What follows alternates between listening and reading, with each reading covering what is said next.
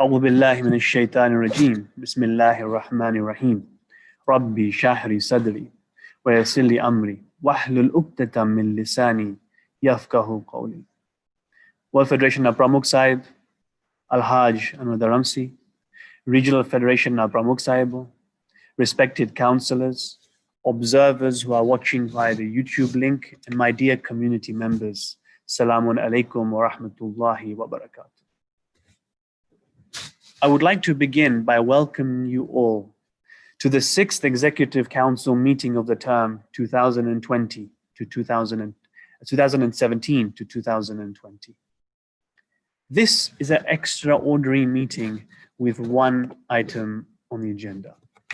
The meeting is a virtual meeting, which is not explicitly authorized in the Constitution. Given the scenario we have at hand, which is well known, and given the possibility of a challenge to the meeting and any decision therefrom, the trustees took a Section 105 order, which has been granted by the Charities Commission for this meeting to take place. Valid notice was given, and an order was received by the Charities Commission in time, who are aware of today's meeting date.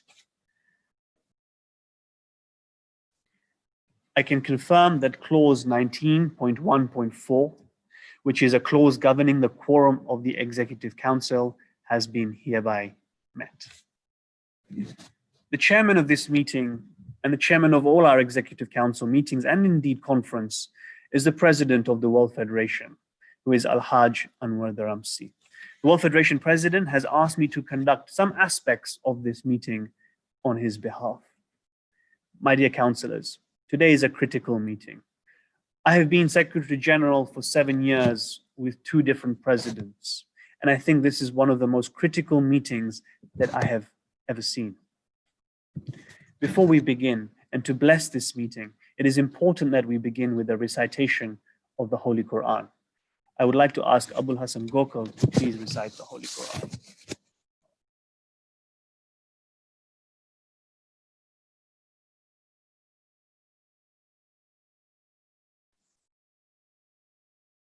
Assalamu alaikum to everybody. Assalamu alaikum to everyone. I will recite the first few ayats of Surah Rahman in the hope of availing the barakat of the surah, and then would like to move on to ayat 7 to 11 of Surah Mujadala as a guidance. أعوذ بالله من الشيطان الرجيم بسم الله الرحمن الرحيم الرحمن علم القرآن خلق الإنسان علمه البيان الشمس والقمر بحسبان والنجم والشجر يسجدان والسماء رفعها ووضع الميزان ألا تطغوا في الميزان وأقيموا الوزن بالقسط ولا تخسروا الميزان والأرض وضعها للأنام فيها فاكهة والنخل ذات الأكمام والحب ذو العصف والريحان فبأي آلاء ربكما تكذبان صدق الله العلي العظيم. I would now like to recite the translation of verses 7 to 11, Surah Mujadala. Bismillah ar-Rahman ar-Rahim. Do you not see that Allah knows whatever is in the heavens and whatever is in the earth? Nowhere is there a secret council between 3 persons, but He is the 4th of them, nor between 5, but He is the 6th of them, nor less than that, nor more, but He is with them wheresoever they are. Then He will inform them of what they did on the day of resurrection. Surely Allah is cognizant of all things. Have you not seen those who are forbidden secret councils? Then they return to what they are forbidden, and they hold secret councils for sin and revolt and disobedience to the apostle. And when they come to you, they greet you with a greeting with which Allah does not greet you, and they say in themselves, why does not Allah punish us for what we say? Hell is enough for them, they shall enter it, and evil is the resort. O you who believe, when you confer together in private, do not give to each other counsel or sin and revolt and disobedience to the apostle, and give to each other counsel of goodness and guarding against evil, and be careful of your duty to Allah, to whom you shall be gathered together. Secret counsels are only the work of the shaitan, that he may cause to grieve those who believe, and he cannot hurt them in the least, except with Allah's permission. And on Allah let the believers rely. O you who believe, when it is said to you, make room in your assemblies, then make ample room. Allah will give you ample.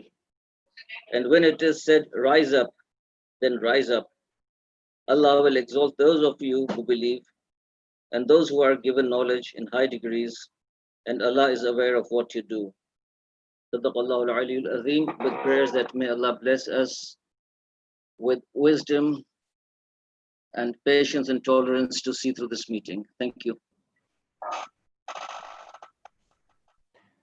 Thank you, Abul Hassan Bhai, for the recitation of the Holy Qur'an. Normally, when we attend an executive council meeting, I give the history of that Jamaat or the history of that region. But this being a virtual meeting, I would like to begin by giving the history of our beloved institution, the World Federation. My dear councillors, the first federation of our community was the East Africa Federation in 1946. It was the idea of our noble forefathers to create a centralized organization that supported Jamaats to ensure that the faith of our community was retained for those who had moved from the Indian subcontinent. In 1961, other Jamaats joined this federation, and it was recalled the Africa Federation. In 1964, Africa Federation faced the challenge of the Zanzibar revolution. And in 1972, Africa Federation faced the Uganda crisis, where our community members were mercilessly evicted from their homes and moved forcibly overseas. With the mercy of Allah subhanahu wa ta'ala, many of the East African Khojas traveled to the UK, Canada, and the USA, as well as other European countries. In 1976, a meeting was convened of all Khojas worldwide, and the World Federation of Khoja Shia Ithnashri Muslim communities was established. Marhumullah Asghar mentioned the following in his first inaugural conference. He said, let me begin at the very beginning. The concept of the World Federation dawned upon us to unite our community because of the events in Uganda. The World Federation has since, 4 decades on, become a highly reputable organization within the Shia community, positively viewed by the Shia community, and a big contributor to humanity.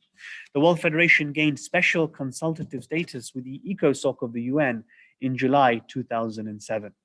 To date, the World Federation membership is made up of regional federations around the globe. In every continent, bar only one continent, South America. In North America, the World Federation, its member is called NASIMCO. In Europe, it's the Council of European Jamaats. In Africa, it's Africa Federation, the mother of all federations. In India, it's India Federation. In Pakistan, it's Pakistan Federation. And in Australia, we have the Federation of Australasian Communities. The World Federation is therefore the overarching global Khoja Shia Ithna Ashari body, and a body that we should be proud of. But this, my dear brothers and sisters, is the legacy of our forefathers and of our past leaders. Great people like Marhum Mullah Asghar, whose vision it was to form an organization like this. My dear councillors, before we continue, I would like to ask you to recite a Surah Fatiha for Marhum Mullah Asghar and Jafar.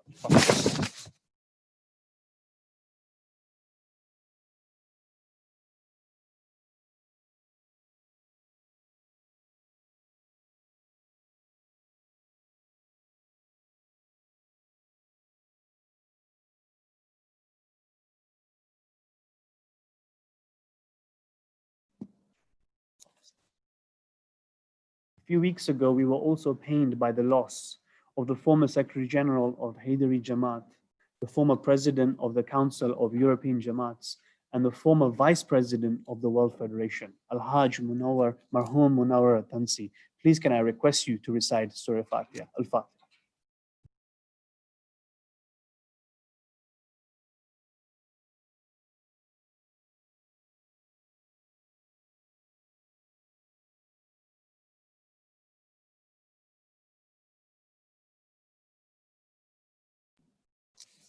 Before we continue, I would like to ask the Assistant Secretary General Mahmoud Dala to run us through the housekeeping. He will run us through that now, and then we will ask our President to say a few words, and I will then move on with the agenda. Mahmoud Bhai, please.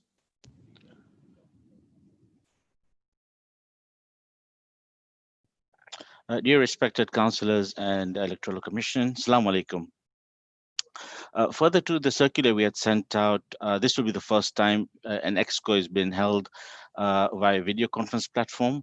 We're using the web conferencing, and I hope for all of those who are unfamiliar with Zoom have had a chance to view the demo on how Zoom meeting works.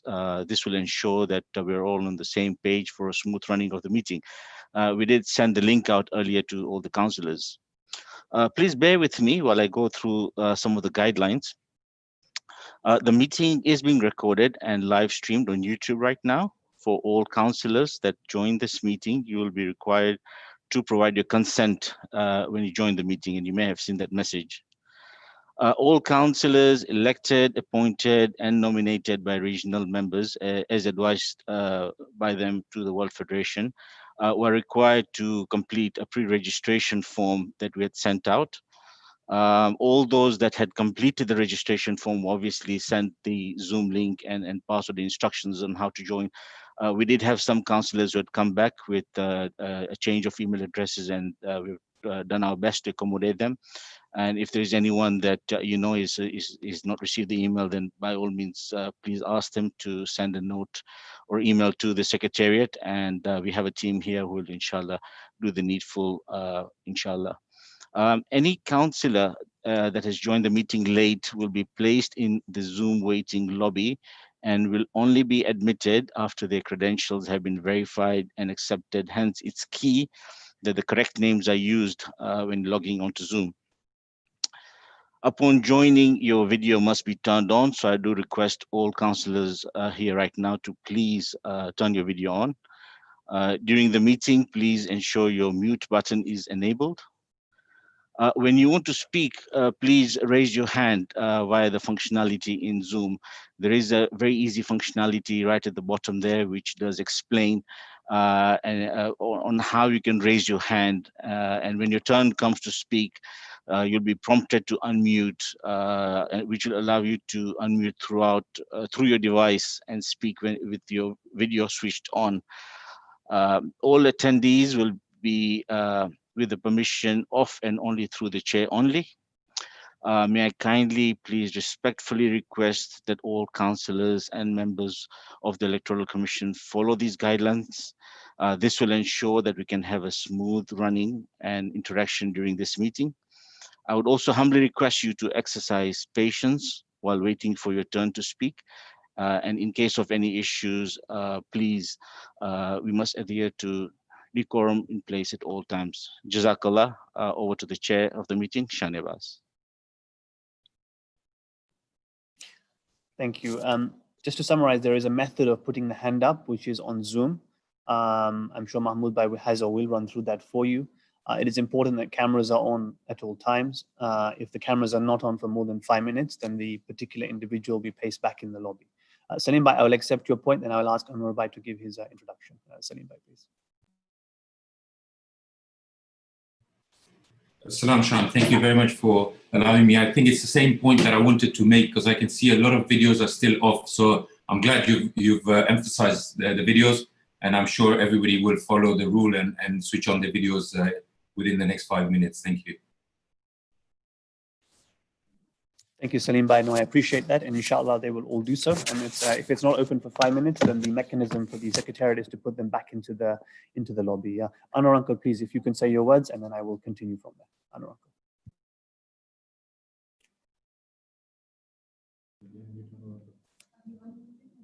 You guys do that.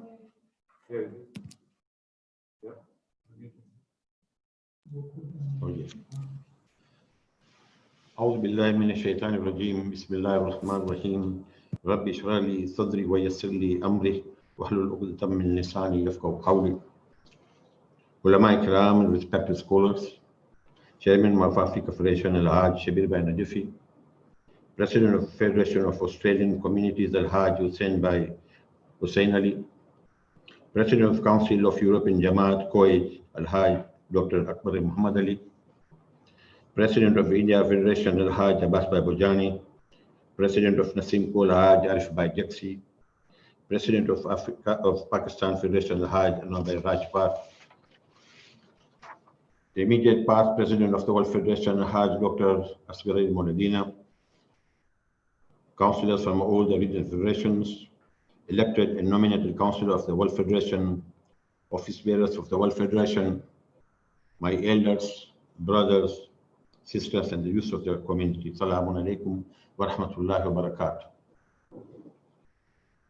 Before I begin, may I request you all to recite Surah Fatiha for all our past leaders and volunteers of the World Federation, regional federations, member Jamaats, and for all the Marhumins. Al-Fatiha.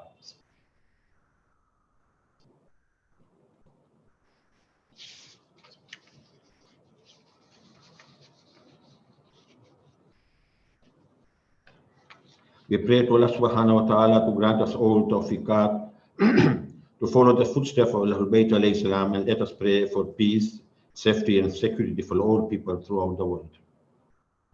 This meeting, the World Federation Extraordinary ExCo meeting 2020, will go down in the history, being a unique one that for the first time it is held virtually online through Zoom technology due to the ongoing COVID-19 conditions we face. I hope we shall be able to carry out this important meeting successfully. Ameen. My message at this extraordinary Executive Council meeting shall be focused on the two important aspects.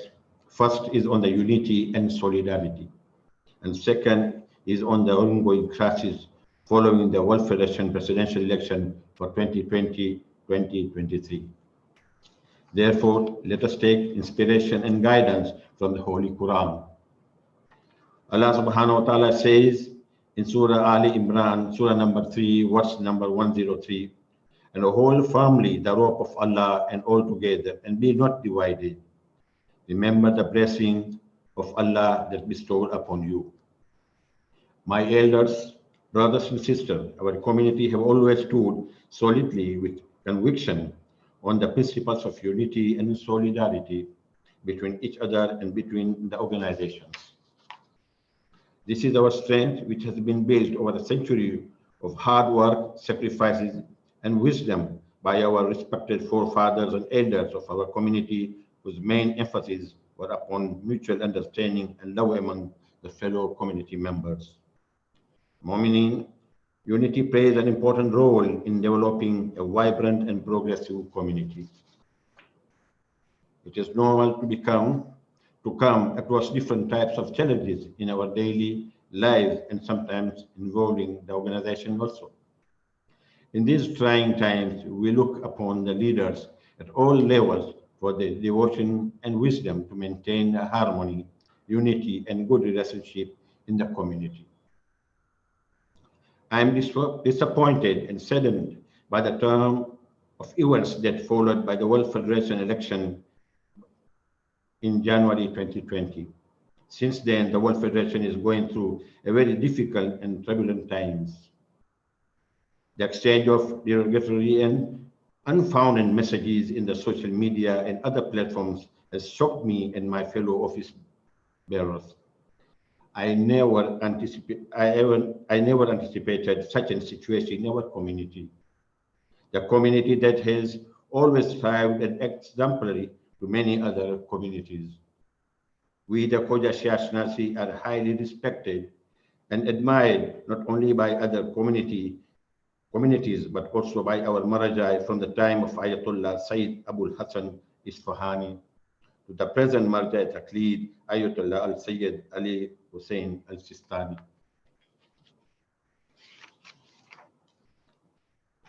You will forgive me for being blunt and open in expressing my hurtful feelings to the councillors of this august body. The body which I always held at high esteem throughout the time I have been associated with the World Federation for the past 17 years. The 6th Regional Federation President, the 6 Regional Federation Presidents known as PSS have met several times with my presence during the holy month of Ramadan, looking into different ways to find an amicable solution. PSS have come up with a recommendation which is being presented in this ExCo for deliberation. I pray and hope that this ExCo would find an amicable solution to the current crisis.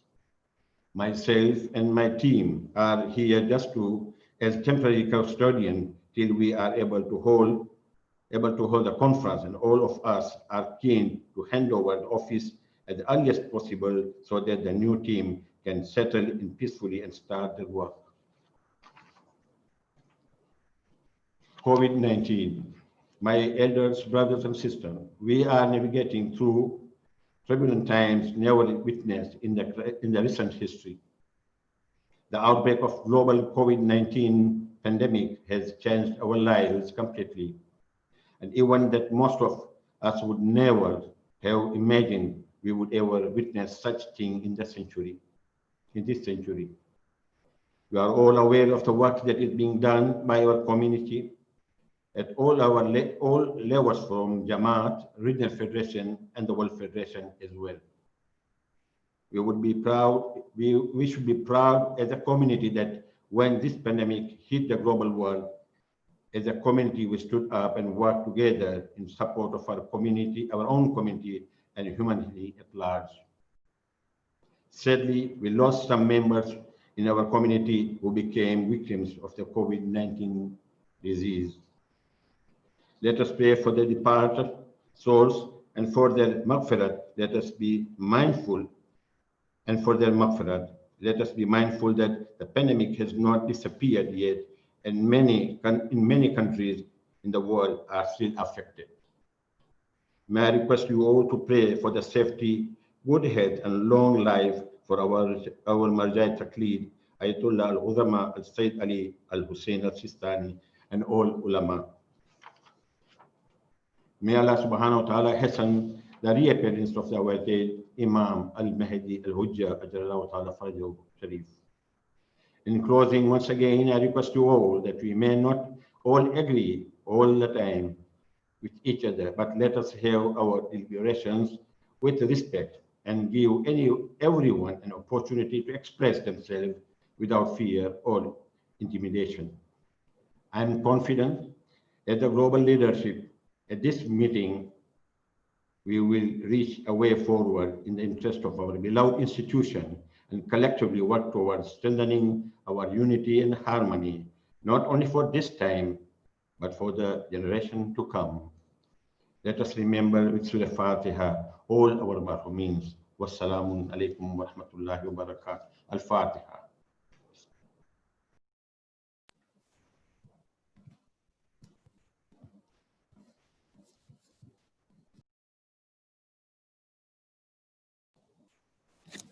Pramukh Sahib, thank you very much for that opening introduction. Appreciate it. If we look at the agenda, the item on the agenda is election for the post of president for the term 2020 to 2023, including presentations from the Electoral Commission and the Presidents Strategic Subcommittee. You've all seen already the PSS report. It was circulated some time ago, and I expect that you all have access to it. And yesterday, the Electoral Commission's updated report was circulated as well. I'm going to ask both the Electoral Commission, I'm going to give them 10 or 15 minutes to give their presentation, and then I will move straight away to Hussein on behalf of the President's Strategic Subcommittee to give the presentation of the work that they have done, and then we will move forward from there. If I can please ask Mujtaba Bhai to give his presentation on behalf of the Electoral Commission.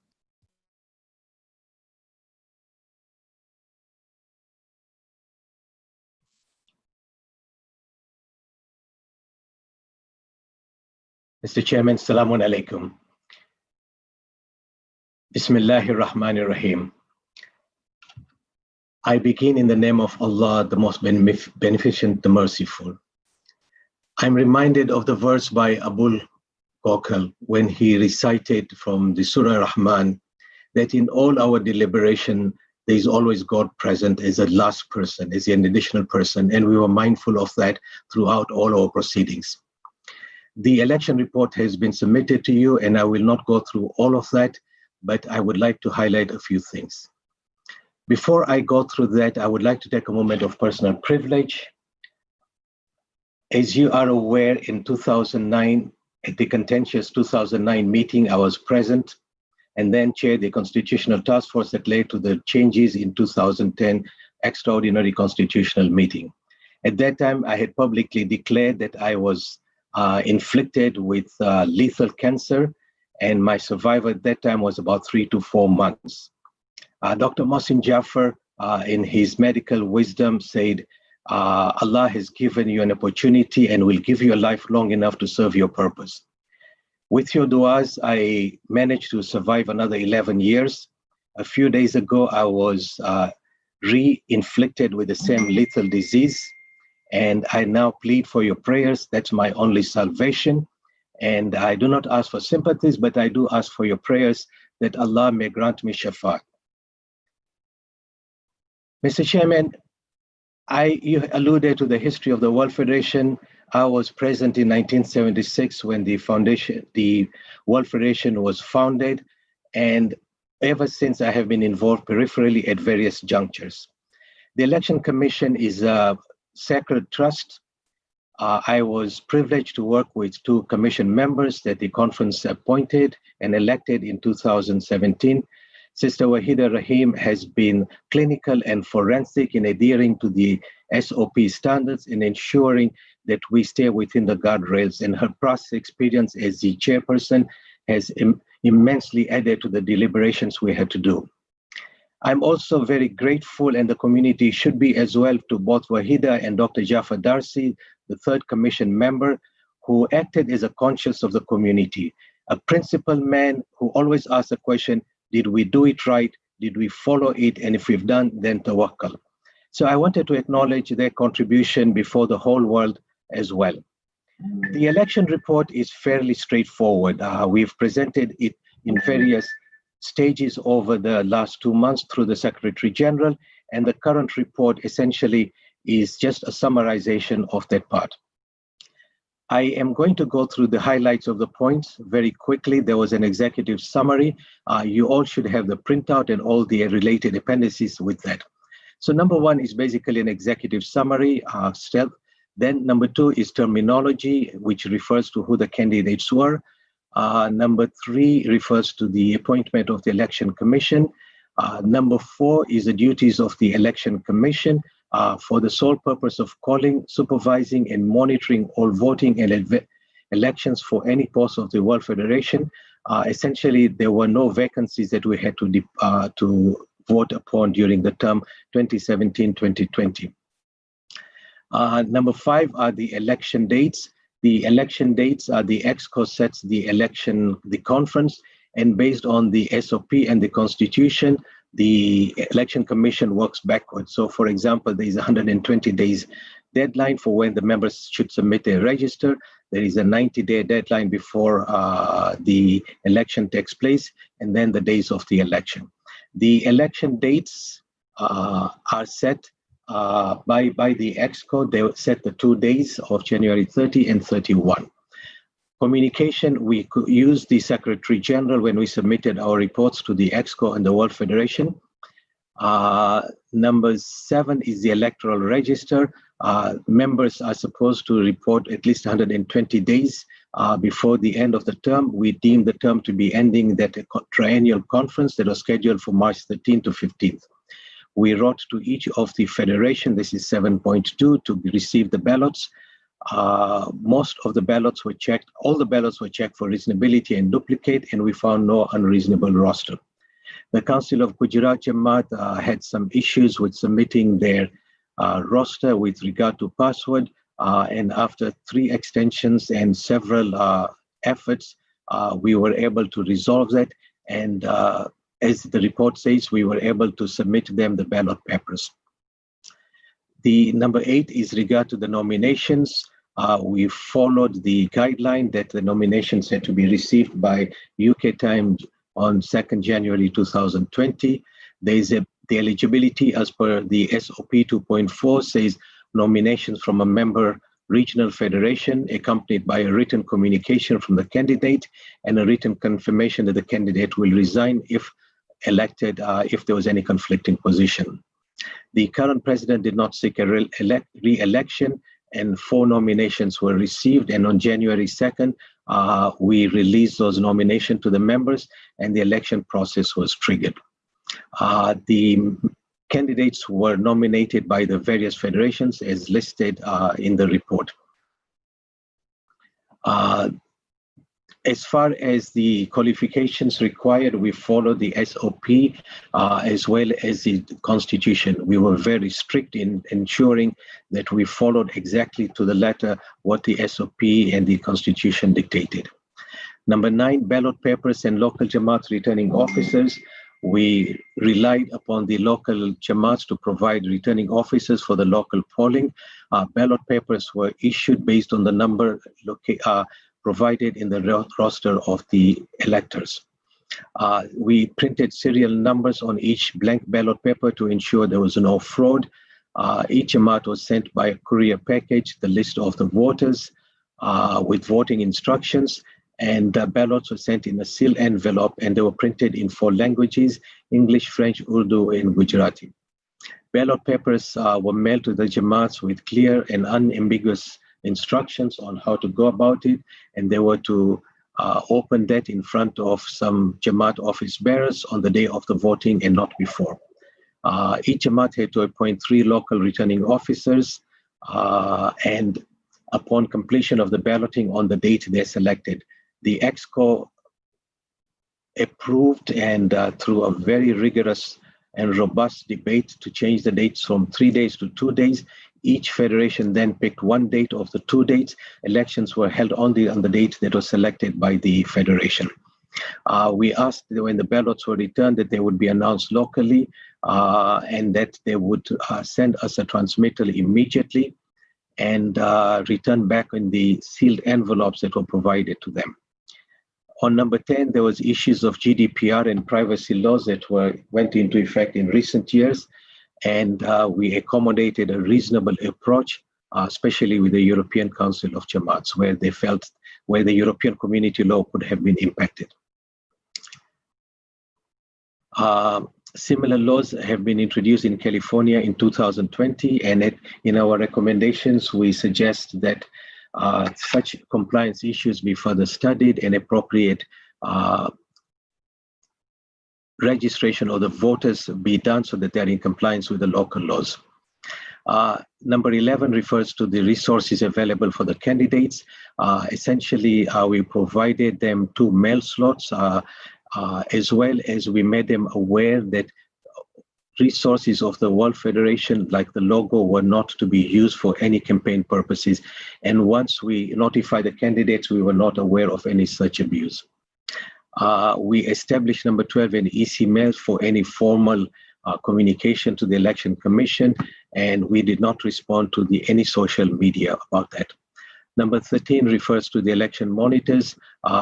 Some candidate Jiwa had asked if he could post his own election monitors in India. We agreed and we accorded the same privilege to all the candidates. We are not aware of any submission of any irregularity from any of those monitors who were appointed. Number 14 refers to the appeal process in the SOP. On 14.2, we had received some questions from candidate Rashid. The Election Commission reviewed it in good faith, and we felt the questions were addressed in the SOP. We conveyed that in our opinion to him. He found the responses to be unacceptable. We then offered him the arbitration. The SOP requires specifically that the candidate sign a declaration form and accept to be bound by the decision of the arbitrators. Candidate Ashid did not sign it. First time we asked him to. Second time he asked for a 48-hour extension. We granted that. And then after the extension, we did not receive it. We then granted him a third extension. That third extension was also not conformed to and signed by him. So after three extensions, three reasonable extensions, the EC brought his arbitration brought it to a close for failure to comply. We had also impaneled 3 arbitrators per SOP. Because the arbitration was not triggered, we thanked the arbitrators for their willingness to volunteer their time and contribute to the community. The election ballot submissions, number 15, the election ballots were returned in the prepaid courier service. Most members submitted theirs on time. They had 48 hours after the close of the polling. We also know from past experience that sometimes it takes several days from a village to send it to a particular regional depot and then submit it to the EC. Based on that experience and consultation with the witnesses, we asked them the dates. We proposed the date of February 16th as a date that was most convenient for everybody to be present. And this was communicated to the ExCo on 3rd February. You'll see references to various appendices. These include the emails and the reports that we submitted to the Secretary General. Some Jamaats had not returned their ballots to the Secretariat's office, 15-3. We sent in 2 reminders and a final notice that they had to be submitted by 14th February, Friday, because the votes were being counted on February 16th. Not only did we submit the reminders, but we also submitted, we made a phone calls to each of them.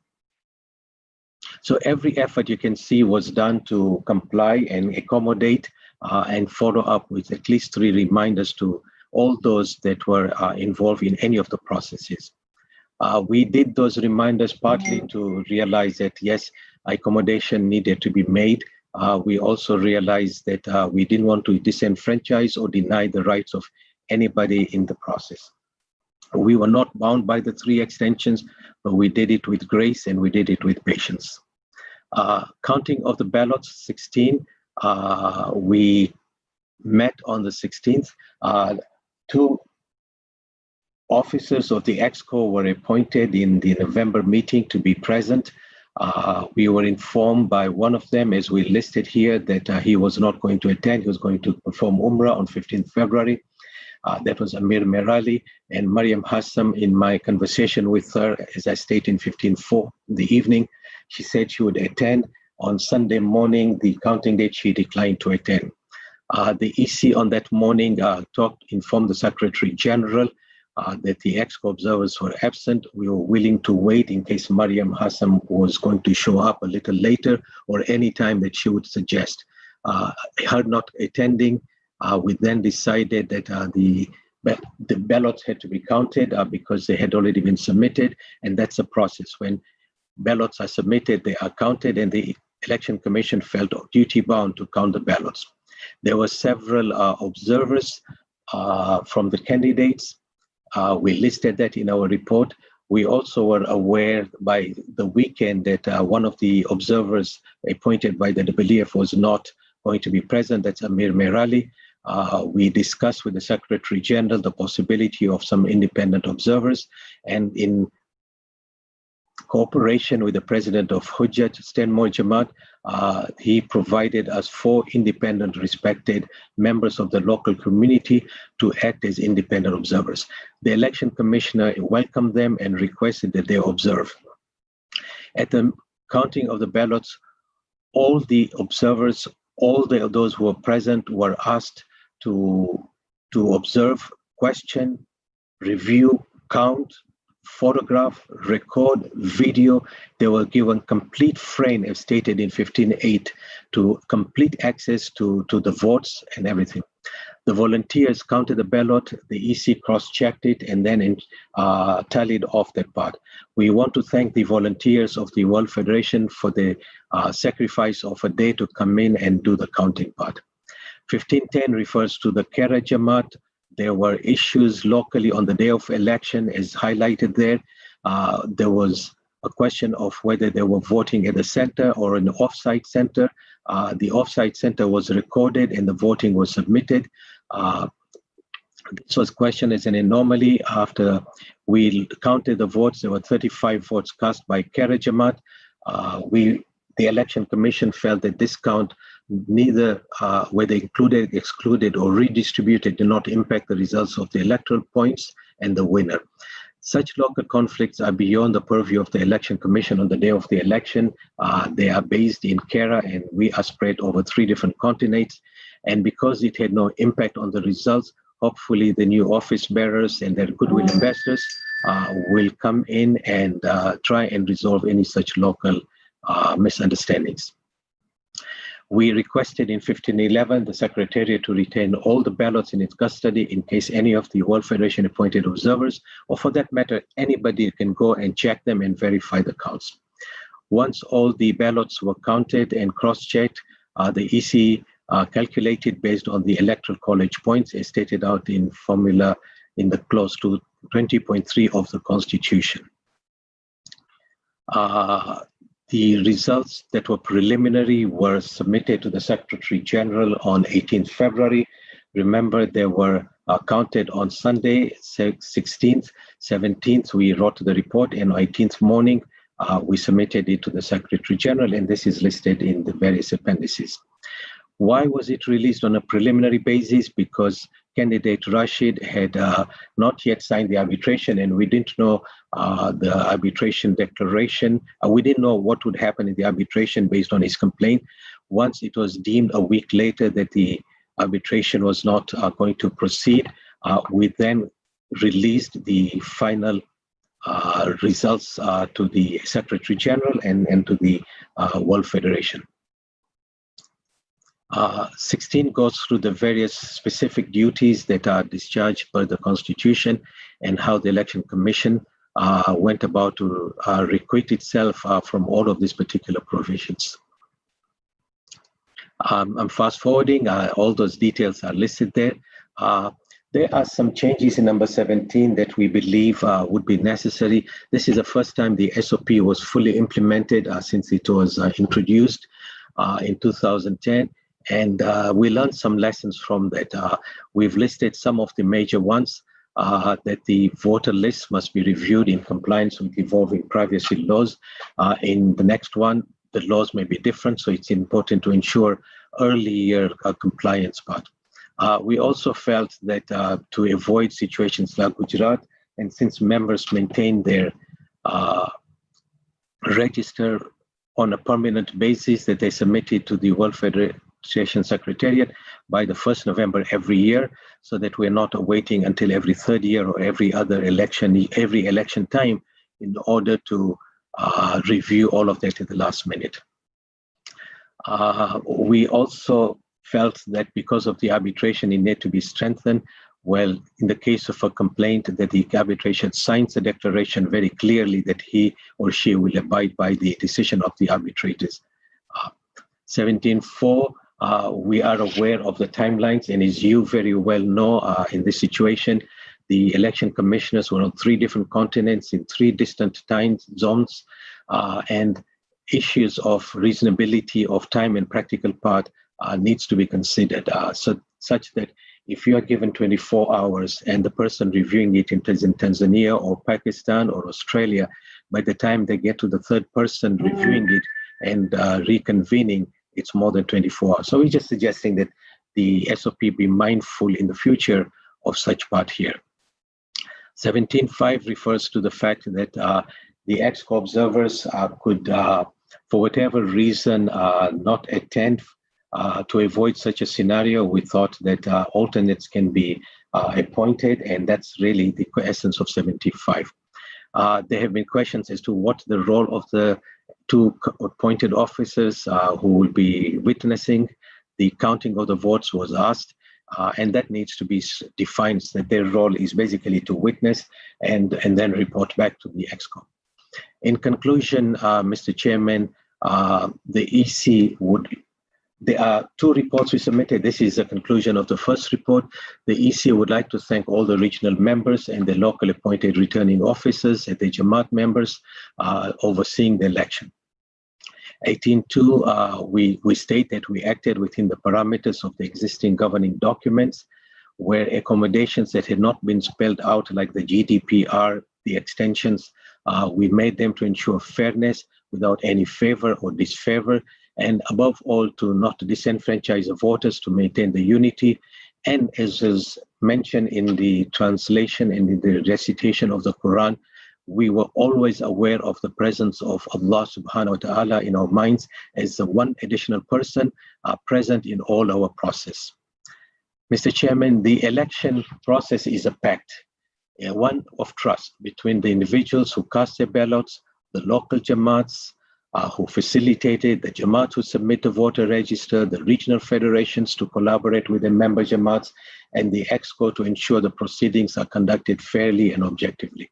It requires each of these parties to cooperate in an honest and timely manner for this process to be successfully completed, and with the same spirit of unity that we had and fear of Allah in our actions.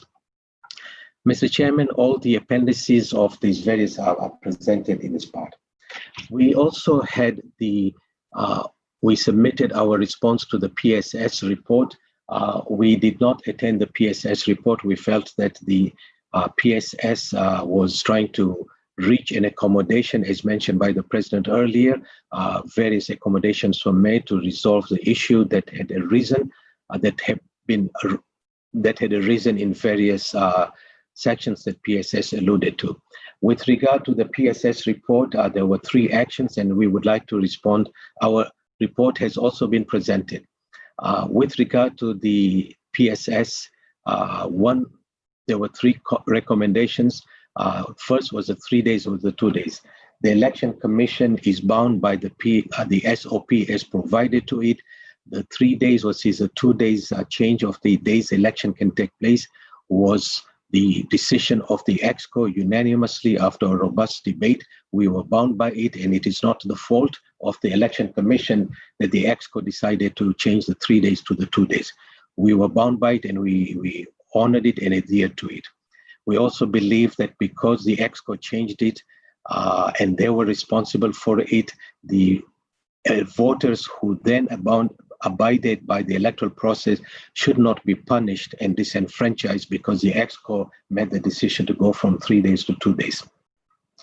There was also the question of the 2 electors not showing up. The EC has documented fully our actions about the invitation, the process, and I will not elaborate on it because it's submitted both in the Election Commission report and in the PSS report. We believe the EC Election Commission should not be held responsible for the action of 2 members, and that the punishment of the voters because of these 2 members failing to attend for whatever reason, the disenfranchisement of all the thousands of voters is not merited in terms of its fairness. The third point was with regard to Jiwa's complaint on January 28th. He had written, the Election Commission responded on that very day, 2 days before the election. This matter that he had asked about, the eligibility, had already been addressed in previous correspondences to the Executive Council in the various reports we submitted to the Secretary General. And we believe that, again, because of that January 28, 2 days before the election, on a matter that had already been responded to, the voters should not be punished and disenfranchised because of that. Those are our 3 responses to the 3 recommendations. When I step back and I look at this thing, we talk about leadership. The World Federation uses its officers and its regional presidents and to educate members about leadership. I go back to one simple wisdom that Imam Ali alayhi salam provided Malik al-Ashtar, and in it he says, when you have power, do not trample it on the people who are less powerful than you are. We kept that in our minds. I reread that paper, that letter again a few days ago to remind myself of it. So when you put this all on a scale, you have thousands of voters in good faith, in good conscience, wanting to be a part of the World Federation and facilitated it. On the other side of the scale, you've got these 3 issues that the PSS identified as SOP violations. They are their own doing. The ExCo is responsible for that, both in terms of the 3 days versus the 2 days. The Electoral the returning officers refusing to show up for whatever reason, and then the complaint being received 2 days before the election when everything had already been put in place and the matter addressed. So I ask the ExCo, the leaders, the people who think are reasonable, fair in the hearts, and the world at large who is observing this thing, put that on a scale and then make a decision to say, where is true justice lying? With that, Mr. Chairman, we submit the report. I also want to invite Sister Wahida Rahim and Dr. Jafar Darsi for any additional comments they may have. Mr. Chairman, if you will call them the privilege to be recognized if they want to add anything to what I have said. Thank you very much. Thank you, Mujtaba Bhai. I will go to Sister Wahida Rahim for a few very short comments. Thank you.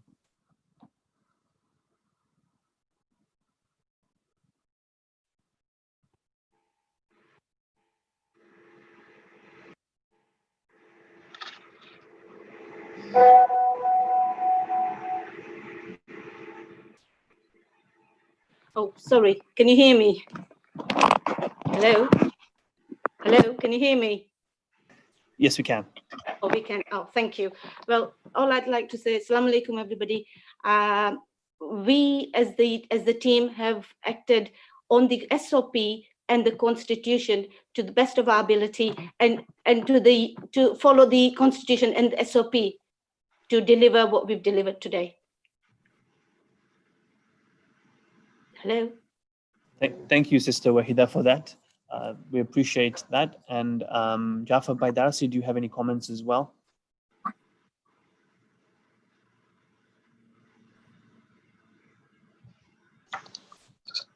Assalamu alaikum. Salam. Thank you very much for allowing me to add a few words to what Mujtaba Bhai said. As the team, we tried the best in the circumstances that were prevailing. None of us at any point in time did try to get swayed with the lobbying or with the pressure that surrounded us, and with that is what we acted. The interest was community at large, and it was for that reason we did in the best of ability what we did. Just to add to a small bit, and I think it's important at this juncture, about the counting of the votes. We had traveled all the way from, I had traveled all the way from Dar es Salaam. Mujtaba had traveled all the way from US on a pre-arranged date. And when we reached there, we realized that the circumstances was such that either we decide not to count or to continue with counting, and we sort of sought the guidance, and we went ahead and counted in presence of the observers, as Mujtaba Bhai outlined. Important is here to note that the dates and everything was pre-arranged, and it was done at all our comforts. I mean, I was in Dubai, I had to come back to Dar es Salaam and fly back to UK just to make sure that we are there for the counting. So really, with that community interest in heart, I think bringing up that issue that, that this was not accommodated adequately was definitely not fair. But Mujtaba has explained, and it was an honor to serve the community in this capacity. And we pray that what we did is taken in the same spirit as in the same spirit as we have done it. So thank you very much. Thank you. Thank you, Jafar Bhai. Mujtaba Bhai, do you have any final comments before I move on?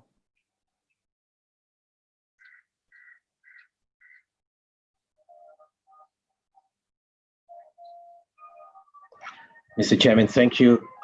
The Election Commission, having fulfilled the predominant part of its part, we have the option now to say we have done our part, we've presented our report fairly and openly, and we believe that given the current toxic situation, it is perhaps best for the Election Commission to step aside. The report stands on itself.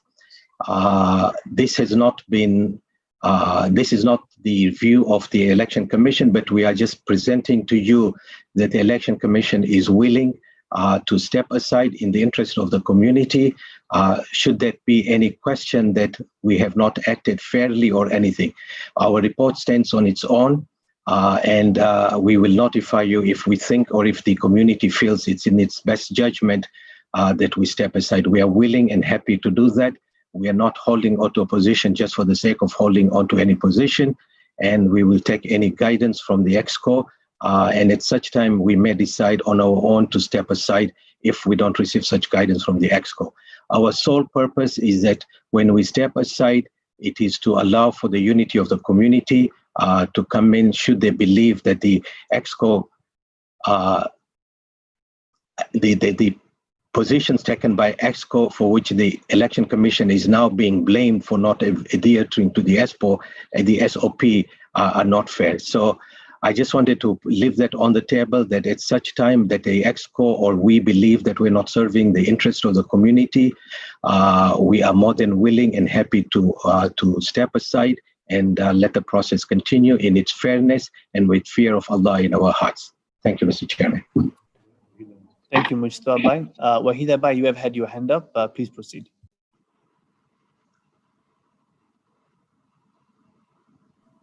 Wahida Bhai, you're on mute. Please proceed.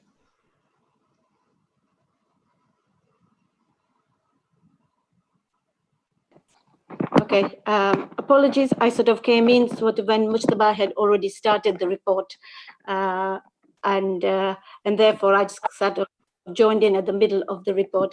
Can I just share the sentiments that my other two colleagues have put forward? We have acted honestly, truthfully, and to the best of our ability, following the SOP and the constitution that we had been given. We also followed the direction of the SOP to deliver what we have delivered. Yes, we have had some challenges and obstacles in the way, but we passed them in making sure that we had the fear of God in our minds. It's been done in that way. I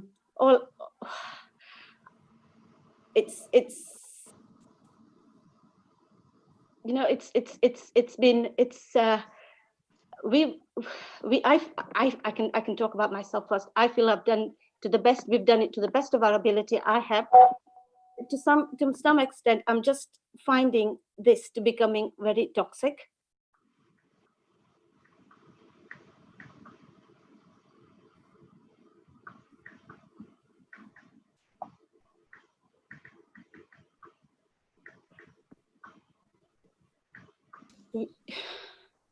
And how toxic are we going to become?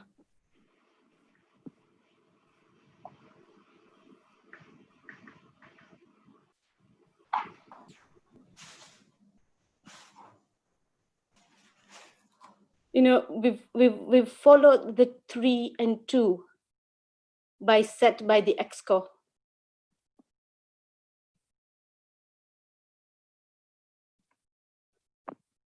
Three to 2 has become toxic.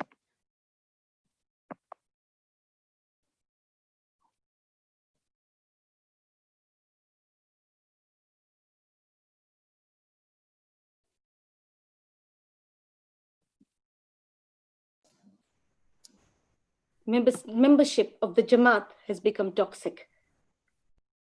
EC's decision has become toxic. Where are we taking this? You know, I'm just reflecting on the process that I've gone through. And now I'm finding that the perpetrators have become the victims.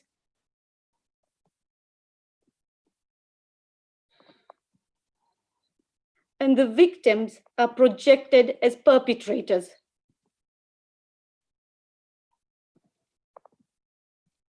Is that not toxic?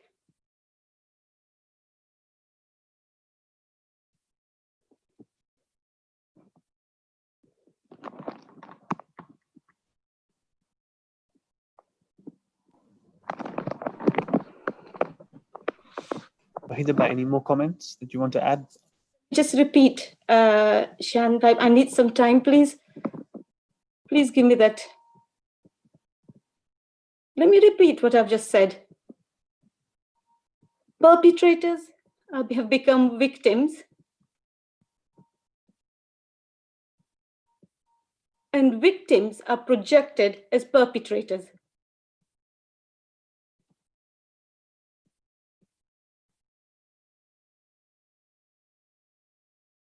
And the toxicity is reflecting in the community when the community says we can't breathe.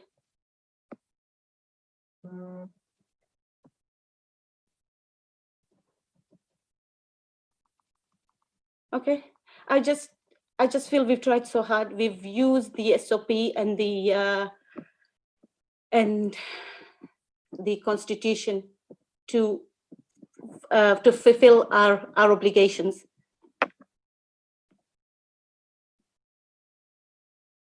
We've done our best, and that's all we want you to judge us on. Thank you. Thank you, Mujtaba Bhai. Thank you, Wahida Bhai. Thank you, Dr. Jaffa, for that comment. I note the sentiment from Mujtaba Bhai that if the House feels that there is a requirement to move, that the Electoral Commission may do so, and that sentiment is not lost on those of us in this meeting. I can see there's a lot of emotion in there. And I think we all appreciate your efforts. I will be making a comment on the 3-2 after Hussein Bhai's statement, which will be coming next, because responsibility needs to be shared by us all. And the 3-2 is more of an ExCo thing than it is a Electoral Commission's thing. But we will come on to that later on in the meeting. For now, I would like to appreciate your efforts and thank you with the salawat. Allahumma salli ala Muhammad wa ala Muhammad. My dear councillors, this meeting was called in particular to focus on the recommendations given by the President's Strategic Subcommittee. A lot of work was done by the PSS to look at the election, and the PSS is made up of the 7 presidents, the president of the World Federation and the 6 presidents or chairmen of the regional federations. I would like to ask Brother Hussein if he can give the presentation on behalf of the PSS, and if he can focus on the report and provide us the same. So if I can please welcome Hussein Bhai to give his report. Ahsan, Jazakallah.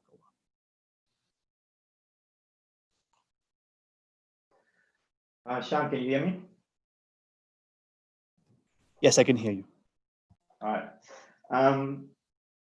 With the permission of Pramukh Sahab, my uncle Anwar Dharamsi, with the permission of my elders, with your permission, the chairman, A'udhu billahi minash shaitanir rajim, Bismillahir Rahmanir Rahim, with all your permissions, I represent the PSS in my presentation here today.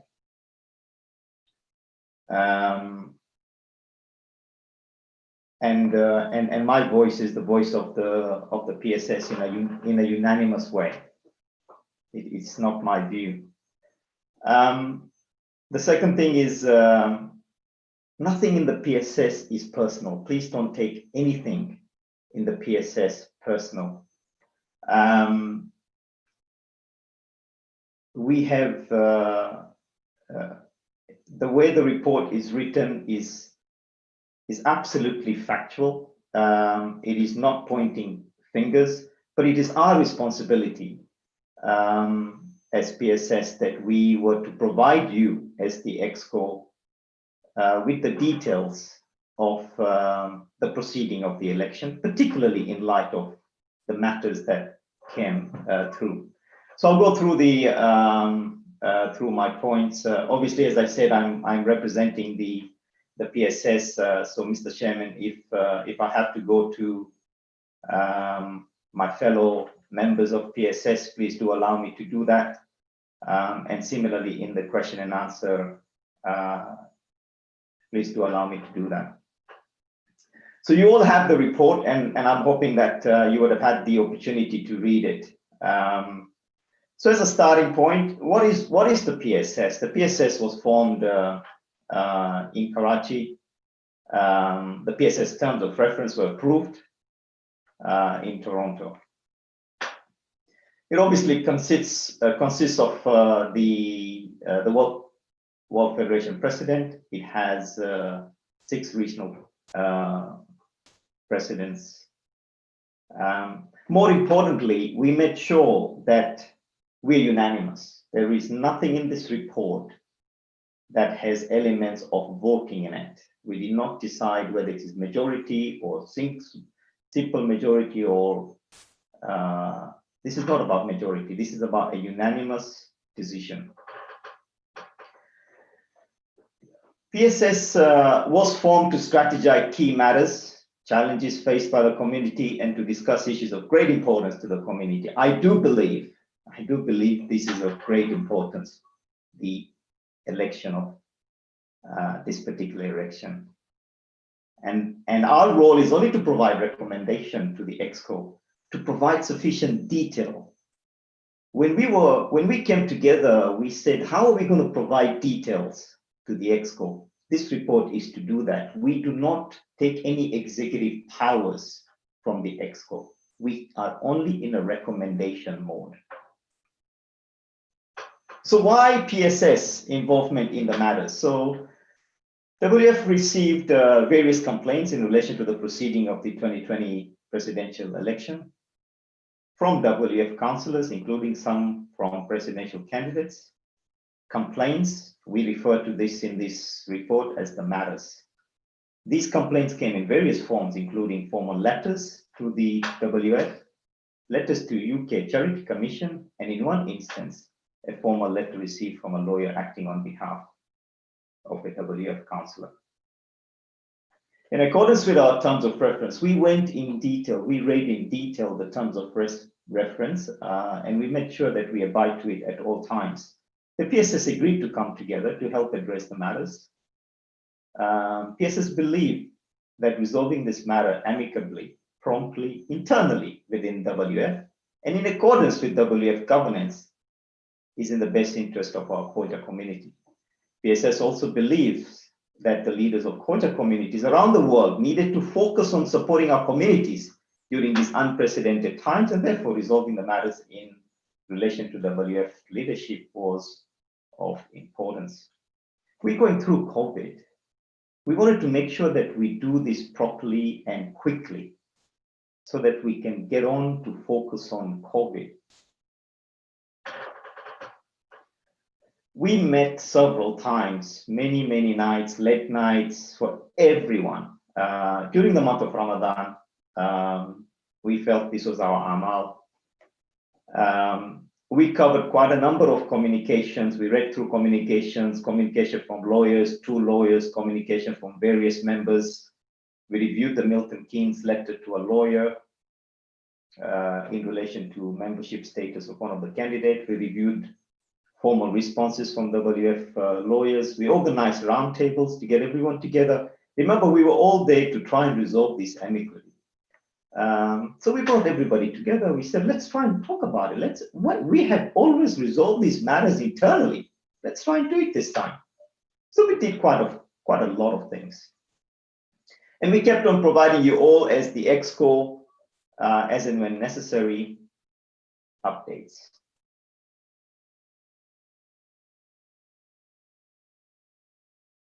The principles of our recommendation. We've made recommendation here. We decided right at the outset what was the basis of whatever that we were going to come up with. So before we arrive at any recommendation, PSS agreed on certain basic but important principles listed below. PSS recommendations were only going to be based on facts, not materiality, not about you, not about us. Only facts. Recommendations are within the framework of WF Constitution and its governance. Decisive and timely recommendation in addressing the matters internally. Decisive was important because we wanted to get through very quickly, and recommendation was only going to be in the interest of our institution and community. So what did we recommend? abiding by our terms of reference underpinned by our principles mentioned above, and supported by the outcome of our work over the past few weeks when this report was issued, we recommended to the ExCo that the WF presidential election for the term 2020-2023 be annulled, and as a result, the Electoral Commission be dissolved. Now, importantly, there were many reasons we could have brought in here, but we, again, bound by our principles, we said it had to be factual. We arrived at the conclusion based on the following principles. The amended SOP applied by the Electoral Commission did not have constitutional basis, considering that a resolution was passed on 2nd November 2019 at the Birmingham ExCo to amend it without a 24-hour notice to the ExCo. Let me pause here a little bit. This is not about 2 to 3 days. This is about the SOP being amended. I know we make reference to 2 or 3 days. We're talking about the SOP being amended without a 24-hour notice. It is directly contravening clause 2.21 of the WF Constitution. We believe that the changes to the SOP should not have been entertained by the ExCo as debated at the previous ExCo meeting in Toronto, that the ExCo should not make any changes. And all the actions that followed after this, pretty much whether correct procedures were followed or not, becomes a redundant issue, as the start of the process of the election was flawed. The 2 returning officers appointed by the ExCo were not in attendance at the count, was our second point.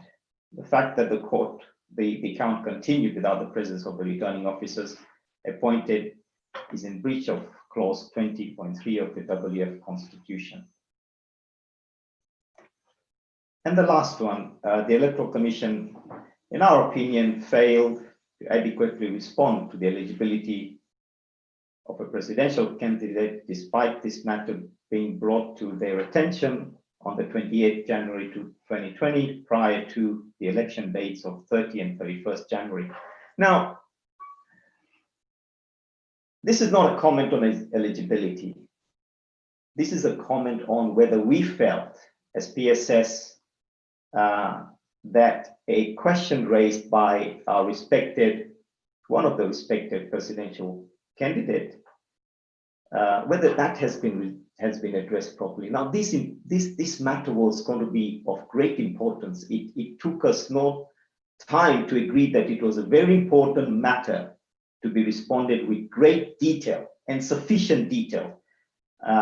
We didn't feel that it was given the importance that it should have. Now, this is my last point I would like to make.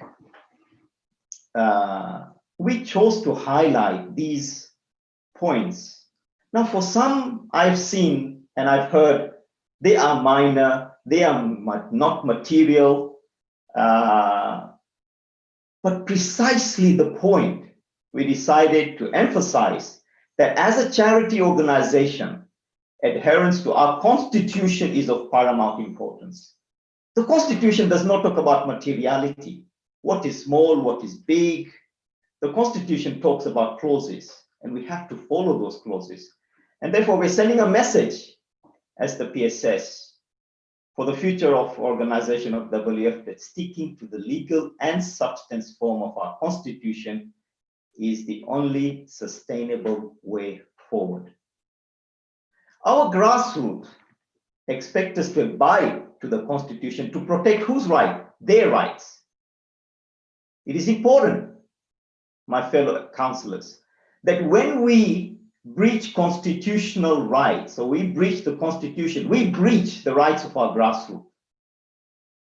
We have to follow the constitution because they expect us to follow the constitution. At the end of the day, this is a charity, and absolute governance is of paramount importance.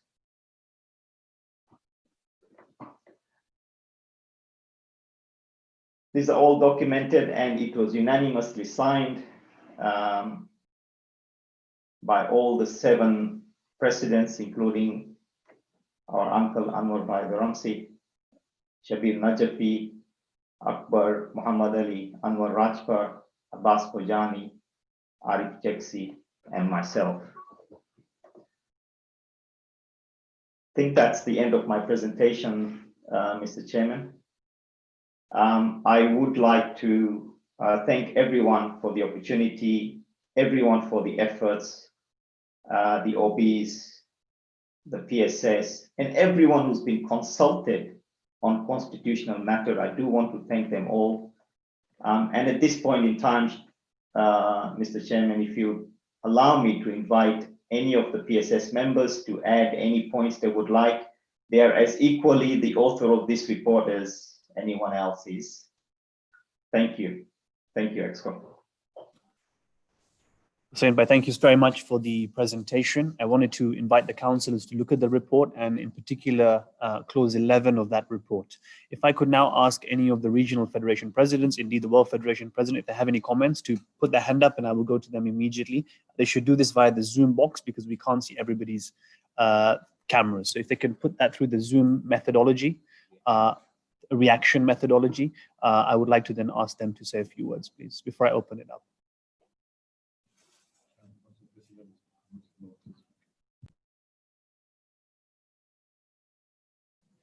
If any regional federation presidents, I'm sorry, I can't see you all, so. Okay, there being none, I have a hand up from Mujtaba Datu again, Electoral Commission. Mujtaba Bhai, would you like to provide any response to this, please? If you could please do so, Ahsan.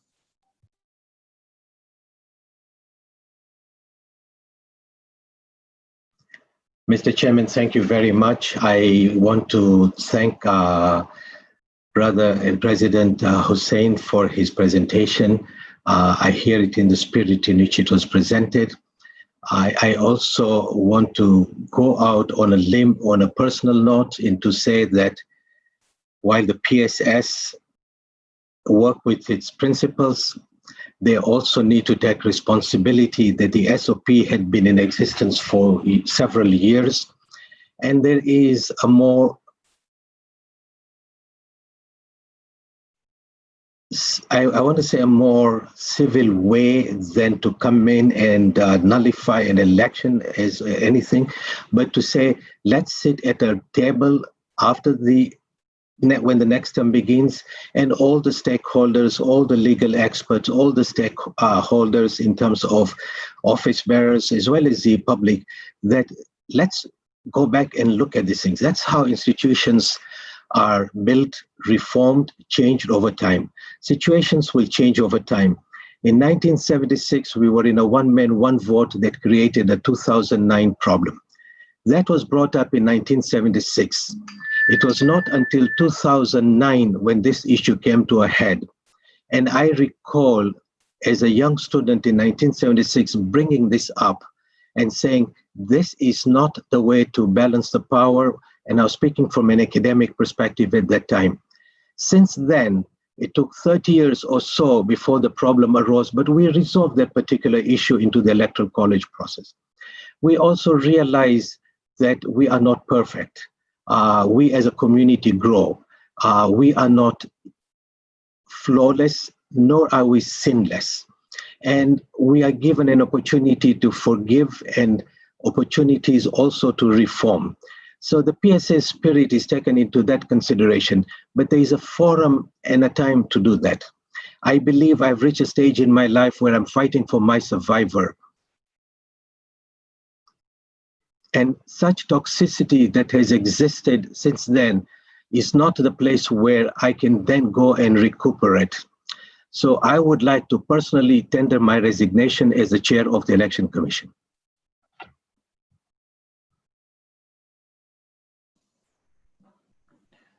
Mujtaba, I thank you for your comments. At the end of it, I understood that you have resigned as the chair of the Electoral Commission. That is heard with a heavy heart. I would like the councillors to also look at clause 27 while we discuss that. Mujtaba, I know that you are not well and you have cancer. I've known you for many years, and yourself, Habib Bhai, Murtaza Bhai, and others have been like a mentor for us on constitutionality. So I met you when I was 18, and mashallah, we have high respect for you, and we pray to Allah subhanahu wa ta'ala to grant you shafa. and to thank you for all the services that you have done, not just as the Electoral Commission this time, but throughout, as someone who has been the architect of the Constitution, somebody who's supported the organization, a past caretaker president of Nasimco. I'm sure we all appreciate your services to this community. I think for your services, if I could ask all the councillors, please, to recite aloud salawat ala Muhammad wa ali Muhammad. Allahumma salli ala Muhammad wa ali Muhammad. There are 3 people with their hands up. I will allow a few comments of thanking Mujtaba Bhai shortly, but there are 3 people with their hands up. Dr. Akbar Muhammad Ali, Hussein, and brother and Ashik Rashid. So I will go to all of them. Dr. Akbar Muhammad Ali, please.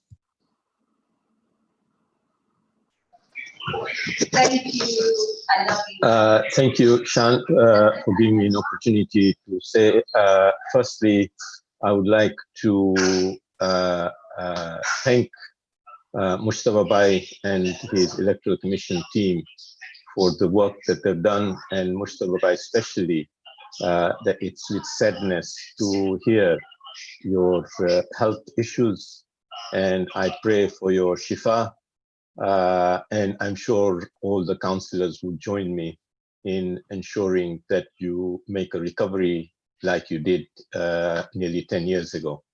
And it's also with sadness to learn that due to your health reasons, you want to step down with the excellent service that you have done to the community. And I've had a personal encounters a number of times with you, and I've been very impressed with your intellect and your tenacity and your passion for the community.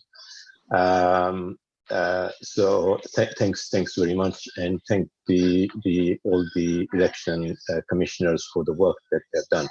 I just want to come back to the PSS report as a colleague of Hussein Ali on the 7 of us that we were working. And I take you back at the time when we came together. The scenario was that we were in division, polarizing ourselves as a community. This was at institutional level, at grassroots level, at leadership level. And I, as the president of the Council of European Jamaat, said to myself, you know, what can I do as a leader of a regional council? Am I not responsible to do something where our WF office bearers are being at risk of being taken to the court when they have served the community? Served, when I say the community, it's the grassroots, the regions, the World Federation. And can we not do something about it to prevent this slippery path? The second thing was that I thought that to have legal action is not in the interest of the grassroots, not in the interest of the Jamaats, not in the interest of the regions, nor in the interest of the World Federation. And if it carried on the way it was going, we would be in a state that we would be polarized, divided, and there would be no winners. Even if in a court somebody wins, that person would not be a winner when it goes to litigation. So I felt that I had to do something, and this is why we engaged with the other presidents and came together under the governance of the PSS, the Presidents Strategic Committee, which was again constitutional, because there was a time when every time I had to think, am I doing something constitutional or is it out of my remit? And the terms of reference that we used for the President's Strategic Committee, we stuck to it.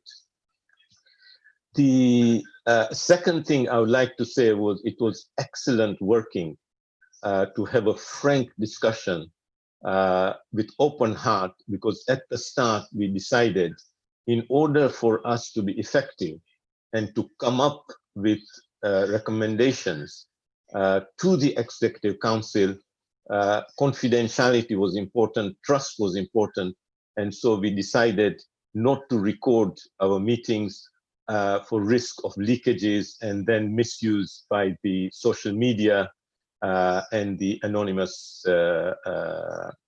people on the social media, and not to minute it so that we are able to speak from the heart without of risk at being fearful of what may happen, because this was the fear that was there at the time, and it's still there, and probably it may have got worse. That was there. So it was in good faith that we wanted to look at the interest of our community firstly, and then our institutions. That was important. The third point I want to reinforce is that the PSS had no executive powers. So PSS have not made any decisions. PSS role was, in the terms of reference, was to report to the Executive Council, which is what we have done, and this is why we are meeting today. And it is up to us as the Executive Council to decide whether what we have done and recommended is right or wrong. And I thank the Secretary General for enabling this meeting to take place so that we can tease out the PSS's reports and have a debate on it. And already Mujtaba Bhai, or the Electoral Commission, has already made comments to it and responded to it. And I hope that there are further debate going on about our recommendations and the grounds to which the recommendations were made, which was explained.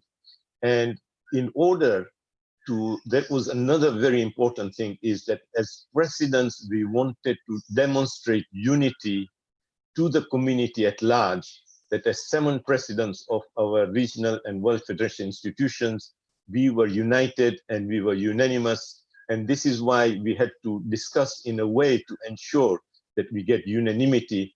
And what was the key things that was unanimous in was to stick to facts and to stick to our constitution and not to breach that. And to sticking to facts and the constitution, we were acting in the best interest of the grassroots. Because as Hussein Bhai said, I want to reinforce that if we don't follow our constitution, we are trampling, as somebody said earlier, on our grassroots in the community. I'd like to stop there. Thank you very much. Dr. Akbar, thank you very much for that reflections and comments that you have given.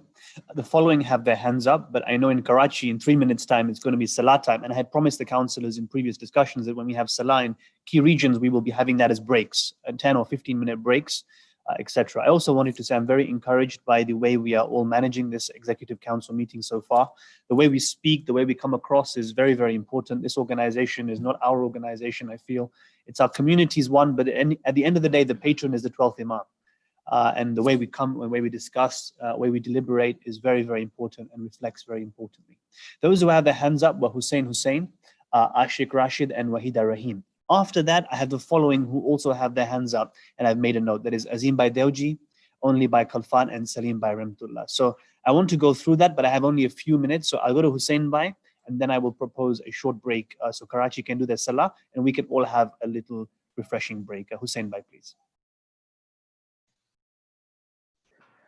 Sorry, Shan. My points were covered by Akbar Anka. Thank you, Hussein Bhai. Wahida Bhai, please, and I'll go to Ashik Bhai. Yes.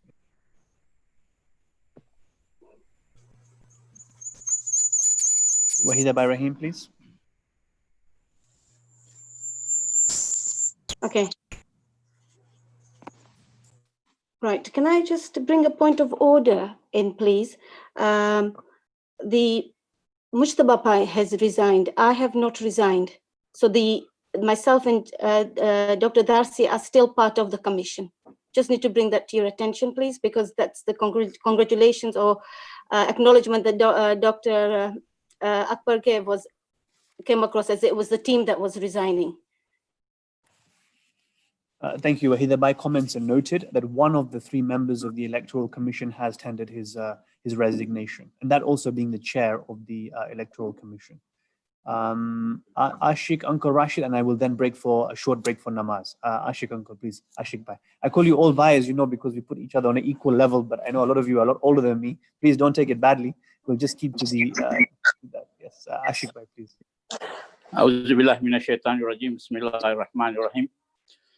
Assalamu alaikum, my fellow councillors.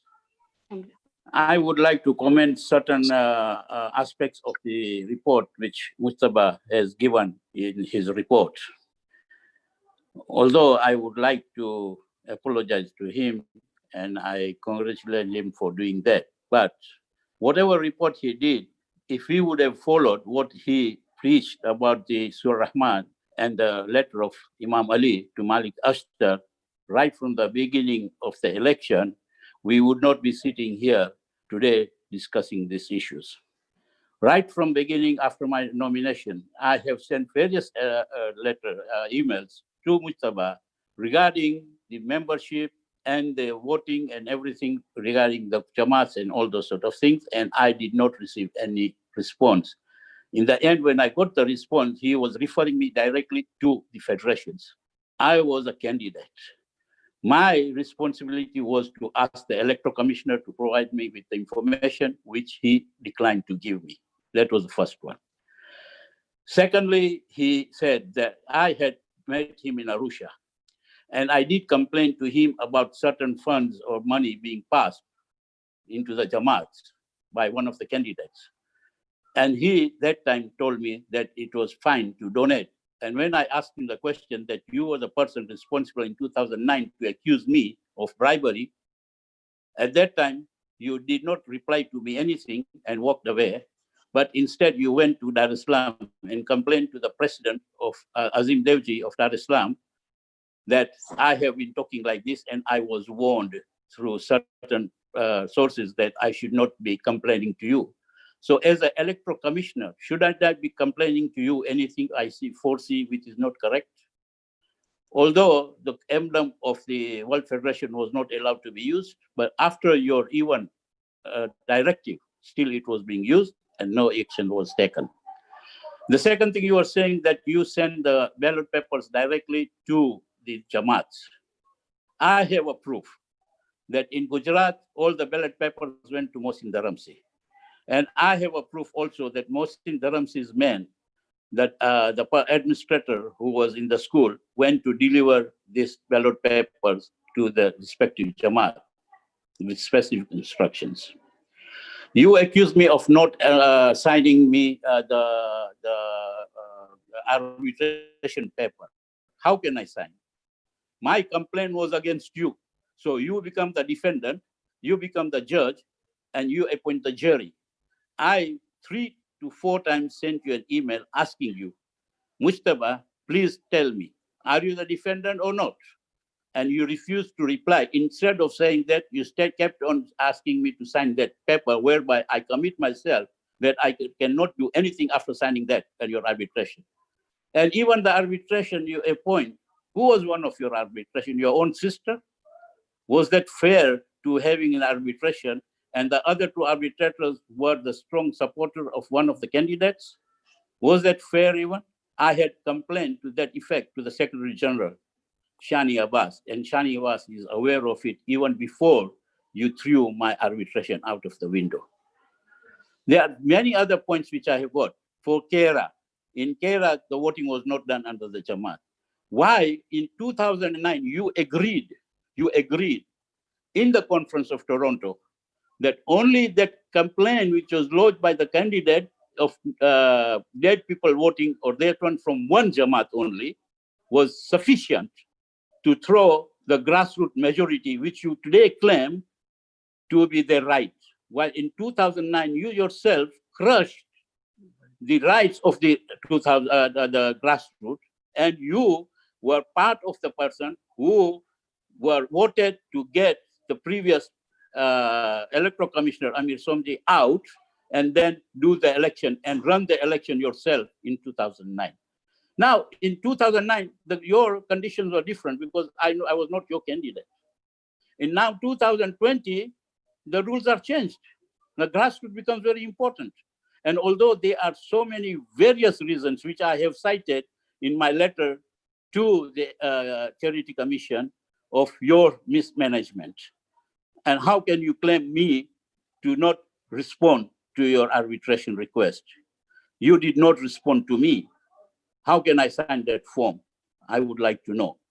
You forget what you did in 2009, and now in 2000 you are claiming to be sent, and then you cite the letter of Malik Ashtar and then Surah Rahman. Where were you in 2009 when these things are not paid attention to for the benefit of the community and for Allah subhanahu wa ta'ala. And my right was at that time crushed.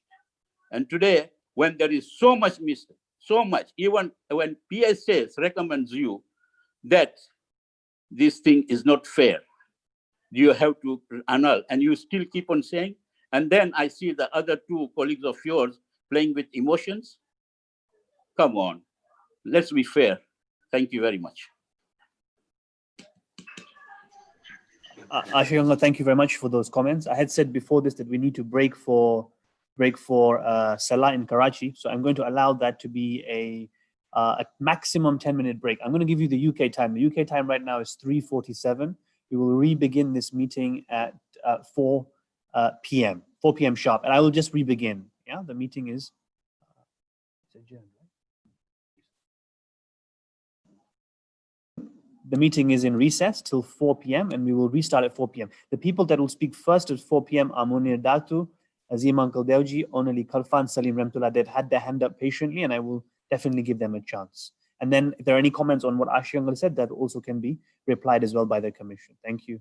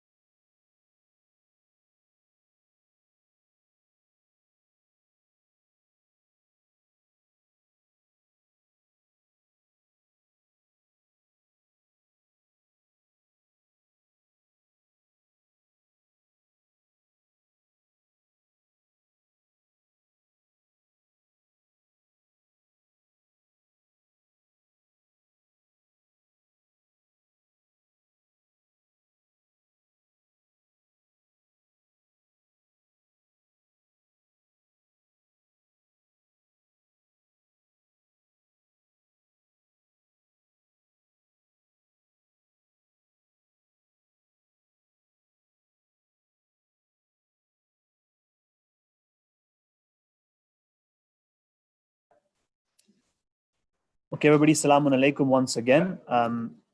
We will now go to Azim Bhai Devji, please.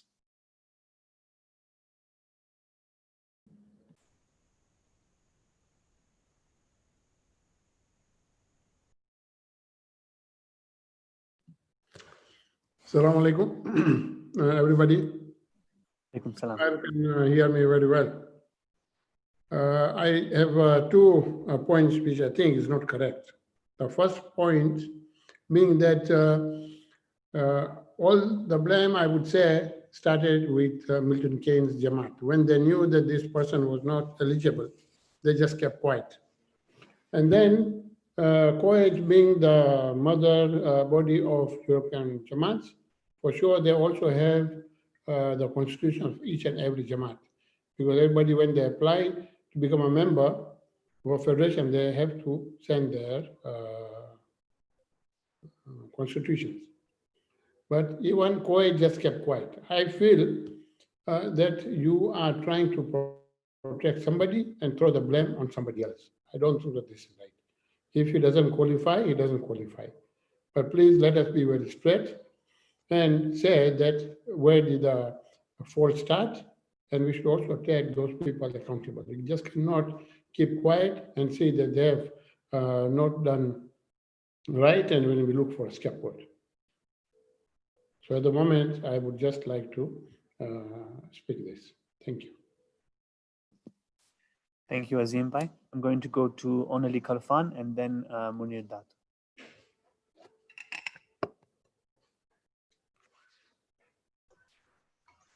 Before Onali Bhai, you start, there are two Onali Khalfans in this. One of them is Onali Khalfan from New York, Murabbi Onali Khalfan. Many of you know him as running Tahrik-e Qur'an in New York. Wonderful person, and he was also a candidate, hence he's here. And then you have Onali Khalfan, also a wonderful person, is the vice chair of Africa and a councillor, but he's from Dar es Salaam. So we have a New York Onali Khalfan, and we have a Dar es Salaam Onali Khalfan. Only Bhai. Assalamu alaikum. Alaikum salam.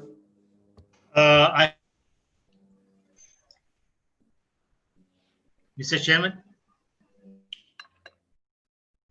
thank you. 2 points to make.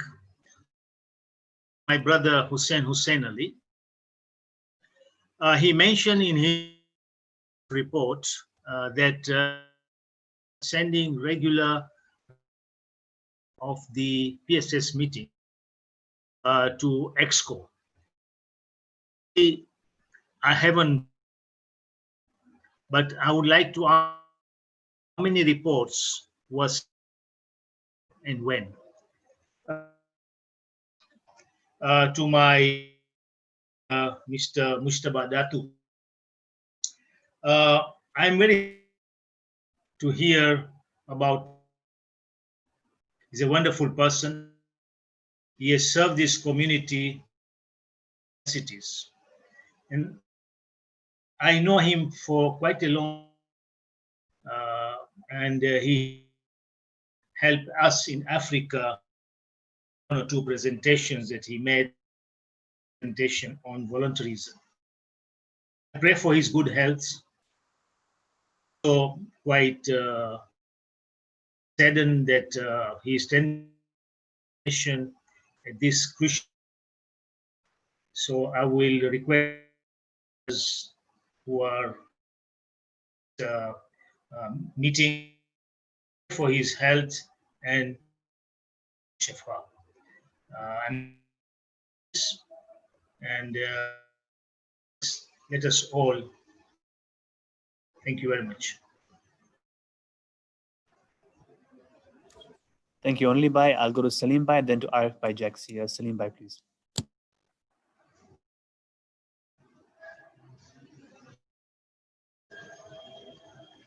Salim Bhai Ramtullah. Oh, I think he's put his hand down now. So Arif Bhai, please. Oh, he has? He's put it. Salim Bhai, are you there? Okay, Arif Bhai, if you can proceed, please.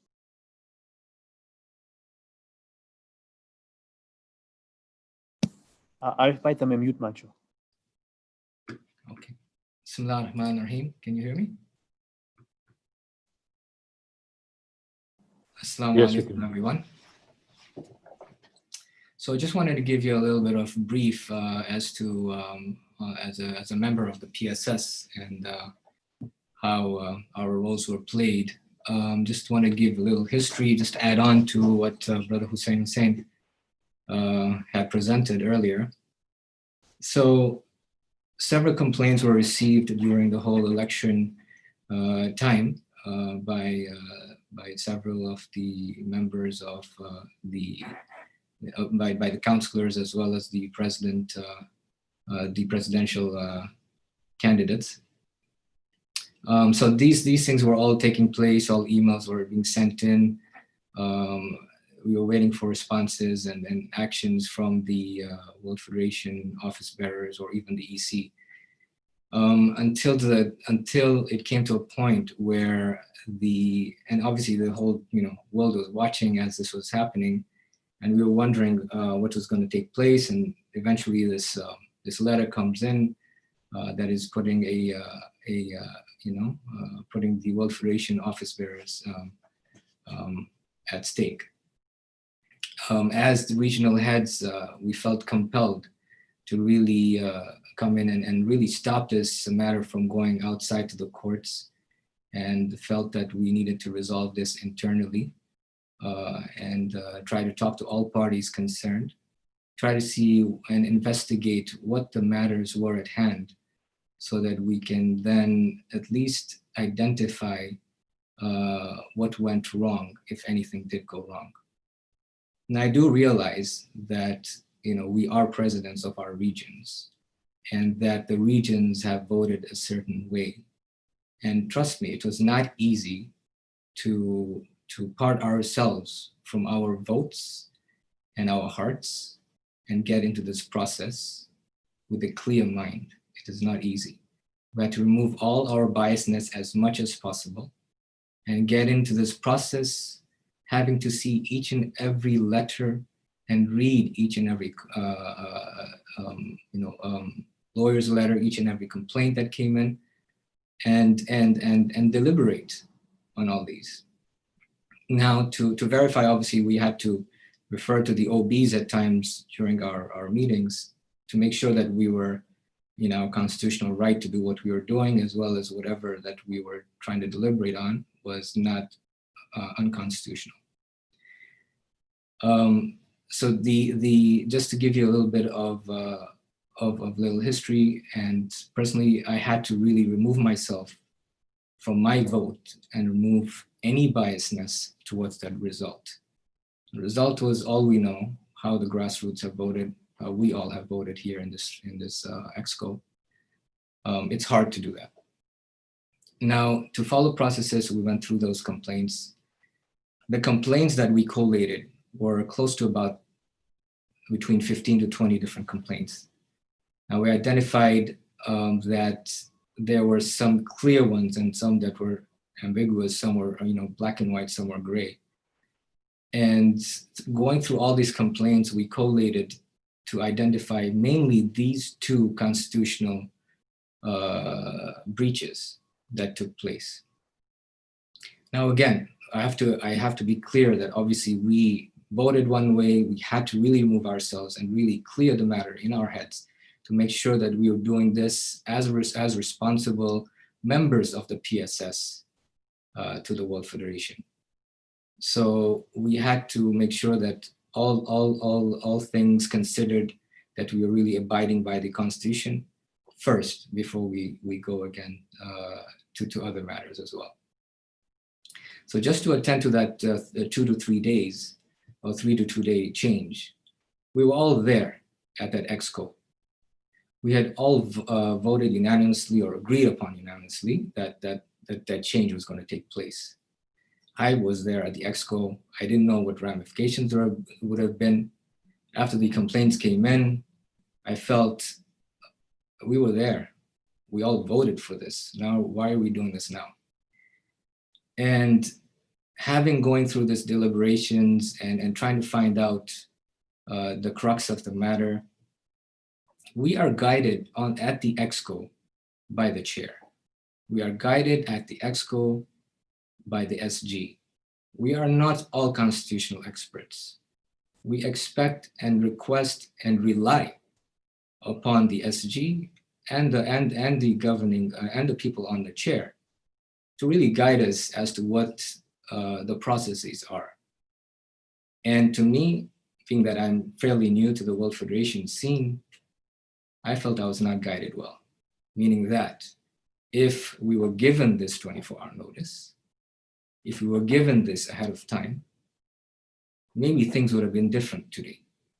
But being that this was brought after the fact and that we had to highlight that this was an error that needs to be corrected, we had to put that in there. Following which, the 3 to 2 day change was just a draft SOP. As we all know, and I'll stand corrected if anyone does correct me on this point, is that the 3 to 2 day change needs to be ratified at a subsequent conference.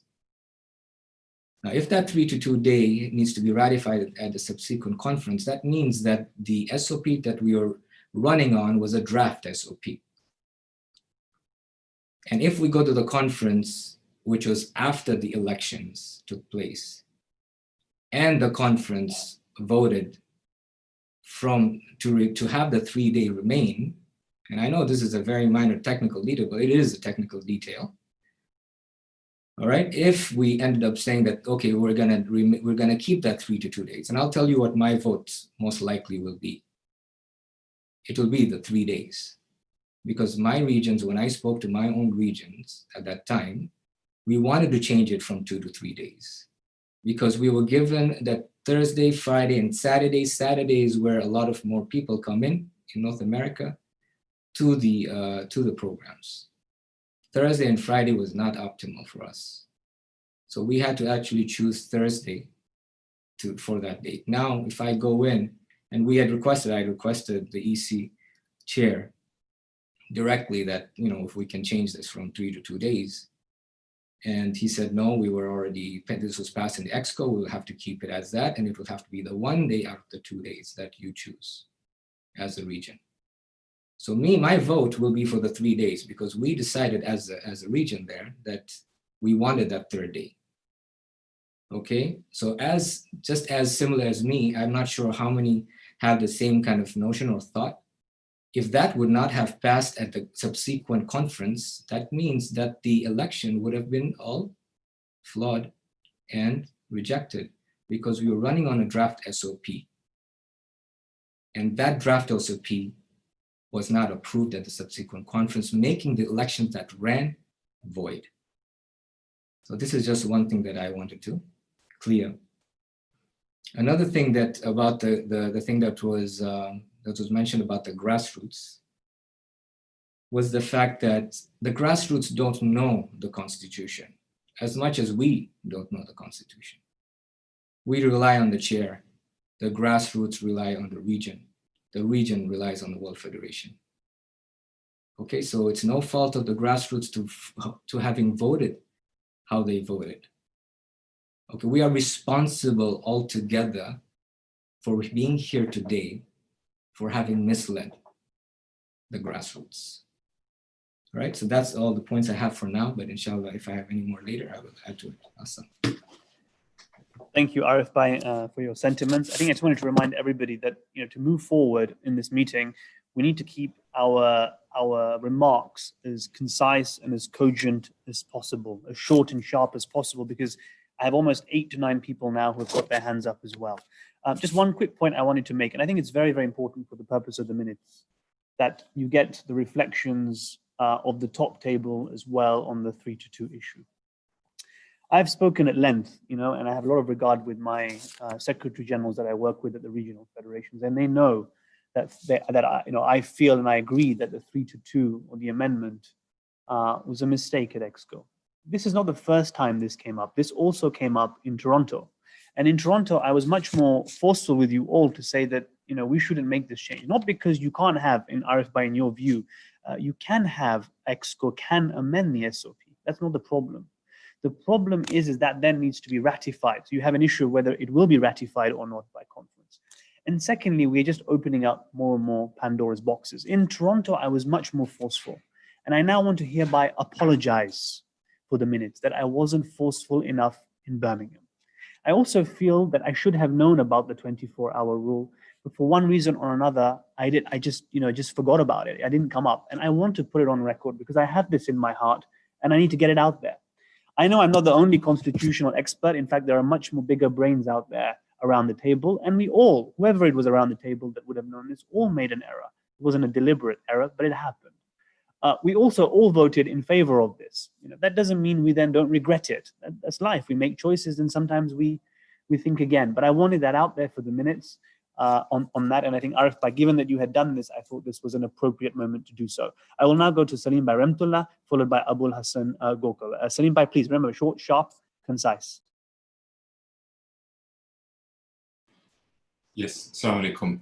Okay, so I will keep it short, as Arif Bhai covered a lot of it already. I'd like to say, and I think this is not personal towards anybody, this is for me, I just feel candidates really are irrelevant when in what I'm going to say right now. I think we have elected all these leaders. We have the World Federation president as well. In this team, we have all our leaders, including our World Federation president, who have come to us with a recommendation. We are talking about leadership moving forward. And I think we really need to take our leaders seriously.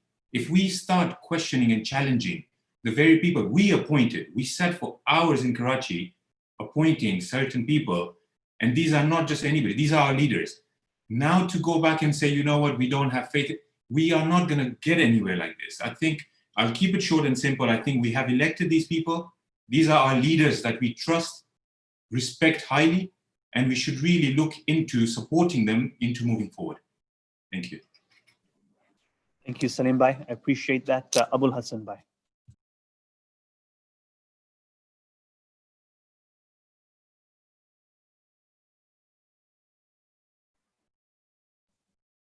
Ji Abul Hassan Bhai, please. Assalamu alaikum. Okay, I raised my hand hoping to speak, but I hope this is the right time. Am I allowed to make comments on what I've heard so far? Or yes, this stage is just to hear comments on the Electoral Commission report and indeed the PSS report as well. This is only for the Election Commission report. And the PSS report, but both are being clubbed together. So reflections on both, please. Okay, I will just start. Bismillah ar-Rahman ar-Rahim. Well, the moment we accept that we have made a mistake is when the learning process starts. So we've had, on a few occasions, just heard our seniors accept their mistakes, which is a good sign. Often it is the ego which stands in the way of improvement or reconciliation. Coming to the PSS report, it mentions three considerations for the recommendation.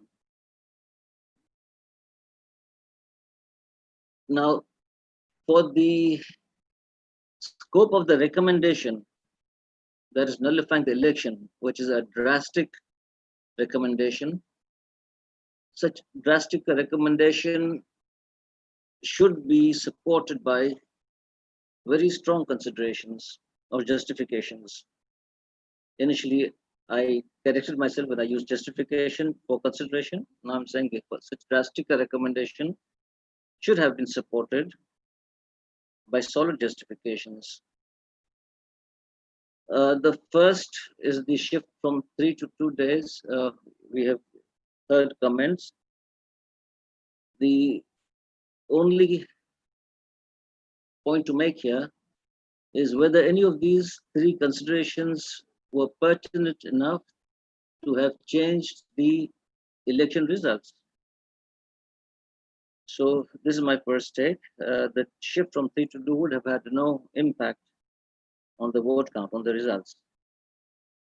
Second observation was that of the absence of the returning officers, 2 of them, for the final vote count Once again, it was observed that the final results were more or less in line with the projected results.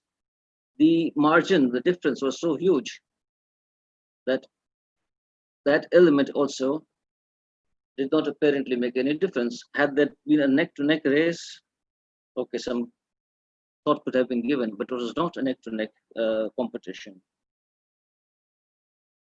And the third point given in the report is the eligibility, rather nullifying because of ineligibility. So had the final verdict been that the president-elect is not eligible, then nullifying the election would have made sense, or at least disqualification. But since it is not established, this seems out of place. The rest 3 or 4 quick points. I'm unsure about the domain of the PSS. There have been things exchanged on the email. The TORs do not specifically mention elections, and election is not just an uncertainty. It is very much a certainty, a predictable event. So if it was in the PSS domain, it should either have been specifically mentioned there, or PSS specifically tasked for handling the election grievance. I have not come across any document which says so. Maybe I've overlooked it, but please guide me if there is. Brother Hussein's presentation was informative.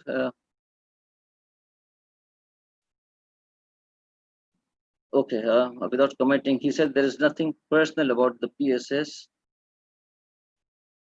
but then the evidences, unfortunately, point in another direction. It's difficult for me to speak out at this moment. I'm sure all of you understand what I'm saying. The role of the PSS was to provide recommendations, but we see that there's been a lot of pressure exerted by the PSS or others for implementation or for nullifying at the ExCo. This again contradicts the statement that it is merely a recommendation. I think, hands on heart, we have to revisit our own selves. Yes, a profound statement that the elections are being nullified because of some contravention, so that the future generations get a message of the sanctity or respect of the Constitution. Yes, the Constitution is sacred, and it should only be amended as provided in the Constitution itself, and not by any other means. Mushtaba Datu rightly concluded that if there had been such flaws, then the right way was to sit and devise improved SOPs for future, rather than call off or give the recommendation of nullifying the election. My last point is what I raised in my email as well. There's a bit of ambiguity regarding the capacity in which the regional federation presidents, all of them very respectable, of course, are sitting on the PSS. So are they representing the regions or not? And if they are, then what is the prescribed solution if the views of the president do not concur with the views of the federation? Thank you. Thank you, Abul Hassan Bhai. Dr. Hussain Jiwa, please.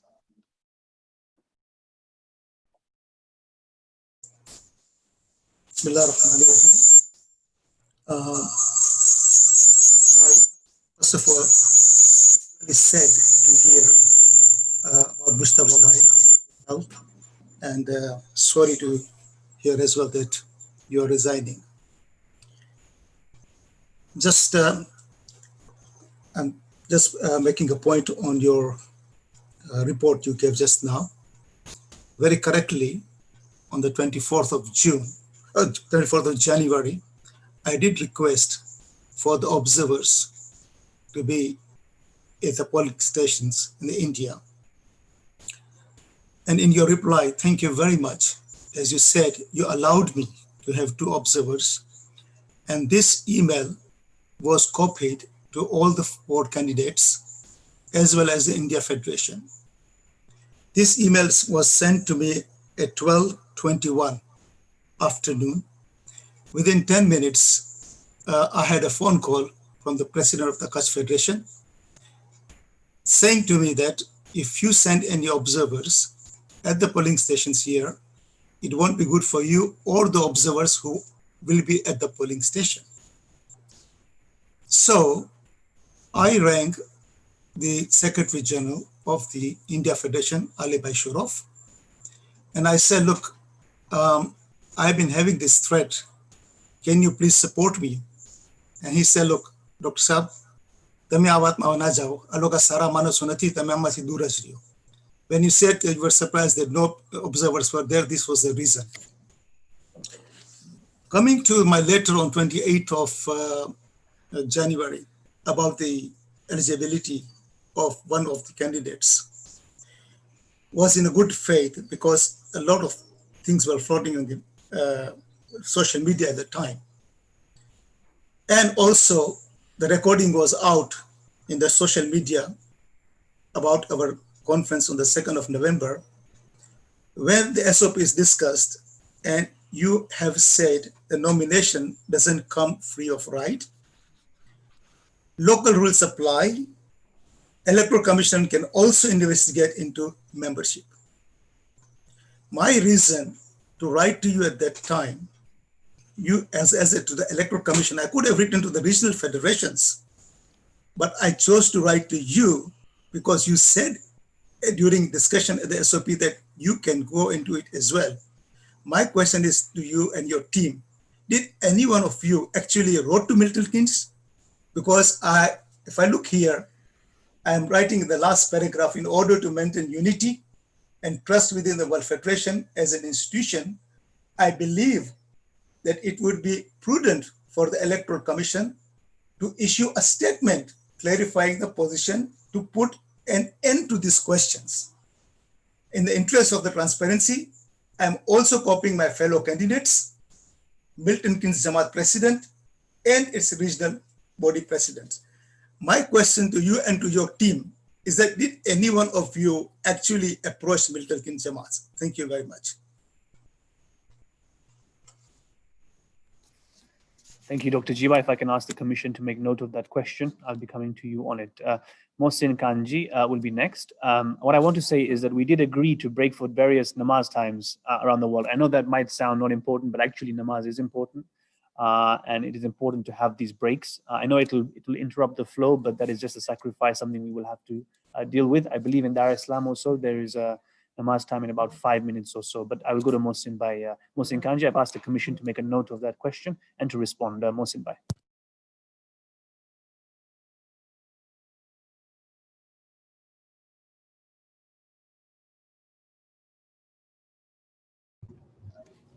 Yes, please, Mohsin Bhai. Bismillahirrahmanirrahim. Assalamu alaikum.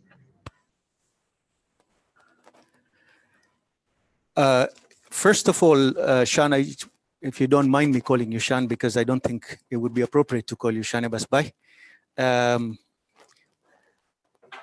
I think you set out a process where you were going to ask the 2 presentations to be made, after which you were going to come back on some comments on the 24-hour rule and then open it. But I think somewhere along the lines, we've got quite a few other comments coming in.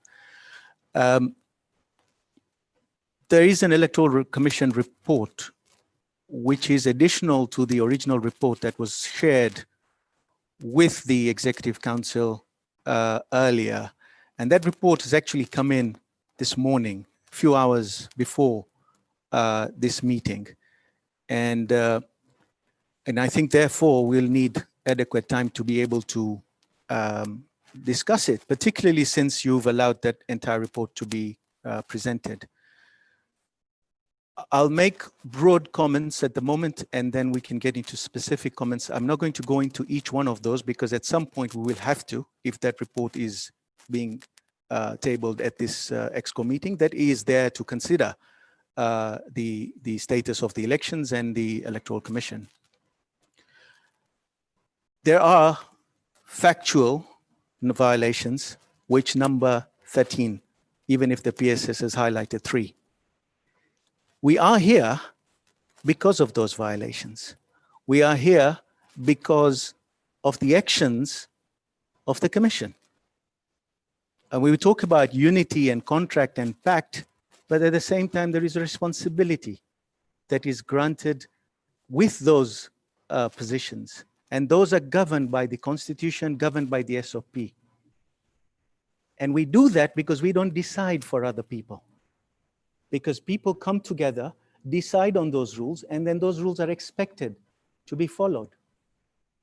And we talk of grassroots disenfranchisement. We're forgetting the 10,000 others that perhaps couldn't vote. I also take exception, and I'd like that to be noted. I know this meeting is being recorded. I take exception to the language of one of the Electoral Commission when they talk about toxic. And I'll reiterate here again, we are here because of violations of the Electoral Commission. We are here because procedures and protocols were not followed. We are here because they failed to engage. We are here because they even failed to come to the PSS. I'm sorry, but to say now that there's a better way to deal with this, there was an opportunity granted by the PSS for a hearing, for a roundtable. And I understand they declined. And they pointed to their report that has been submitted to the ExCo. And I think that's the only report that should be in consideration today. I actually do not accept that another report has now been presented because having had the opportunity, there was no other report. There being a legal challenge, there was no other report. There is only that report that is repeatedly being pointed out. And I cannot understand procedurally how another report has been allowed to be put on the email in the last minute and now being allowed to be presented to this ExCo. I'm sorry, it doesn't sound right process.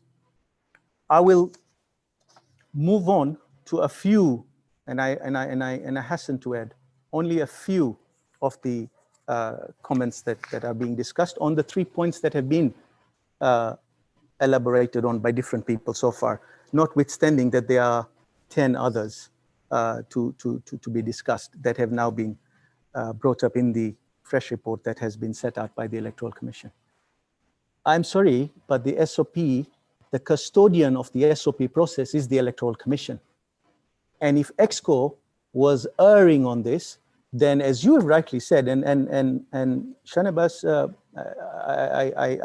I commend you for having done that now publicly.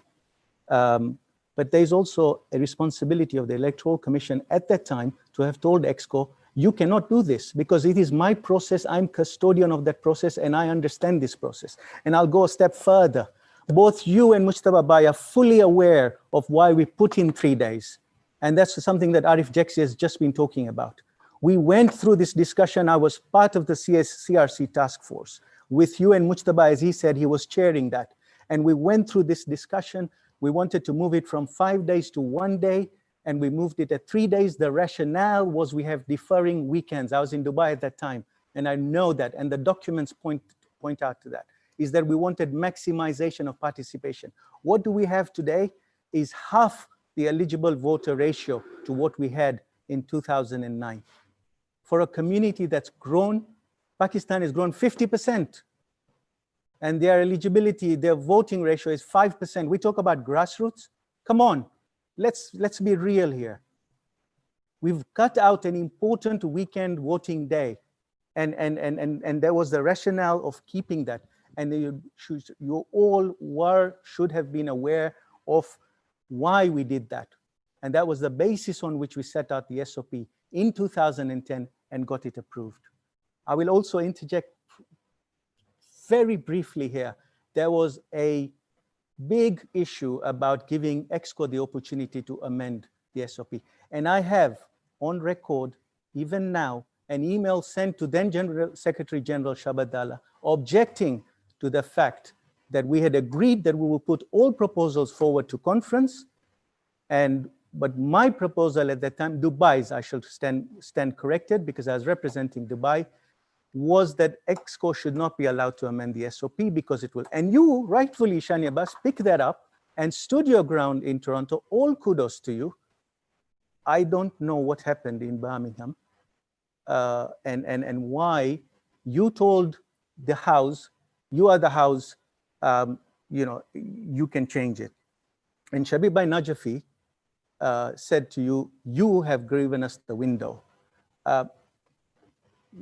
Shan, you've said enough, so it's not fair. I don't feel right. You've already acknowledged that. But the point I want to make is that apart from you, there were other people there, and there was the Electoral Commission as custodian of the SOP process should have stopped at that time. Now, that's not enough. If that had happened, we were fine. 3 weeks before the election, I have written to the Electoral Commission, very politely, with all protocol, highlighting that we are going to head into a constitutional crisis because what is being done is wrong.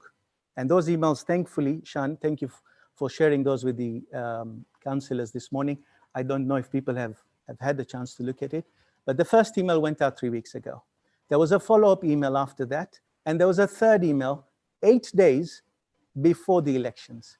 And that 8 days said we are 24 hours away from a cliffhanger because we will put ourselves into uncharted territory.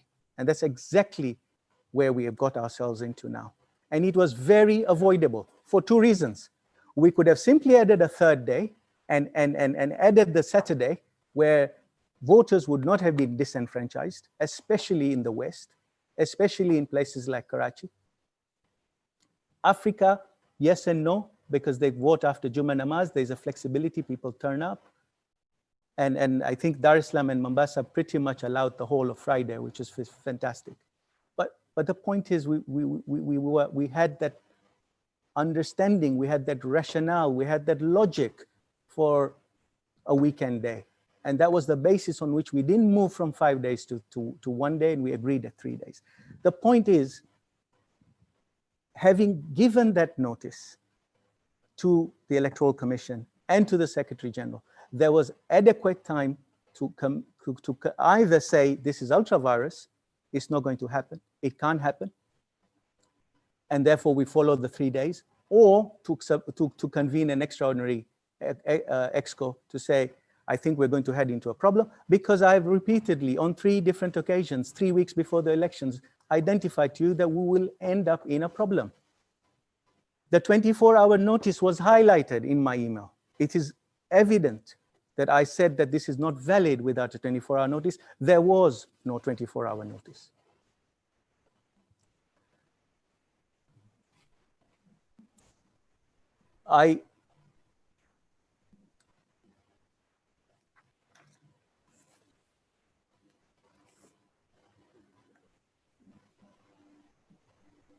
Wasim, you're continuing? Yes, something's gone wrong with the screen. Okay, I think, yeah, now it's back. I was seeing a desert mountain and reminding me of Dubai.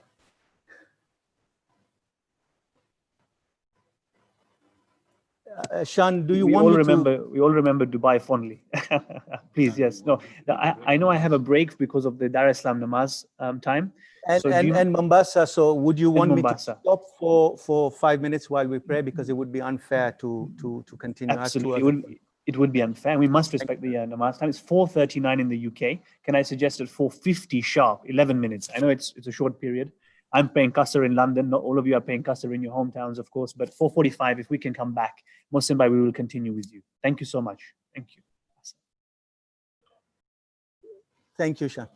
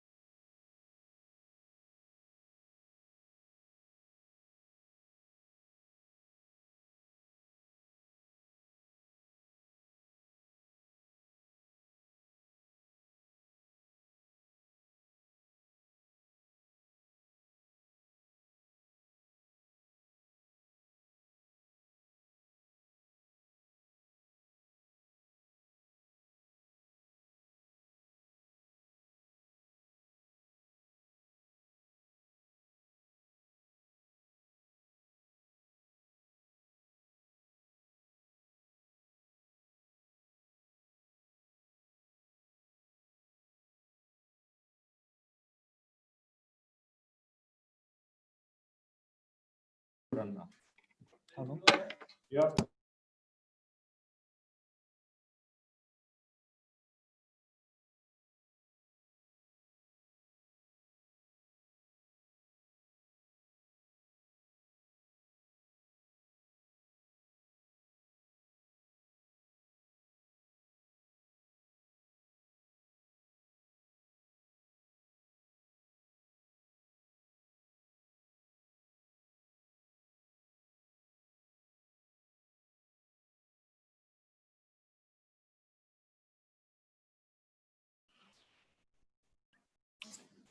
Assalamu alaikum, my dear councillors. Thank you for waiting on the break. Ahsant. We were with Mohsin Bhai Kanji. Mohsin Bhai, if you are ready, please, if you could continue with your points. As always, and this is not directed to Mohsin Bhai, but all councillors, please do keep your points as concise and cogent as possible. There are a number of hands raised. The next one will be Munir Datu, followed by Shabir Bhai Najafi, Rasul Bhai Bimani, and Councillor Sayed Jiwa. These are the hands up that I can see on the Zoom. Yes, Mohsin Bhai.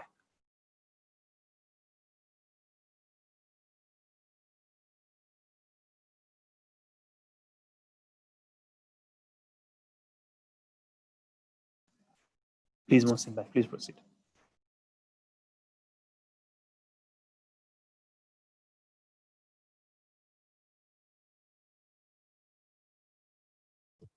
Mohsin Bhai, I think you may be on mute because we can't hear you.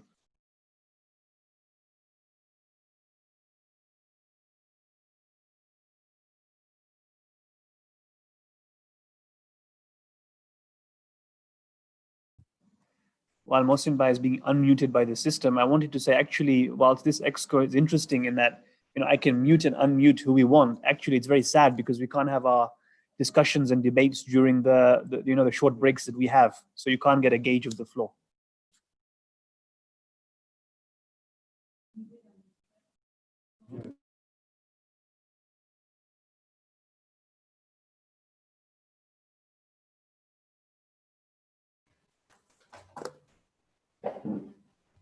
Assalamu alaikum.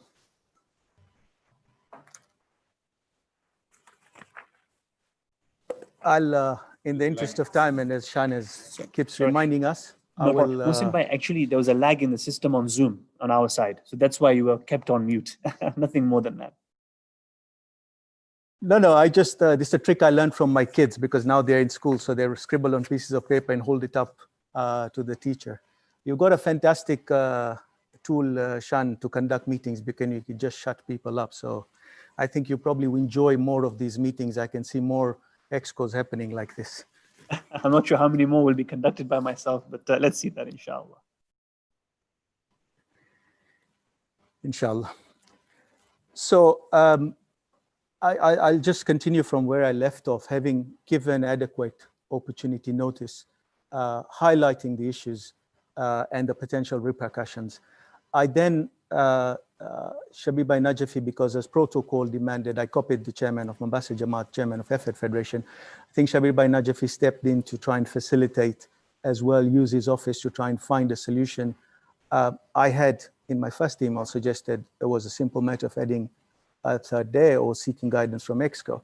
But that didn't happen. And I'll move on and not labor the point, but it is important that we understand that when you see these issues and you keep being reminded and forewarned, then we move away from oversight or even negligence because these things were flagged up. And I want to say, I'm sorry if it sounds harsh and lacking compassion, and it's not that, because I separate people and issues. And I hope everybody, I've worked with you, Shan, briefly, perhaps the least, because those the years I was then on sojourn from the World Federation, but with Mujtaba Bhai, etc. It's about the issue, and it's about the situation we now find ourselves, and it's unfair on the institution, it's unfair on the World Federation. So I just needed to say that because when you're trying to make an argument,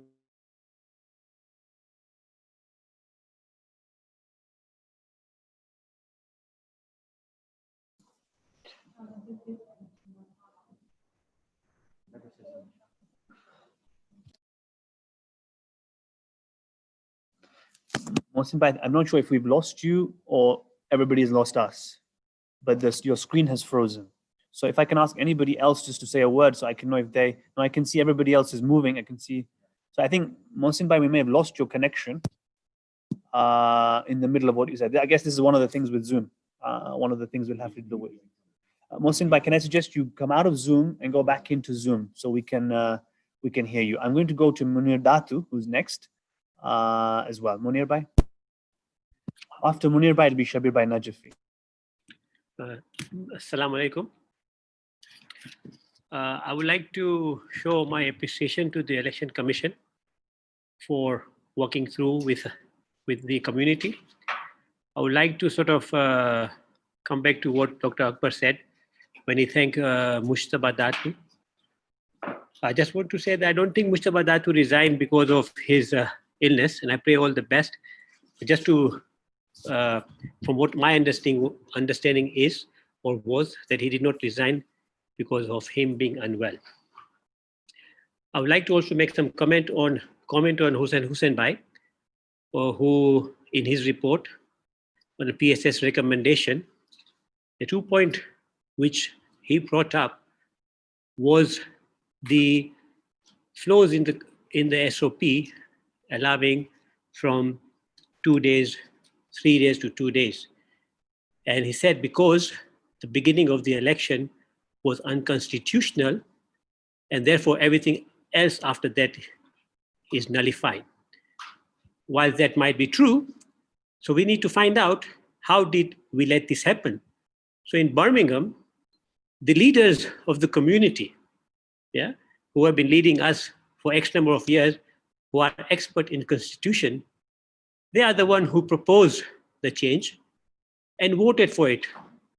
So we should now be asking those leaders that we are asking the community here to annul the election, because usurping the rights of the grassroots for no fault of their own. The fault was of us, the community leaders who violated the constitution, proposed a resolution and voted for it. And the PSS first reason for that is because the constitution was violated. And all those 7 members of the PSS were in Birmingham, they voted for it. So maybe they should own up, raise their hand, and maybe, I don't know, should they all resign? The second point was that Hussain Bhai said was they didn't want the community to go through court. And the reason they asked for annulment of election was prevent going to court. But from what we have seen, Safdar Bhai has written to the SG and copied all of us that if his rights are being usurped and the rights of the grassroots who voted for him is usurped, he might look into legal advice. So we are back to where PSS didn't want us to go, i.e. not to go to court. But now we have got Safdar Bhai saying that he wants to fight for the rights of the grassroots that were usurped. So I would like to also point out that Mohsin Bhai said that the Election Commission are the custodian of the SOP. Rightly so. The Election Commission are the custodian of the SOP, but they are given the SOP to be the custodian of. If we, the leaders, have changed the SOP, given the SOP to the Election Commission, and then asking them to not work on it, I think it's a bit unfair. I think I've said enough. I don't speak too much, but when I speak from my heart. Assalamu alaikum wa rahmatullahi wa barakatuh. Thank you, Dr. Munir. Shabir Bhai Najafi, then Rasul Bhai Bimani. Yes, Shabir Bhai, please. Bismillahir Rahmanir Rahim. Assalamu alaikum, everybody. Am I being heard? Yeah. Hello. Yes, Shabir Bhai. Yes, we can hear. Okay. A few points I'll cover in one go, so I don't have to keep coming back. Just Dr. Munir no comment hatu ke the leaders and the constitutional experts, and if they were all there and they would have owed up to it and they should all resign. Munir Bhai is holding such a substantial office in Stanmore. Does he understand that this is a process based? what we voted, and Shanibai, again, I concur with the previous speakers that I commend you that it was an error. This was a process by the SG or the chairman. How we vote, we don't check constitution. For example, if I ask Munir by now or anybody else, what is the number of the quorum today? He can't answer. That is a process matter which we leave it to the SG or the chair. And tomorrow, if the quorum was not there, it can be challenged. So we vote on substance. We are not there. We are not experts, at least not everybody, on processes. So that's very important. Coming back to Hassan Bhai from Karachi, again, a dear friend of mine, we highly respect, a president of a biggest Jamaat, 50,000 plus. In fact, other than Pakistan, he's got more numbers than any regional federation. He mentioned on PSS, the terms of reference are there, I won't go, but I think because this thing has been going on, it's good to clarify. PSS is not there for calamities and earthquakes and that. If it was, then we wouldn't have a COVID team separate, it would be under PSS. It is neither there for elections, as he rightly said. The PSS got involved as per the terms of reference was because that the consequences led to crisis or situation or whatever. That's why we took on, not for elections. So that's very important to know. And just a little background on this, the terms of reference are there. Why PSS was put in place. In Karachi, where Abul Hassan Bhai was present, we had on the agenda, and Shani Bhai, Mr. Chairman, you would know, PSS project notes start to be adopted. A 230 report was put on and it was going to be adopted. The main part of the PSS was that you do away with regions eventually and a board of director comes in. This was rejected there, okay? It was, and our vice president had a good passion for it, so we rejected it. As a compromise, well, once it was rejected, Councillor Safdar Bhai Jafar and Shabab Bhai, who had a passion for this, revived again the discussions. And then to reach a compromise, the PSS was formed. The document came to me for signing. I said, I will not sign until all regional presidents sign, because after they sign, we know. And that's how we were signed, and PSS came in for such eventualities as this or any other problems. Going back to where Arif Bhai from PSS very rightly said on the 24 hours notice, and Moshin Bhai has been talking about, the amendment to SOP is actually a conference matter. It is given those powers to ExCo with some reasons, because it's a big responsibility is passing on to ExCo, for ExCo to do the changes if needed. Because it's a mega thing, it is with preconditions. The precondition is a 24-hour notice, not an SOP notice, which was to discuss SOP. A 24-hour notice with absolute agenda of the amendments. So it's a very important thing. And as Moshin Bhai said, I did point out to Shani Bhai that this is it. So that 24 hours is not a small thing. Then even Hassan Bhai is saying, hey, you know, we can learn from experiences, account thew, na thew, verification. This is not the point. As Hussain Bhai from PSS very rightly said, these are processes. We are custodians, we are leaders. We'll check it out next time and put it right. It doesn't work like that. Time has come. In the report, it says for WF to sustain, like any institution, we have to follow the rules and regulations. And before I leave it out on the grassroots, you know, grassroots to both age. Anyway, in the next time, today I will use grassroots because everybody's familiar. Grassroots is also a very not nice word. It's like gasne namur. You know, this is not how we wish. You know, our presidents in the country say citizens and public and whatever. Constitutional word for its community members. Grassroots have voted, and if they voted on a process which had violations, there is no basis for vote. So if you want to accommodate or grassroots, there are grassroots who have voted would come back and say, look, we didn't know the process. As Amna Munir Bhai said, we didn't know. They will come back to us, leaders, that you need the process. I'm sure if you tell the grassroots that the process had a dent or scratches, they wouldn't accept it. Then there is the grassroots that didn't vote, and they're looking at us. And let me tell you about grassroots. Grassroots karo cho, a to election wara to haji gadi nathi lida. Anwar Bhai Dharamsi, Pramukh Saab, myself and Dr. Akbar Mamli, because I know this constitution, I don't know how Nasimko comes in. We are voted in our positions of responsibility by the grassroots, okay? So we have a responsibility if there is something not right, so we have to. So let's park the grassroots. If the processes are not right, nothing is right. And the votes are also invalid if it's proven that it's not right. So I think let's focus on this importance because, you know, we are mixing things. If something is not right, we should now learn that it doesn't take place. On the violations, there is only 2 mentioned, but I think what was brought to our attention were maybe 12 and 13. So if it's wrong, it's wrong. Finally, I would extend my best wishes and prayers to Mujtaba Bhai. I know even in 2009, when he was initially being pushed to take Electoral Commission, because he took it at a later stage, he said, I'll ask Dr. Jafar, as he mentioned, and Dr. said, ask your body. So Mujtaba Bhai, 11 years, and I'm telling you many, many more years, and you have our prayers, and inshallah, we move on. Thank you. Thank you, Shabir Bhai. Appreciate that. Mohsin Bhai Kanji, I know your computer froze just for the purpose of the minutes. You were not cut off on my side. If you have any final remarks, then I can move forward then with Rasul Bhai Bamani and Sayyida Bhai Jiva, and then Dr. Asghar Mauladina. Mohsin Bhai, please.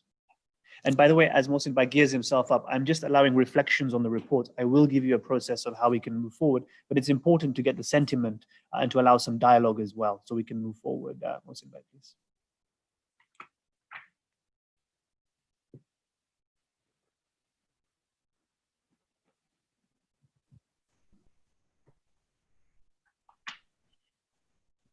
Hello, Mohsin Bhai, can you hear us? I think you might be on mute.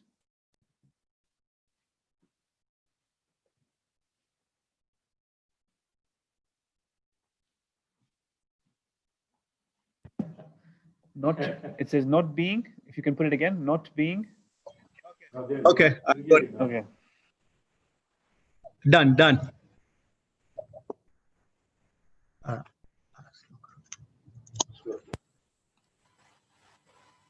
Shan, that note comes in handy, so I keep it.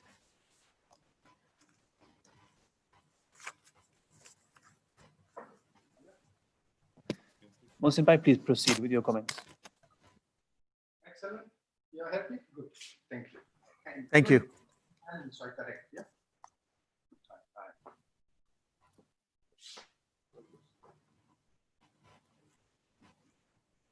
I will wrap it up. I was making a point with respect to issues and personalities, and at this juncture, I'd simply say that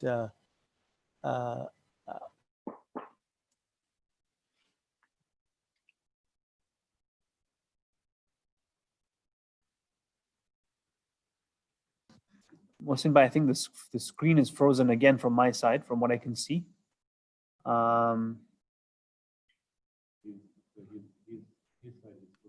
On your side, it's frozen, I'm being told. Everybody else seems to move normally, so I think it's your side that's frozen. While you do get that sorted, I know you want to make a point, but I'll go to Rasul Bhai Bhamani, please. Rasul, please all remember to keep your comments as short and sharp as possible. Rasul Bhai, please proceed. Assalamu alaikum, Shan.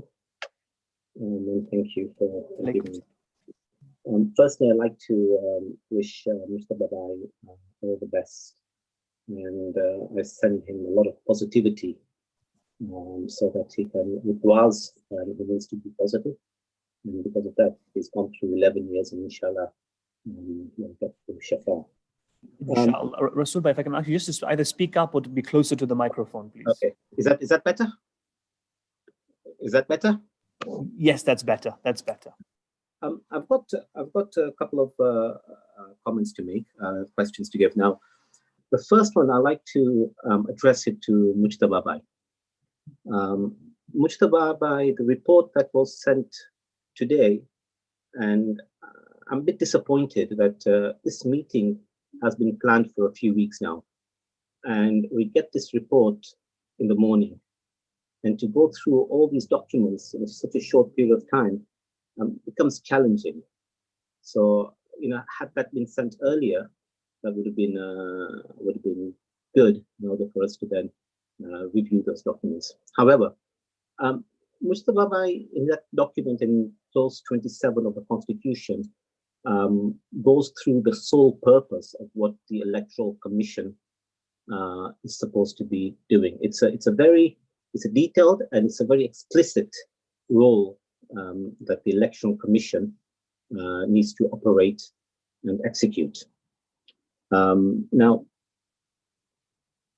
my problem is that when it comes to complaints, the SOP is very clear on complaints.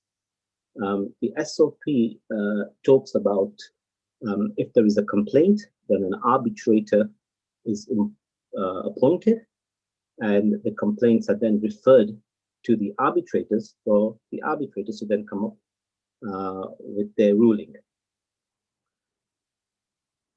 The biggest mistake that Mujtaba Bhai and the Electoral Commission did, in my opinion, was answering and getting involved with the complaint. And I say this why? Because Uncle Ashik Bhai mentioned to Mujtaba Bhai, my complaint was against you. So what he has done, he became compromised. His independency was compromised. And the spirit of the SOP was this, that the Electoral Commission needs to be totally independent.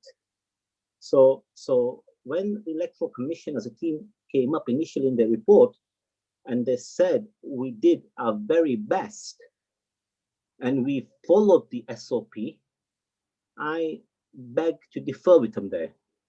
They didn't follow the SOP. The second issue, and I like to understand the rationale from Mujtaba Bhai, why he did not follow that particular part of the SOP. The second point that I'd like to make is the point that Mohsin Bhai Kanji had raised in his presentation. Now, Mohsin Bhai brought to the attention of you and the Electoral Commission, telling us that, listen, this whole 322 issue, the issue of changing the SOP was in violation of the Constitution. Subsequently, when that complaint or that was brought to the attention of the Executive Council members, I, together with other councillors, wrote to you, Shan, explaining this has happened. We have made a mistake. Let's have an emergency or extraordinary ExCo, and let's put this right. And the reason why we wrote to you is because in the Constitution, we as the Executive Council cannot call an ExCo. That privilege is only left to you as the Secretary General. I totally get it, and I commend you when you say that it was an oversight on your part in Birmingham, and also on our part as well, because as executive councillors, we should be we should have knowledge of the document that we are supposed to be following and safeguarding. So I take that and I commend you on that. Where I take issue is with the report from the Electoral Commission dated the 3rd of February. And I take issue and I take exception to the arrogance of the Electoral Commission's statement. In that document, referring to Mohsin Bhai's complaint regarding the violation of the Constitution, he reads and he states, "We believe that this action is with sound parliamentary procedure." You know, he's being advised that there's a problem. And had we decided to have the ExCo at that particular time when he had raised this issue, perhaps we wouldn't be in the situation where we are today. So again, I take I take exception to that, and I would like to understand, with such arrogance, that why did he come out with that statement, or why did they come out with the statement? The second issue I have is with Vedabai's presentation. And I just want to put on record that Vedabai is related to me. She's my sister, so I'm just putting that on record. She talked about victims becoming perpetrators and perpetrators becoming victims. I'm not sure what she's referring to there. Who is a victim and who is a perpetrator? And she further went on and said, I can't breathe.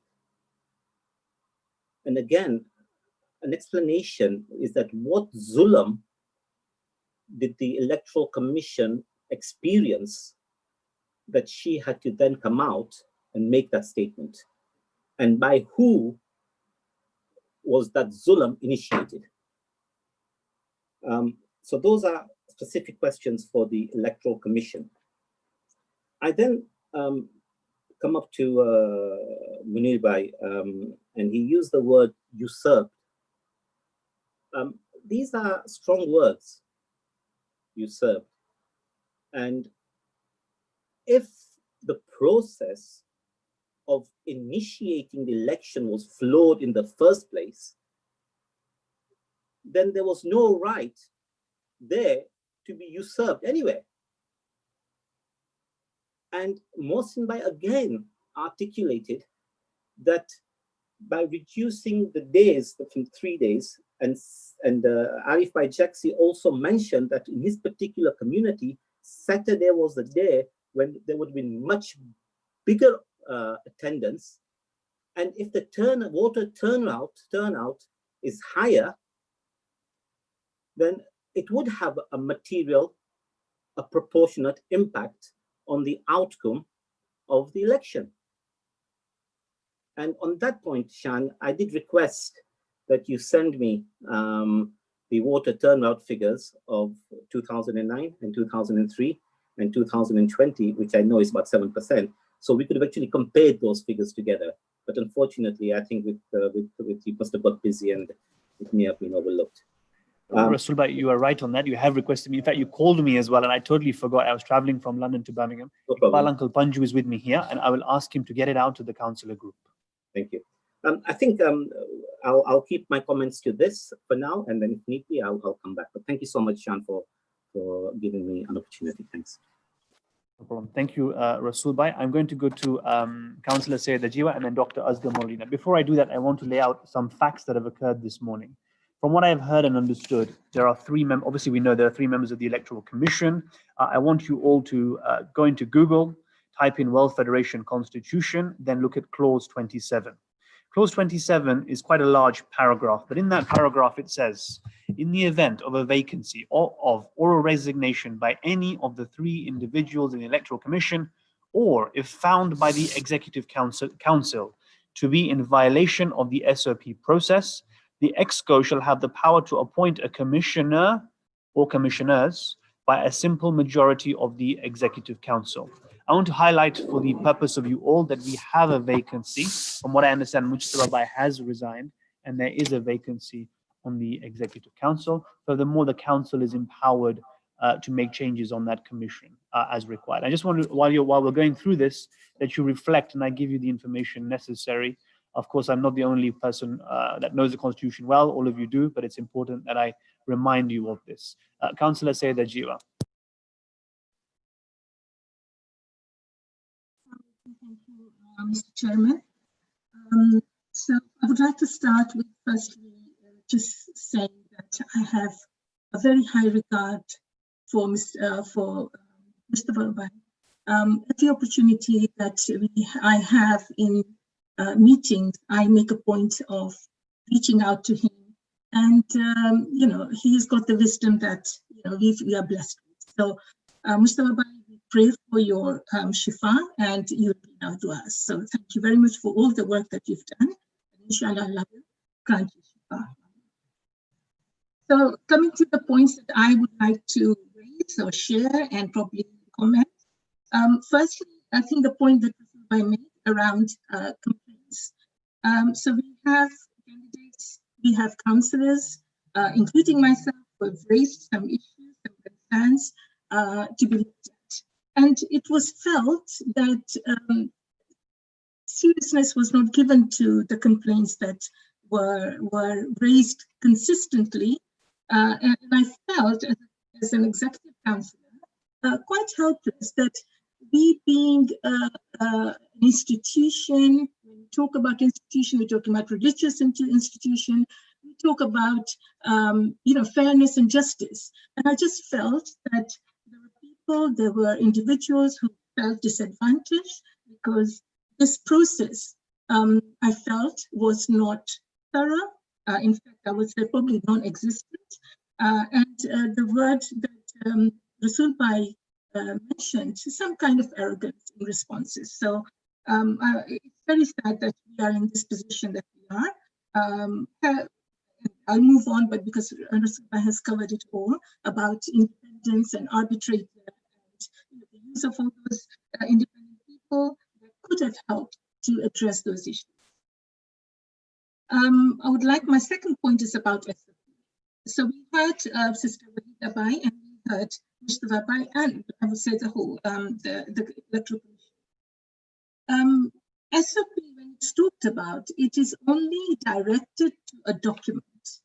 Now, I really find it difficult that we spent hours talking about the membership and the eligibility of membership at the ExCo on the 2nd of November 2019 in Birmingham. We have a recording that was shared by the Secretary General or Secretariat, and people had advantage to look at it, revisit it, because the minutes were not out at that time. So I really find it difficult that when things are being deliberated, I'm not saying we are changing it, the understanding at the time, because resolution wasn't passed. So I don't think it was about changing, it was guidance. There is a clear direction around membership, but on that day we explored what is eligible membership. And I failed to understand that I know Wahida Bai and Dr. Darcy were not present, so until the video wasn't out, they might not have the clear recording or understanding of what was discussed, because they were not present. However, I know Mr. Bai Datu would have shared. However, it's different when you are listening to a recording as opposed to being shared or somebody updating you. So I find it really difficult, being an executive councillor, being present at the having deliberated why the issue of membership is coming. If that wasn't an issue, then why people are raising it? It's clearly the discussion that was held, what constitutes a member. So we could, I'm a member, but I may be member, joint member, my husband may be a Jamaat member, whether I can vote, whether I can't, and all these things are within the Jamaat's bylaws and their constitution. So we talked about very much in depth in relation to who can apply, how the bylaws are to be considered. But I feel that in all this, only the SOP document is being talked about, and all the discussion, the guidance around that has been just brushed away. So I find it very difficult that there is lack of transparency around this. And my third point is around PSS. So I would like to request one of the PSS members to just explain, because there is some confusion, not to me, but to probably my fellow councillors, to the worldwide people who we hear from, that PSS, those presidents should have referred to their councillors before they reach a decision. So I think we need to be very clear, what is their role? Even if they represent their region, do they need to come out of that meeting and refer everything back to their councillors? Or are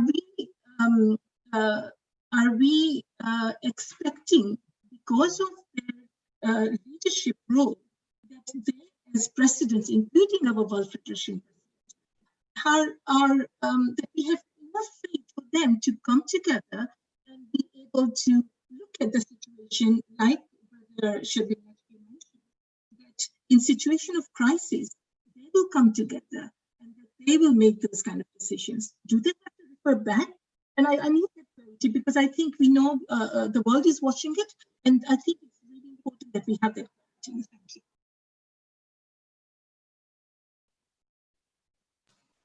Thank you, Sayed. I appreciate that.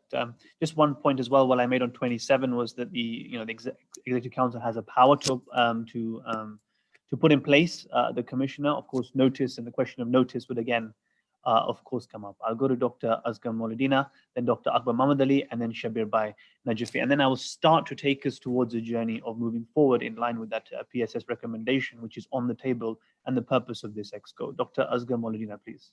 And Rasul Bhai, Iqbal Uncle is sending the statistics that I said on the councillor group now. Whatever I have available, whatever we have available is being shared. Dr. Asghar Mauludina, please.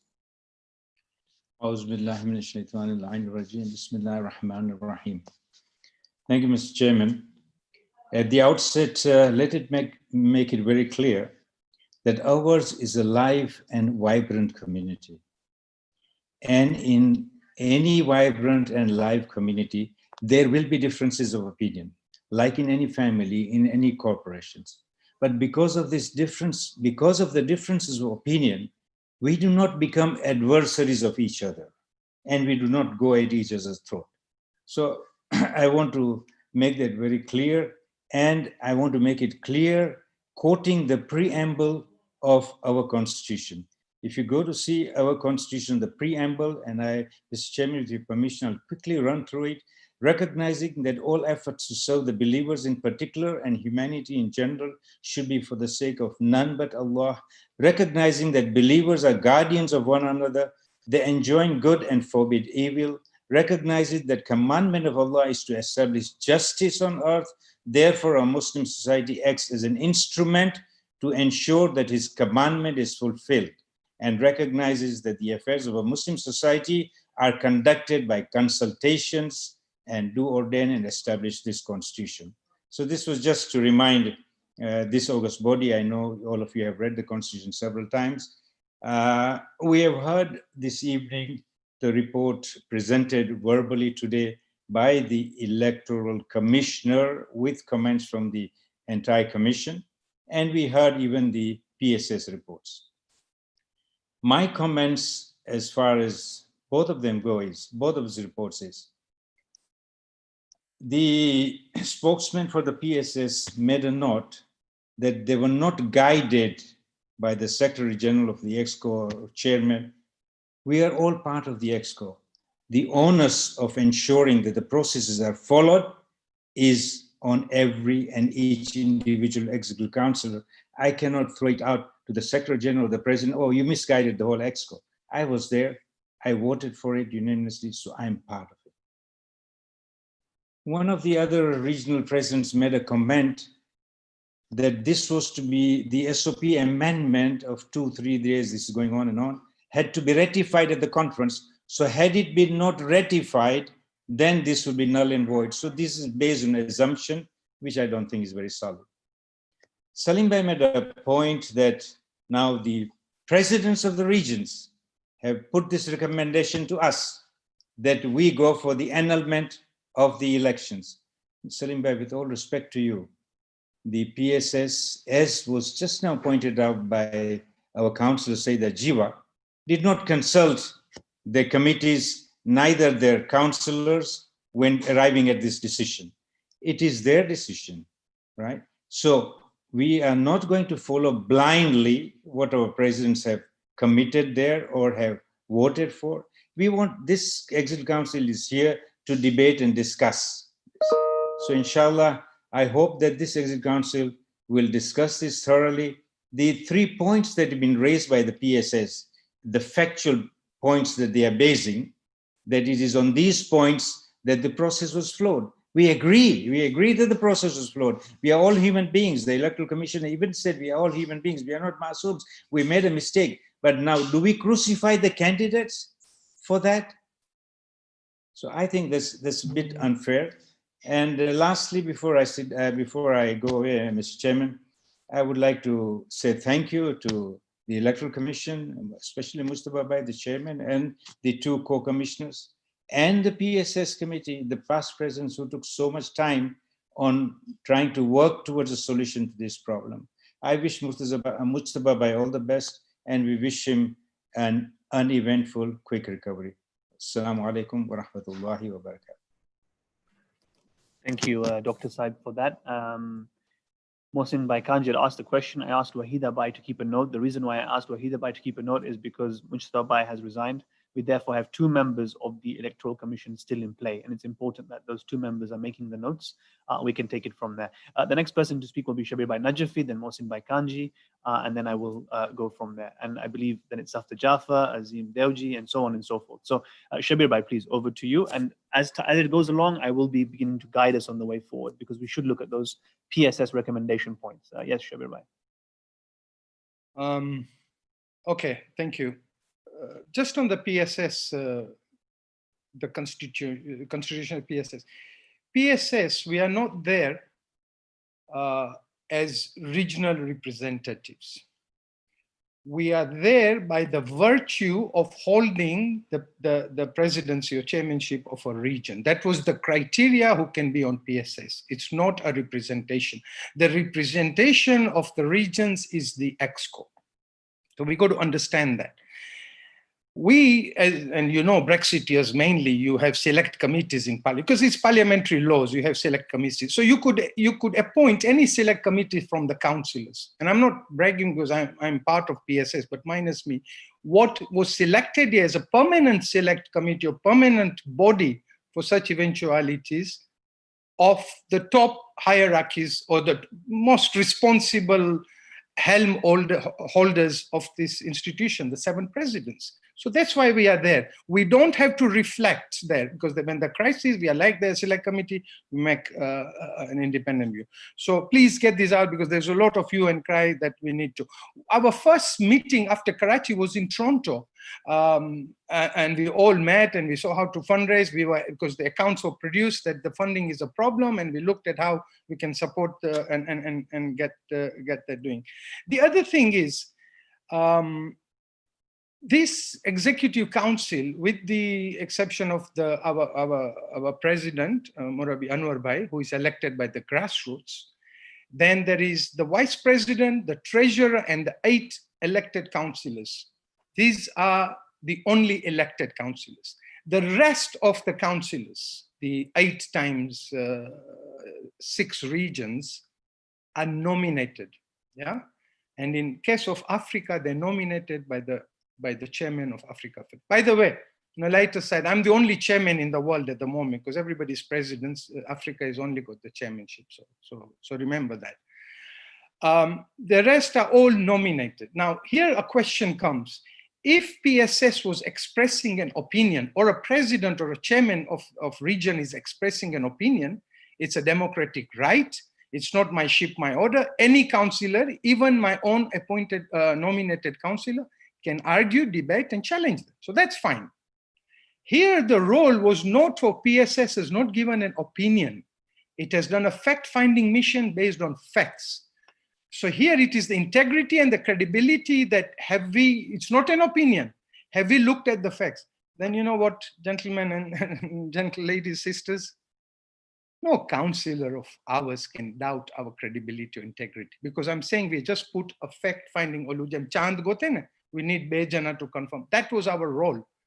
And believe you me, if my councillors frankly don't believe in that integrity and seriousness and sincerity of us, then there is something wrong. He has no confidence, or he or she has no confidence that they better relieve themselves, or we do, which we can't. So here it is integrity. Do you believe that we've done a fact-finding mission and put it before the ExCo? So there should be no doubt on that.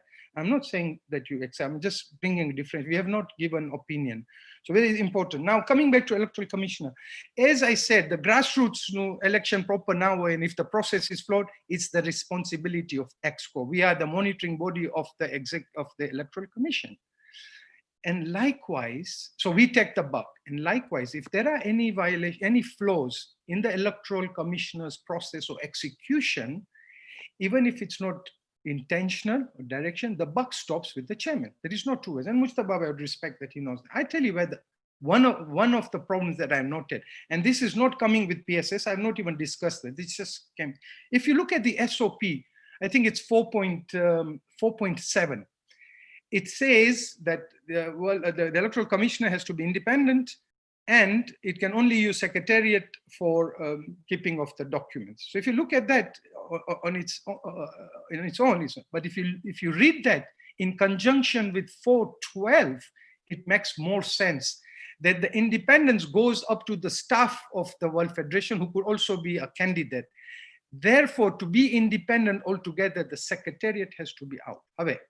Let me tell you about Iqbal Bhai. Iqbal Bhai Panju is he is the father of us. Lena hatna niche ketla presidents like most senior guy, most experienced, not constitution. But what does he do when the Secretariat to whom he reports says, you go to do this? So he does it in good faith.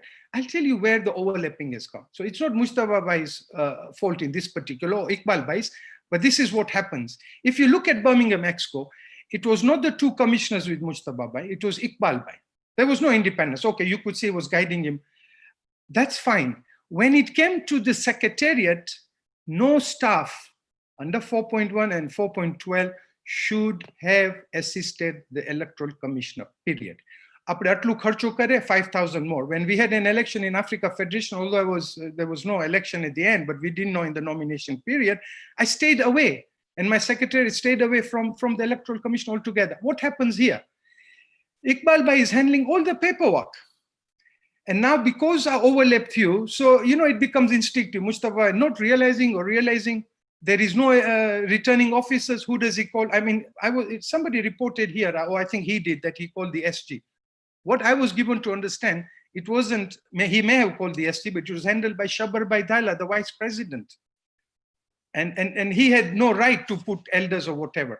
Again, he didn't mean bad, but because there was an overlap, the Secretariat in future should be totally independent. Now, if that happens, one happens, then he puts a returning officers, then Mujtaba Bhai is another problem. No, apart from storing of records, there should be no involvement or interference by the staff of the Secretariat who reports to Secretary General or any other office bearer. So all these have led to, and unfortunately in that counting, the buck stops with Mujtaba Bhai, but it was executed by our office, by the second vice president or the secretary, and it wasn't our right to do so. So let us stay away from these processes. That's all. Thank you.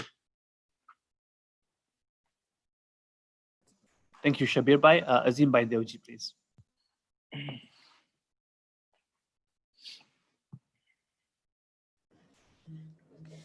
Salaam alaikum again. I may sound a bit rough, but I just want to bring your attention, all of you. I seem that there is no sincerity in the whole this process which we are doing. I may be wrong, but we are all waiting for the reappearance of our 12th Imam. And we are forgetting that the 12th Imam needs us more now than he will need us when, inshallah, when he will come. Because then he'll be in charge of the seat. So we have to be very careful when we are choosing a leader. So whether it is having 3 days or 5 days of election, they should not matter, because we have to have that sincerity that we are not choosing a World Federation president, we are choosing a representative of the 12th Imam. So everybody should keep that in mind, that he is not choosing by influence, by money, by whatever, that he is choosing a representative for the 12th Imam. So we have to be sincere with him. But when we start getting influence from outside and we start spoiling our wars, then we are not doing justice to this federation, whereby I believe this federation is part.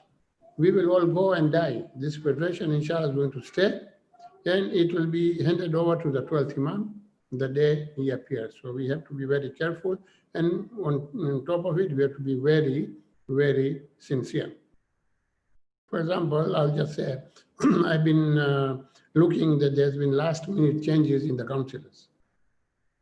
Now, that brings doubt in me that are we changing these councillors because we need their help to resolve this problem, or do we need because of our own personal benefits that might help us in scoring the goal which we intend to do? This should not, I don't think that this should be that. One more question I would like to ask, that when Safdar Bhai was a councillor for 8 years, if I'm not mistaken, nobody objected a question. Nobody said, and I don't know whether he was rightly elected, because now you are saying that a president can be elected being a member of a Jamaat, and Jamaat is supposed to be a member of the federation. So when we were electing him from Dubai, which is not a member of any federation, was he rightfully elected? So when he was elected, and on top of it, we gave him a very, very sensitive post of Tabligh. Now today, we are trying and going behind.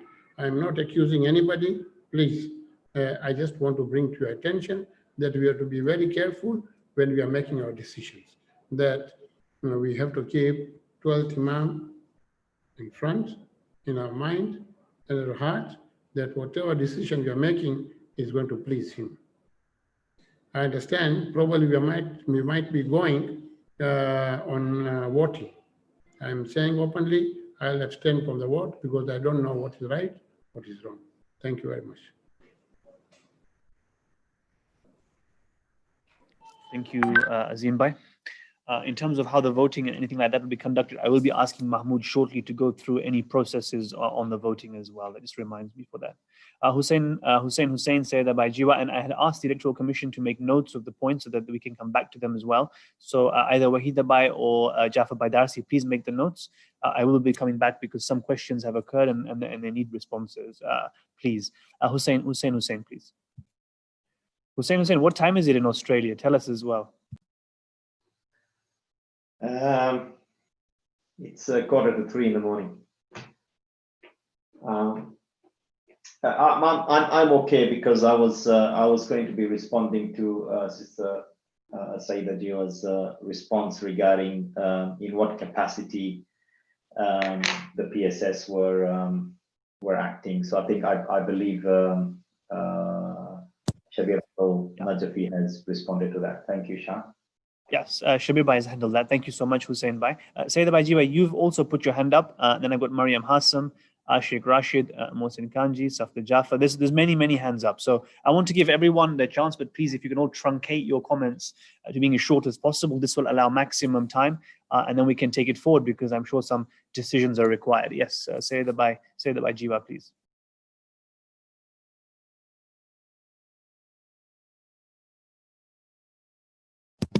Sayyida Bhai, tame mute macho. I just wanted to respond to a couple of things or just clarify my point.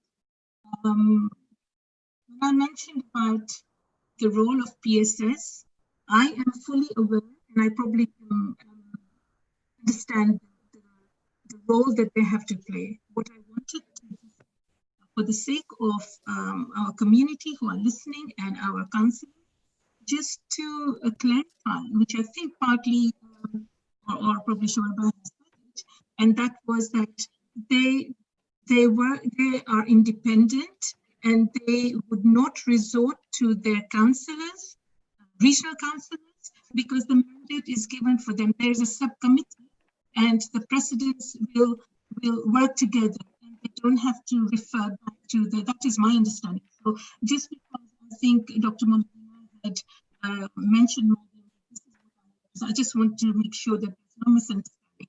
I'm very clear what the PSS role is. I just wanted the PSS team, one of them, to clarify. My second point is again. If I can just say the mic is not very loud. Maybe if you can come closer towards the mic so we can hear you a little bit more clearly. Did you hear me earlier? Can you hear me now? Still a little bit faint. Oh, I wonder why. Okay, I'll try my best. Great, that's better. That's better. Okay, brilliant. So the second point, which again Dr. Molidina mentioned, that with whatever's happened, we are crucifying the candidates. And I think we need to be mindful that all 4 candidates are being penalized in whatever the outcome, whatever the decision is made. So I think that should really be considered, that when we talk about justice, we talk about the rights of all 4 candidates. Thank you.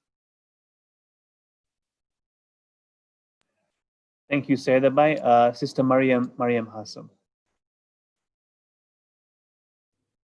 Assalamu alaikum. What I'd like to do is put onto record the reason why, as the reports were written around the returning officer, I'd like to clarify some extra reason on top of the email that I'd already sent. My primary reason was on the email. There was also something that I'd like to highlight, that the night before, Mujtaba Bai had rang me. And it was at that point that a few red flags turned up for me. And I'd just like to put that onto record. There was a spreadsheet that I'd asked him about. And during that conversation, he said it would be a blank spreadsheet. And that for me was something that was really something that I was really worried about, because the fact that this might become a rubber stamping sort of process. I might go there on the day and there'll be so many parties and so many voting, recounting happening, and I wouldn't know what there was that I needed to have oversight on. So that was one thing that came up on the conversation. Another thing that came up on the conversation is also that witnesses and people had already been appointed that would already be there. That was another thing that was slightly worrying for me. So I just wanted to highlight that until that evening that I spoke to Mujtaba Bai, I was going to be coming to witness accounts. But after that conversation, a lot of things came to my mind, and being just one by myself without my my co-officer brought me to that decision. So I just wanted to highlight that as well. Thank you. Thank you, Mariam Bai. Mohsin Bai Kanji, please. I hope this time it doesn't freeze.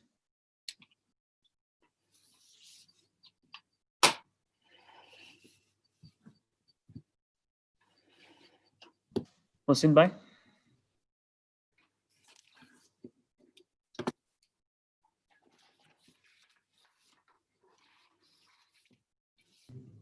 Mohsin Bai, I think you might be on mute.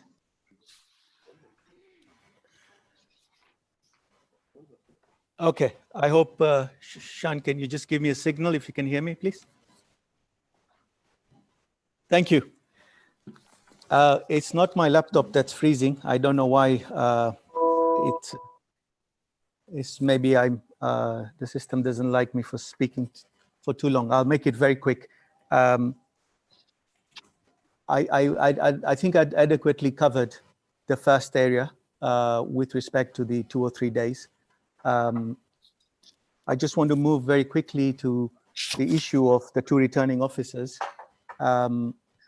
I believe the original date of 9th for the counting, which was indicatively being discussed, was then moved, and that's where one of the returning officers was not able to attend. I also think it is important that we look at the non-attendance of the returning officers on the basis of their objections and not merely suggesting that they didn't show up. And I think both the returning officers had written concerns for their not showing up.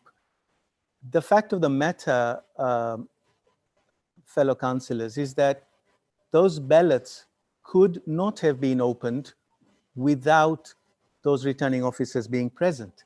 The fact that those ballots have been tampered with now creates a lacuna for us, because it just, I mean, we've said they should go out there, they shouldn't be opened till 1 or 2 days, one day on the day, by the way, on the day of the elections, and returned sealed. Those seals were broken. We all have participated in elections. We know a little bit about the process of elections. So, and I think what is particularly disturbing is that the power of this house, the ExCo, was usurped. If at that point in time, both returning officers appointed by ExCo were on reason, not out of anything else, but on written objections, citing their concerns, not showing up, it was then for the Executive Council to have been involved and not for anybody else to decide who shows up or which independent observers are brought in. That is totally unacceptable. On what basis was this authority of the ExCo simply pushed aside and somebody decided to make a decision of getting somebody else in place? I mean, that is the independence, that is the eyes of ExCo in the electoral process. And that gets us back to where we are. It is the ExCo that oversees the election process. It is the ExCo that is responsible for the electoral process. And it is on that basis that the ExCo does not go out and make changes to the SOP without conference ratification. There have been different views, but I'm willing to stand up to the challenge that that process cannot, any change cannot be implemented before ratification by conference. And there is another clause in the Constitution that so stipulates. It's not just about whether ratification takes place or not. It's simply that something cannot be changed and implemented. And that was the discussion in Toronto. And I was a bit surprised with past President Dr. Maulidina's comment. Although I agree with him fully and I thank him that we are here with issues and not to create permanent enmities. And I respect him for that. He's always greeted me with a lot of love, even though I was one of the people who objected to the 2009. So he's actually lived by that example, and I salute him for that and for bringing up this point. On the subject, I also want to say that not only is the SG the custodian of process, and I think Shanabas has owned up to that, so I do not want to labor the point on him, but there were opportunities to make amends which were not taken on. Having covered this point of the returning officers, direct violation of the Constitution, because those returning officers are essential. That is what would have given this House the confidence to say, we have our returning officers there and they've signed up on it. And as Mariam Bai has just said, you don't show up as a returning officer to accounting. You look at the spreadsheets because the results were already sent around. You get them from the Electoral Commission, you sit back, you take a highlighter and you start identifying a sample of what it is that you want to investigate, because otherwise you're not going to start going through 9,000 ballot papers on the morning of counting. My final point is on the issue of the eligibility. And it's again disconcerting that the Electoral Commission agrees with ExCo in November, on the 2nd of November, and thereafter, a couple of days later, suggests that there is no other rule. The way I see it, it is very simple. The system cannot work without local rules. The WF has no provision for individual members. It has no rules that say such and such is the type of member we want. He should be 18 years old. He should be male. He should be female. He should be X, Y, Z. It is the local rules that require, that set the criteria for qualification, set the criteria for membership. And the WF has to rely on it because it doesn't have any. And when we talk about broad terms that it says member for constituent member, we have associate members, we have full members, we have dependent members, we have family members. And that is where local rules become essential, and a system cannot work without it. And ExCo simply reiterated the policy. ExCo simply reiterated how the system comes together. And I'd just like to comment on Azimba is that the rules are different when it comes to a delegate, Azimba, and they're different when it comes to the SOP applies to the president, election of the president of the World Federation. Councillors are elected insofar as they are delegates. So from this perspective, there are trustee roles, there are eligibility rules, These are where you go back to the local rules of that Jamaat, because that is what forms the link between that individual and the World Federation. Otherwise, there's nothing else that links it. And how do you link it in a vacuum? You link it in a set of rules. So it is essential to have understood that, and to have to be able to picture that. Otherwise, the WF cannot function. Short of now our having every individual Khoja becoming a direct member of the World Federation. And this was discussed at ExCo, and the Electoral Commission agrees to it, and then goes on to misguide somebody. And these are, or some people chose to, but there were people sitting in that. Two of the candidates that are here were sitting in there. And that's a little bit of a surprise, because if you're partaking in that decision, and you've been party to that decision, and this was not an issue of custodianship of process, this was a discussion, and that was the time to have raised it. I'll wrap up what I'm trying to say, and I need to make the last point, which is, and there are, as I said, 13, but in the interest of time, and if we're going to go into this discussion, we can discuss all 13. In an election, when your voters are not verified, how do you rely on that election? He simply, I mean, we all understand, we all joke about elections in Africa. You don't have an eligible voters list that is verified. How do you then proceed to rely on that election? We have some places where no addresses have been sought, where it is required and permissible. We have other places where GDPR, and that is highly questionable and debatable. And there are yet other places where addresses were enforced.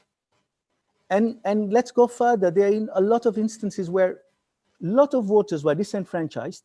Hyderabad, Badin, 3 Jamaats in Africa, the ladies from Mombasa.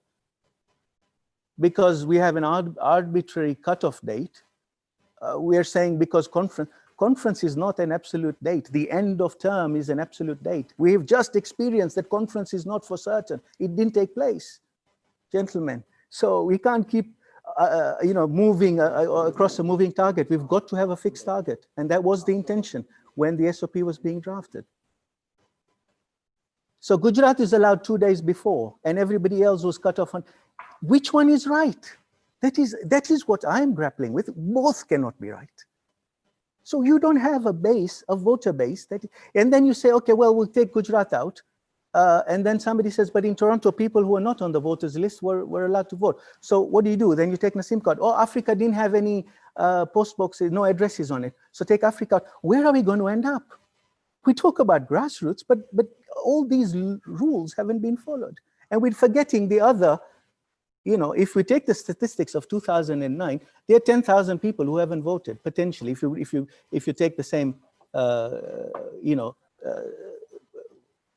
ratio analysis and project it. So what about that?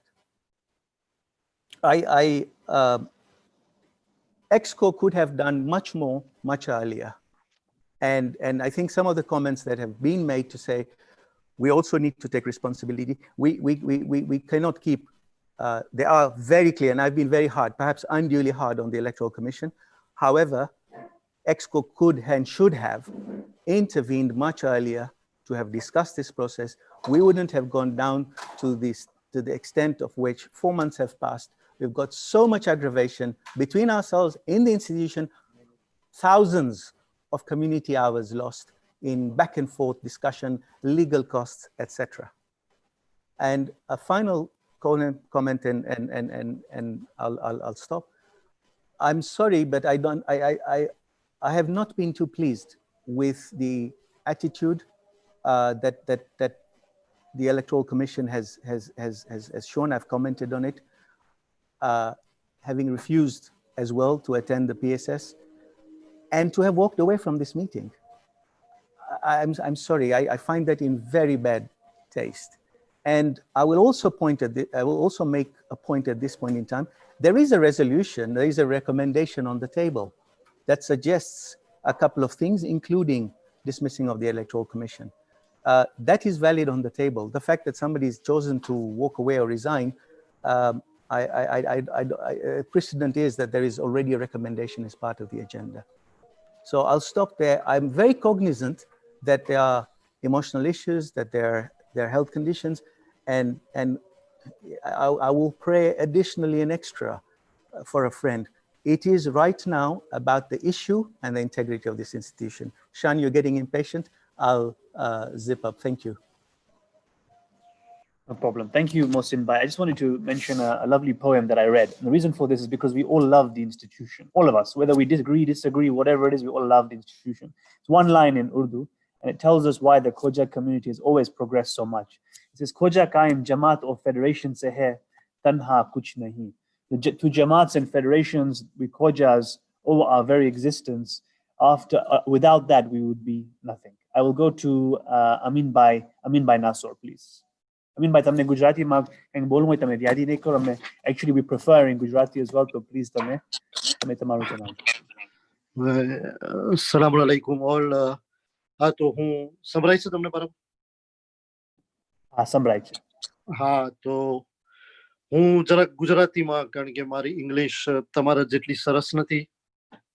હું તમને મારું view આપું છું as a lawyer. તમને આ view આપું છું અને તમને ખબર છે કે મુસલસલ એક્સકો મીટિંગમાં પણ હું આવું છું અને હકની સાથે હું તમને આ એનાલાઇઝ પેશ કરું છું. પહેલા તો જે PSS નો જે રિપોર્ટ છે એ રિપોર્ટને હું એની જગ્યાએ એક્સેપ્ટ કરું છું, કારણ કે PSS માં બધા પ્રેસિડેન્ટ છે અને PSS એનો રિપોર્ટ આપેલ છે. પણ એ સિવાય અટાણે એક્સકોમાં આપણું કામ છે કે PSS ના રિપોર્ટ ઉપર આપણને ફોકસ લેવાનો છે. પણ હું જોઉં છું કે એ છતાં ઘણા વ્યૂ આવે છે, તો મને એમ લાગે છે કે હું એ પોતાની ફરજ સમજુ છું હકની સાથે કે આ મારું વ્યૂ પેશ કરું. મને લાગે છે કે આ એક્સકો છે જે આ ઇલેક્શન થયો છે એના ઉપર આ એક્સકોનું મિશન છે કામ કરવું. આ જે 2009ના ઇલેક્શન થયા છે ને 2003ના ઇલેક્શન ઉપર જે વાતો કરવામાં આવે છે એ એની જગાએ, પણ મને લાગે છે કે એના દાતા અને એના ઉપર જાવું એક્સકો માટે યોગ્ય નથી. એક્સકો જે આજની છે એ આ ઇલેક્શન ઉપર ફોકસ થાય તો બેતર લેખાશે. પહેલું. બીજું કે બિર્મિંગહામમાં જે એક્સકો હતી એ એક્સકોમાં એક્સકો પોતે એ નિર્ણય લીધી હતી કે જેમ કે એલિજિબિલિટીનું SOPમાં નથી, પણ એલિજિબિલિટીની ક્રિટેરિયા રાખવામાં આવી હતી. ઓકે, એક્સકોને એ હક છે. હવે ત્યારે આપણે એમ કે છે કે ના, એક્સકો એ ક્રિટેરિયા રાખી તો એ ક્રિટેરિયા ઉપર અમલ કરવું જોઈએ. ઓકે, કરવું જોઈએ, બરાબર છે. તો પછી એવી જ રીતના જ્યારે 3 daysમાંથી 2 daysમાં આવ્યા તો ઈ પણ જો મારી ભૂલ થતી હોય શાનભાઈ તો મને કરેક્ટ કરજો, ઈ પણ એક્સકોમાં લેવામાં આવ્યું હતું. બરાબર છે ને શાન? બરાબર છે અમીનભાઈ, સાચી વાત. તો ઈ પણ એક્સકોમાં લેવામાં આવ્યું હતું. તો પછી આપણે અટાણે બધા કાઉન્સિલર એક રાસ્તા ઉપર ચાલે કે યા આપણે બિર્મિંગહામની એક્સકોમાં જે કબૂલ કરવામાં આવ્યું હતું એને માને યા આપણે ન માને. કારણ કે હું એમ સમજુ છું કે આ 3 days અને 2 days એમ કહેવામાં આવે છે કે આ એક વાયોલેશન છે. પણ આપણો જે બેઝિસ હોય લોનો કે કઈ લો ઉપર આપણા લો ઉપર આપણને ચાલુ છે તો આપણે એના ઉપર બાકી રહી. પહેલું. બીજું જે રિટર્ન ઓફિસરનું હતું કે એ લોકો ન આવી શક્યા અને બરાબર છે જે રીતના મોહસિનભાઈ કહી ગયા કે ઈ આપણી એક્સકોની એ છે, પણ એક્સકો એ લોકોને નિમી હતી. હવે એ લોકો જો ન ગયા, એ લોકોની જગાએ એ લોકોના રીઝન હશે, પણ ઈ રીઝન એ લોકો અમને પેશ કરવા જોઈએ કે ક્યાં એવા એમરજન્સી કેસ હતા કે એ લોકો આ મિશનમાં ન આવી શક્યા. તો એક્સકોને જરાક વધારે ખબર પડે. હવે મારો કોન્ક્લુઝન ઈ છે કે આ ઇલેક્શનના પ્રોસેસમાં આપણને દેખાય છે કે એમાં બધાય સરખા પ્રોસેસ રિસ્પેક્ટ થયા નથી. અને PSS રિપોર્ટનો હું આભારી છું કે આ લોકો એની જગાએ ટાઈમ લઈ બધે પ્રેસિડન્ટ ઇન્વેસ્ટિગેશન કર્યા, બધું સરખી રીતના કરી અને એક્સકો સુધી આ રિપોર્ટ લઈ આવ્યા છે. હવે અમે લોયરના નજરાનાથી જ્યારે આવા કેસીસ આવે તો અમે એવી રીતના જોઈ અને કાઉન્સિલરને એક્સકોને આના ઉપર સરખી રીતના જોવાનું છે. એક્સકો એક જે PSS રિપોર્ટમાં જે બધે વાયલેશન છે ઈ જોઈ કે આ વાયલેશન સબસ્ટેન્શિયલ વાયલેશન છે યા એકદમ વજનવાળા વાયલેશન છે, જેને અમે એબ્સોલ્યુટ વાયલેશન કે અમારી વકાલતની ઓમાં બોલીમાં યા તો રિલેટિવ વાયલેશન છે. જો એમ લાગે કે આ બધા વાયલેશન એવા છે કે જે સબસ્ટેન્શિયલ વાયલેશન છે કે આ પ્રોસેસને એકદમ વજનદાર આંચકો લાગ્યો છે તો પછી આ ઇલેક્શનની વેલિડિટી ઉપર પડવાનો વિચાર કરવામાં આવે. એમ લાગે કે ના આ જે વાયલેશન છે, કારણ કે આપણો કોન્સ્ટિટ્યુશન છે, આપણા SOP છે, એની જગાએ મુકમ્મલ નથી, રિલેટિવ વાયલેશન છે કે જેના ઉપર આપણને લેસન લેવાના છે. અને હું તો કહું છું ભાર દઈને કે આપણી જ્યારે કોન્ફરન્સ ઇન્શાલ્લાહ ભેગી થાય, હવે આના ઉપર જોરદાર કામ કરવામાં આવે. કારણ કે ઘણીવાર આપણા લોકોનું સાયલન્ટ, આપણા લોકોનું વટાઈ જવું પછી જ્યારે ઇશ્યુઝ આવે છે ત્યારે એવો મોટો મામલો બને છે કાનૂની તોર ઉપર કે પછી આ સંસ્થાની ક્રેડિબિલિટીને માર લાગે છે. તો આપણને અગર જો કાનૂન ઉપર અમલ કરવા હોય તો પછી જે કાનૂનની મેથોડોલોજી છે એના ઉપર આપણે અમલ કરે અને હરેક આ રિપોર્ટ ઉપર જોઈ લે કે આ વાયલેશન સબસ્ટેન્શિયલ યા ઇમ્પોર્ટન્ટ યા એબ્સોલ્યુટ વાયલેશન છે યા રિલેટિવ વાયલેશન છે. બસ આટલું મને એક્સકોને નજરાનું પેશ કરો. જઝાકલ્લાહ અમીનભાઈ, તમને વાંધો ન હોય તો મારી ઇંગ્લિશ મારી ગુજરાતી કરતા વધારે શુદ્ધ છે, તો હું તમને થોડુંક રિફ્લેક્શન્સ આપીશ in English if it's okay. First point તમે જે કીધા about the violation of the 3-2 and whether this ExCo can kind of make it right. Pramane, the best way would be for conference to do that, the august body to have a look at that. And that's why the ratification concept which is there is for conference to ratify. So they can ratify a wrong of ExCo, or they can reverse a wrong of ExCo. And there's a clause in the constitution on that. We're going to have a break in 10 minutes because of, I think, Toronto namaz time. Don't ask me which namaz in Toronto. I really can't now handle any more of the which namaz is happening in which country at which point in time. But there's a namaz apparently, namaz time in Toronto, and we're going to break for that, or I've been told that we are going to break for that. But I'm going to go to Saftabai Jaffa because he was next on the list. Saftabai.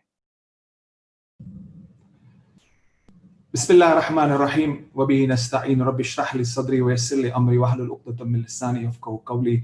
હું પહેલા ગુજરાતીમાં વાત કરીશ, પછી ઇન્શાઅલ્લાહ તાઆલા હું અંગ્રેજીમાં જઈશ.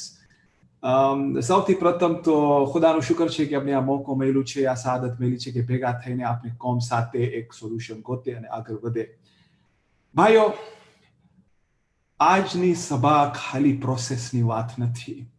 જો ખાલી પ્રોસેસ હોત તો આજે કોમમાં આટલી ધમાલ ના હોત, આટલા ફિતના ના હોત, આટલા ફસાદ ના થયા હોત. મોમિનીન ને મોમિનાત, આની બુનિયાદ એને એક રૂહ છે. કોઈ પણ ઇલેક્શનનો એક અહમ મકસદ છે કે જેનામાં ગ્રાસરૂટનું મેન્ડેટ હોય એને ઓધો દેવામાં આવે. ઈ રૂહ છે ઇલેક્શનનું. પ્રોસેસ એક મકસદ એક તરીકો છે એ રસ્તોમાં જવાનો, પણ જર છે ગ્રાસરૂટ. આખું શરૂઆતથી હું 2 કલાક સાંભળી રહ્યો છું. બધા તમારા વ્યૂઝ સારા છે, ખોટા હોય, જે હોય, બધાના પોતપોતાના વ્યૂઝ એની જગા પર છે. PSS નો રિપોર્ટ એમની જગા પર છે, ઇલેક્ટરલ કમિશન રિપોર્ટ એની જગા પર છે. જે મૂળ છે, જે રૂહ અસલ છે, એની ચર્ચા ક્યાં થઈ છે? સલીમભાઈ, તમે કીધા કે કોમના મોટા મોટા લીડરો સાથે થાય તો બહુ મોટી વાત છે. તમે અમીરુલ મોમિનીનનો ઉસૂલ ભૂલી ગયા છો. જંગે જમલમાં શું થયું હતું? એક તરફ અમીરુલ મોમિનીન અસદુલ્લાહિલ ગાલિબ, મતલૂબ કુલ્લ તાલિબ, ઇમામુલ મશારિક વલ મગારિબ. બીજી તરફ આયશા રસૂલની ઘરવાળી, તલહા ઝુબૈર લીડરો હતા, સહાબી રસૂલ હતા. તો એક માણસ આવ્યો મેદાનમાં કે યા અમીરુલ મોમિનીન, મને સમજ નથી પડતી, હક આ તરફ છે કે ઓલી તરફથી, હું ક્યાં જાઉં? અહીંયા તલહા સહાબે રસૂલ, ઝુબૈર સહાબે રસૂલ, રસૂલની ઘરવાળી, અને તમે અમીરુલ મોમિનીનનો જવાબ જે છે એ આ સભા માટે અમે આવ્યા છો. હું નથી કહેતો પ્રોસેસ વાત નહીં કરો, એની જરૂર ઉપર તમે રૂખ કરો. જવાબ હતો ઇન્નલ હક્ક વલ બાતિલ લા યઅરફાની બી અકદાર રિજાલ. હક અને બાતિલની પહેચાન શખ્સિયતથી નથી થતી. એ અરફિલ હક તારીફ આહલુ. પહેલે ઓળખો હક શું છે, પછી તમને ખબર પડશે અહેલે હક કોણ છે. PSS ના બુઝુર્ગો કહી દે તો મતલબ નથી હક છે. પહેલે ઓળખો હક ક્યાં છે, પછી ખબર પડે PSS સીધા રસ્તા પર છે કે બીજા રસ્તા પર છે. મોમિનીન, આજે આપણે બધા એક ફેમિલી છે. જેમ રસૂલભાઈ કહી દે હું આ તરફ છું, મારી બેન ઓલી તરફ છે. મોહસિન કાંજી મારો ભાઈ છે, મારું રિલેશન એના સાથે બચપનથી અમે સાથે રમેલા છે. એ પ્રોસેસની આર્ગ્યુમેન્ટની તરફ છે. હું અહીંયા રૂહની તરફ વતવા કરું છું. મોહમ્મદભાઈ જાફર તો મારા અંકલ છે. દેવજી જમાલની કુટુંબવાળા છે. આપને જમાલિયા છે, એક સાથે, એક કોમ્યુનિટીના, એક ફેમિલીના. એ મેદાનમાં ઓલી તરફ છે, અમે મેદાનમાં આ તરફ છે.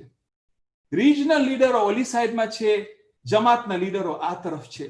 હક ક્યાં છે, બાતિલ ક્યાં છે, એની ચર્ચા થઈ છે. એક જ સ્પીકર હતો હમણાં સુધી કે જે જર ઉપર થોડી વાત છેડી, એ અઝીમભાઈ, કે અમે શા માટે એક્ઝિસ્ટ થાય છે કોમ માટે, અમે શા માટે અહીંયા આવેલા છે. Why do we serve this organization and institution? Is to strengthen the process? Is that the end? The end is to serve the grassroots. How to serve them best is the process that gets you to that. More than ever, we need to ponder over our history. We have been through many issues, many challenges in the community, 44 years of history of this institution. And what we are now doing is engulfed in an issue of election process on technicalities, despite a clear voice of the electorate. હું તમને સમજાવું. PSS નું જ્યારે report પેશ થયું, ત્યારે અમને કહેવામાં આવ્યું કે અમે રિકોન્સિલિએશન માટે જાય છે. સારી ચીજ છે. મેં પણ જ્યારે મારું email મોકલાયું, and I want to make it clear on record, I have never ever refused to meet PSS. On the contrary, I sent 2 emails to say I am ready to meet. I did not get any response. Reconciliation નો એક process હોય છે શરીયતની અંદર. પહેલો શરત છે constitution. તમે કોન્સ્ટિટ્યુશનની વાત કરો છો, તમે પ્રોસેસની વાત કરો છો, વાયોલેશન ઓફ SOP ની વાત કરો છો. કોમ ભૂલી ગઈ છે કે આપણે કોન્સ્ટિટ્યુશનમાં જોઈ તો પહેલું ચીજ આ કોન્સ્ટિટ્યુશનમાં શું છે તમને જણાવો. કોન્સ્ટિટ્યુશનનું પહેલું જર ઈ છે કે we are a religious community. માફ કરજો, એક મિનિટ. પહેલું નંબર 1 કોન્સ્ટિટ્યુશનની અંદર 1.1, this is hereby establish a federation of Khoja community Shia organization. Number 2, 1.2, World Federation is a religious charitable organization registered in the UK as a charity. Definition of the constitution, the community shall mean all those persons throughout the world who are Shia Ithna Ashari faith. So the first foremost thing for PSS or for any institution is adherence to Article 1.1 and 1.2 of the Constitution. My question to PSS is, have you adhered to that? Yes or no? If you have, then probably you should have seen the guidance of His Eminence Ayatollah al-Adhama Sayyid Ali Husseini as-Sistani Hafidhahullah of a marja' taqlid.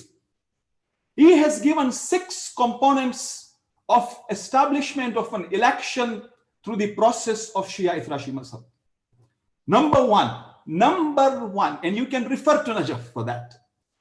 Election law will be fair and respect the vote of the candidate, of the voters. Number 1, respecting the vote of the voters. Number 2, candidates shall compete based on economic, educational, and welfare programs which can be implemented without bias towards any party or sect. Number 3, no external interference, be it financial or otherwise, powerful people going towards other aspects to nullify. Number 4, voters should be aware of the value of the individual votes and the crucial role it plays in the future of this country, referring to Iraq, our community in this case. So the voters shouldn't cast their vote for unqualified candidates and sell it for cheap price desires, emotional or personal agendas. Number 5, participation in this election is a right of every eligible citizen for the high welfare of the people and nation. Hu khoja Shia Ishnashri cho. Maro hak che. Khoja Shia Ishnashri. Constitution ma tame jo to lakhelu che khoja Shia Ishnashri kafi che.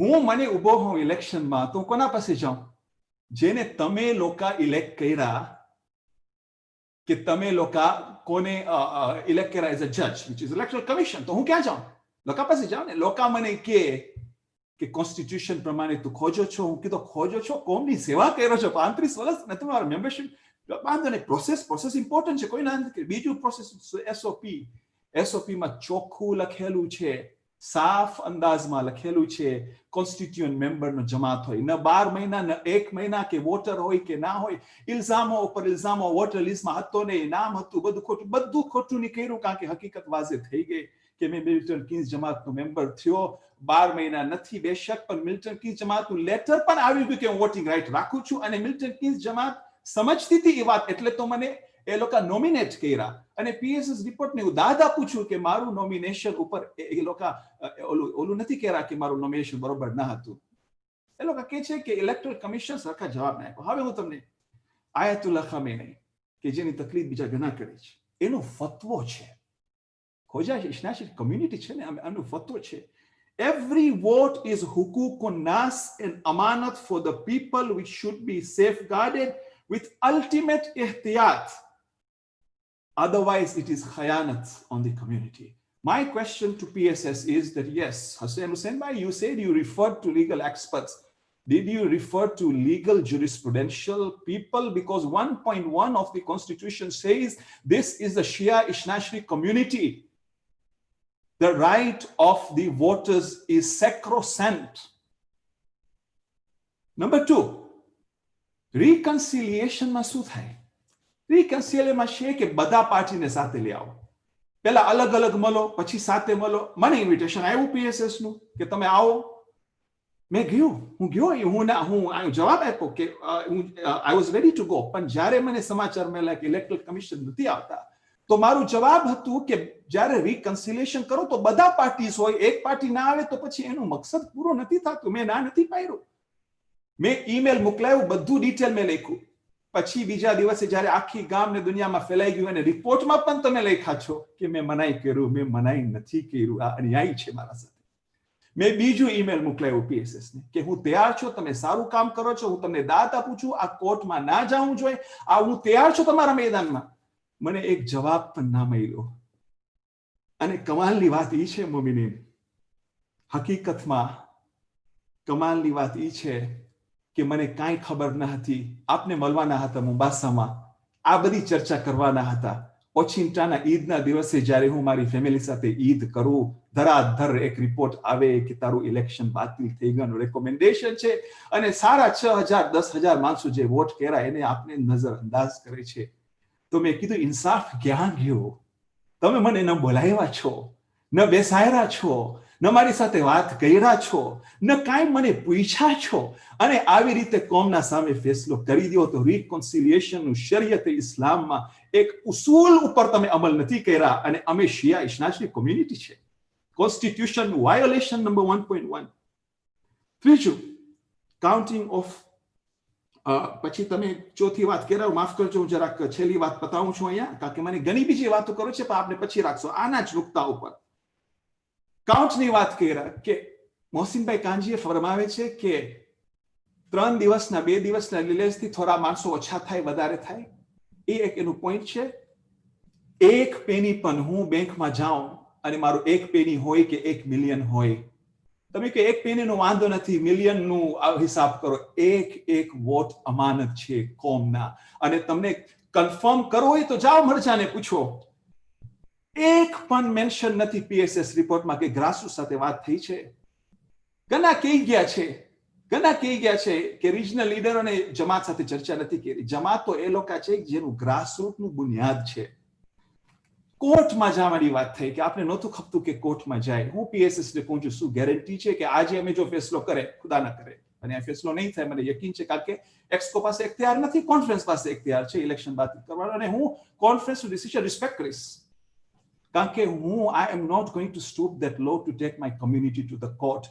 Even if this community invalidates my right, I will sit silent like Amirul Mu'minin did for 25 years, because the unity of this community to me is more important than getting power.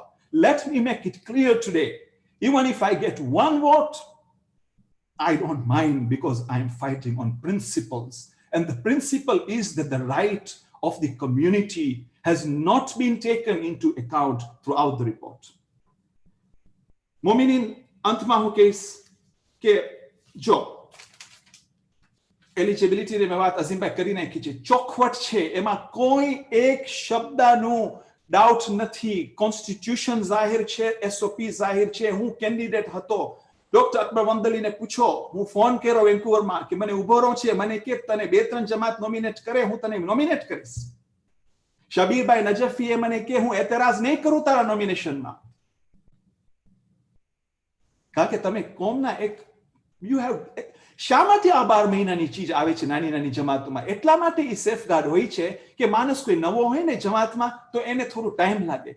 WF ના કોન્સ્ટિટ્યુશનમાં એસઓપીમાં છે કે regions should nominate. 3 કારણો છે. region should nominate, તમને constituent જમાતના member હો અને conflict ના હોય. ત્રણેય ચીજો મેં અમલ કર્યું છે. Region should nominate. Most of the regions, I got more nomination than any other region and than any other candidate. શા માટે ઈ સેફગાર્ડ છે કે કોમનો કોઈ એવો પ્રખ્યાત હોય કે બધા ઓળખે, 12 મહિનાની બધા મને ઓળખે. આજે તમે કીધા 6 વર્ષ હું કાઉન્સિલર હતો, કોઈ એતરાજ નથી કર્યું. શા માટે? કારણ કે I am known. So a 12-month thing doesn't apply to the World Federation Constitution SOP. અને World Federation નો વકીલ બ્લેક ને વ્હાઇટ માં લખી નાખ્યું છે કે આ નથી બિલકુલ એની અંદર. તો આજે બધી આ વાત ક્યાંની નીકળી છે?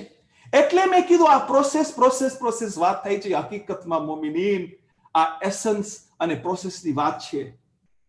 આખિરમાં હું કહીશ 3 to 2 day, બેશક 3 to 2 day ની ભૂલ થઈ છે. બધા કીધા છે થઈ છે. આજે આખી સભા એમાં હતી. મોહસિનભાઈ કે કેન્ડિડેટ પણ હતા, બધા હતા. હું એક કોન્સ્ટિટ્યુશન એક્સપર્ટ તો નથી. આપણે શું કરે? સેક્રેટરી જનરલ ને જોઈએ, કોમના લી અનવરભાઈ રાજપાલે સેકન્ડ કર્યું. એ લોકો જે સેકન્ડ કર્યા, વોટ કર્યા, ઇલેક્શનમાં ગયા, બધાને વોટ કર્યા, બધું પતી ગયું. 65% કોમ એલાન કરી નાખી કે અમે સફદરભાઈને મેન્ડેટ આપે છે. પછી બીજા દિવસે શક અને શુભાત શરૂ થયા કે આ ત્રીજું ને બીજું 3 ને 2 દિવસનું. આમાં જો ભૂલ અમારી થઈ હોય તો ઇસ્તિગફાર અમને એક્સકોને કરવાનું છે. શા માટે ગ્રાસરૂટને કહો છો તમે ઇસ્તિગફાર કરો? ગુનાહ મારું છે. શા માટે પેનલાઇઝ ગ્રાસરૂટને કરો છો? તોબાના રસ્તા છે. અને આખરીમાં હું કહીશ કે રસ્તા છે, સોલ્યુશન ઘણા છે. જો આ કોમને ગ્રાસરૂટનું સ્પિરિટ રાખવું હોય અને એસન્સ અને રૂહ જે અમારા મરજે તકલીદ કે છે, સેક્રોસેન્ટ છે, અને શિયા ઇસ્લામી મઝહબ હોય અને કોન્સ્ટિટ્યુશનનો બુનિયાદ હોય, ઈ અસલમાં રાખવું હોય તો મને યકીન છે પીએસએસ ઘણા સારા સોલ્યુશન લાવ્યા હોત આજે, અને આ મસલો આગળ વધ્યું જ ના હોત. એક તો એનું ઈ છે કે 3 to 2 ને ભૂલ થયું. તમે લોકો બધા એક્સપર્ટ છો. આપણે નમાઝમાં પણ ત્રીજી ને ચોથી રકાતમાં શક થાય છે તો શું નમાઝ બાતિલ કરે છે? નમાઝ બાતિલ નથી કરતા. આપણે એનું એક જુબરાન હોય છે, એક શક્યાતનું નમાઝનું એક બીજાનું એક રકાત પરવાની હોય છે, તો આપણે કરી નાખીએ. એવી જ રીતે એલિજિબિલિટીનો તો મસલો જ નથી, કારણ કે પીએસએસ રિપોર્ટમાં એલિજિબિલિટીની વાત જ નથી થઈ. અને ત્રીજું રિટર્નિંગ ઓફિસર્સની વાત થઈ. મોહસિનભાઈ કહે છે કે આ વોટ ખુલી ગયા. મોહસિનભાઈ, આજે આ કોમની અંદર અમે ટેકનોલોજી ને મોડર્ન જમાનામાં રહીએ છીએ. એ જ રાતે દુનિયાભરમાં ઠરાઠર જેટલું એક્સાઇટમેન્ટ હતું હું કોઈ દિવસ જોયો નથી જિંદગીમાં. બધે ઠેકાને ઠરાઠર રિઝલ્ટ આવી ગયા. બધું આખી દુનિયાને રિઝલ્ટ ખબર પડી ગઈ. આ તો વેલિડેશન એક પ્રોસેસ છે. ડબ્બા ખુલી ગયા કે બંધ રાખો, રિઝલ્ટ ચેન્જ નથી થવાનું, કારણ કે હકીકત છે મારા દોસ્તો.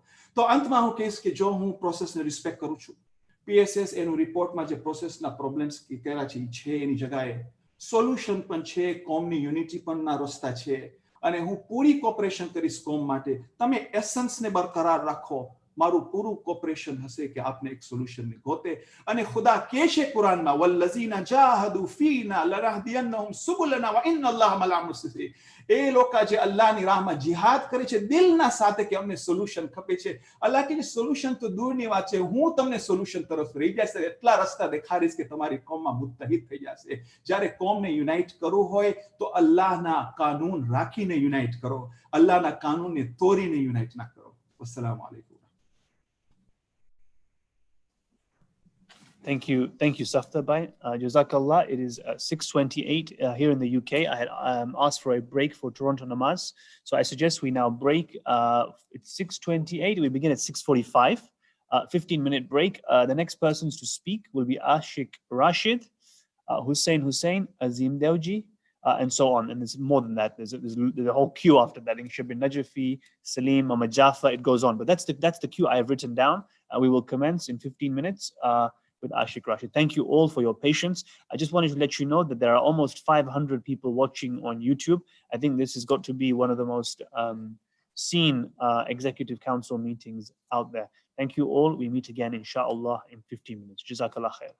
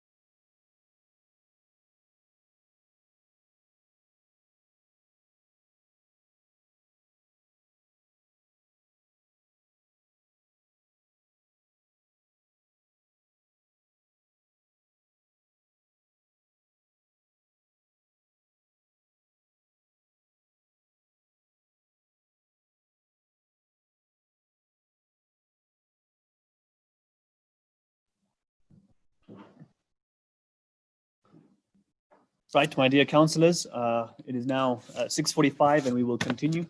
The next person with his hand up is Ashik Rashid. Before he comes on, can I remind you all now to be as concise as you possibly can, as cogent as you possibly can, because I want to start looking forward to solutions and decision making and that type of thing as well.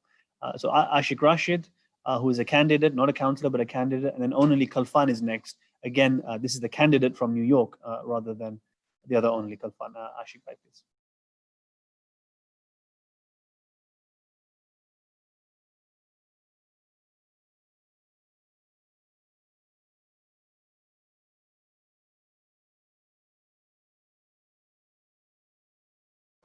Okay, so then I'll go to the next person, Onali Khalfan.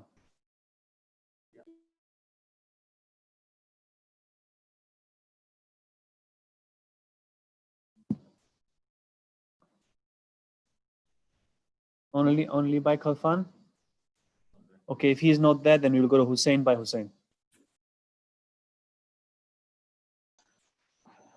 Thank you, Sean. This is not necessarily in relation to the PSS, but more as a councillor.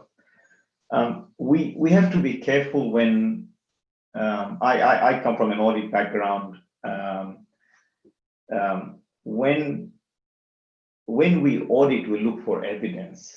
We look at the process. We don't look at the end result. It's really important as the ExCo that we respect the process, because sometimes the end result is very subjective.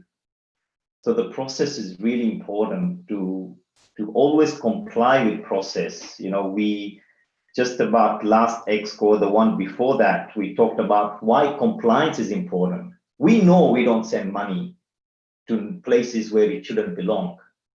Yet we're required to show compliances to the regulator. Why? Second point, if it was about the intent, why did we have to go to the Charity Commission to get the permission of this meeting? Because there are rules. We need to follow the rules as an organization. Rules are fixed, but end result is very subjective. The second thing is that I have huge respect for all the candidates, and I have huge respect for Safdar Uncle. Whenever I've attended meetings, he's always been there and he contributes quite a bit. But I just wanted to say, when Safdar Uncle says that he did not refuse to attend the PSS roundtable, I probably would like to quote his email to me, that he says that I've just been informed that the EC is not attending the call this evening. As a result, I do not see the point ending, as I cannot add any value, as the entire process was run by the EC. But also, more importantly, he does say that although I do not see the need for me to attend such a meeting, as I had no role to play, since you invited me, I respected your request. However, after learning that the EC is not attending, I cannot add any value. I therefore have nothing to contribute to the process other than wait conference. Now, I read that, and if I got that wrong, that he's denied to come, then it's my fault. But when I'm reading that, you know, he's clearly, you know, not coming. But also, more importantly, is that the other candidates also knew the EC was not coming, but they turned up for the process of making sure that we are one. And then the last point, one of the councillors talked about, we should look at the points that are substantial or not. I get that, I'm not a lawyer, but substantial is a very subjective point. And it wasn't the role of the PSS to look at what was substantial or not. In fact, to the contrary, right? We as the organization, when we look forward, we should make it a point that minor things, we need to make sure they're tight. They're so tight because we run the amana of Imam Mahdi, alayhi salam, and we have to be accountable for the smallest thing. We don't make the decision as to what is substantial and what is not substantial, as much as in the legal process that may withhold. But it wasn't the role of the PSS to look at what is substantial or not. Our role was to look at facts. Thank you, Sham. Thank you, Hussein Bhai, Shabir Bhai Najafi, please, then Salim Bhai Ramtullah, then Mohammed Bhai Jafar.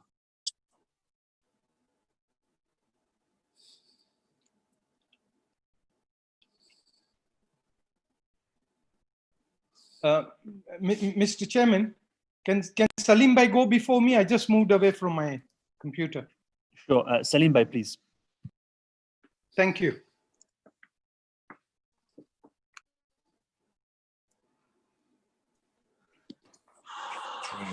Can you hear me?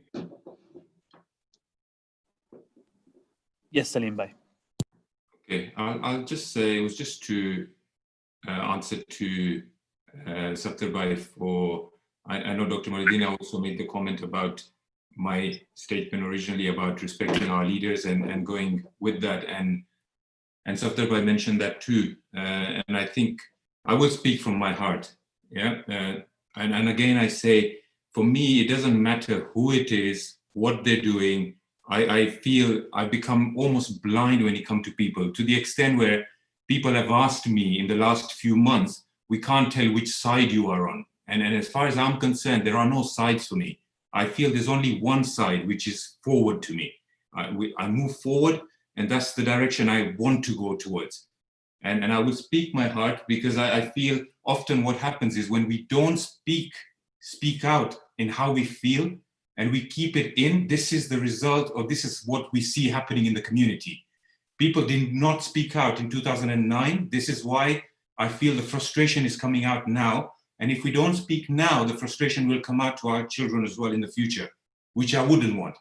And so I'm not coming out with an emotional speech, which I will not, because I feel there's no place for emotion when it comes to all this, because we're looking at a result now. So emotion would not help anybody. However, I think it's important that I do speak.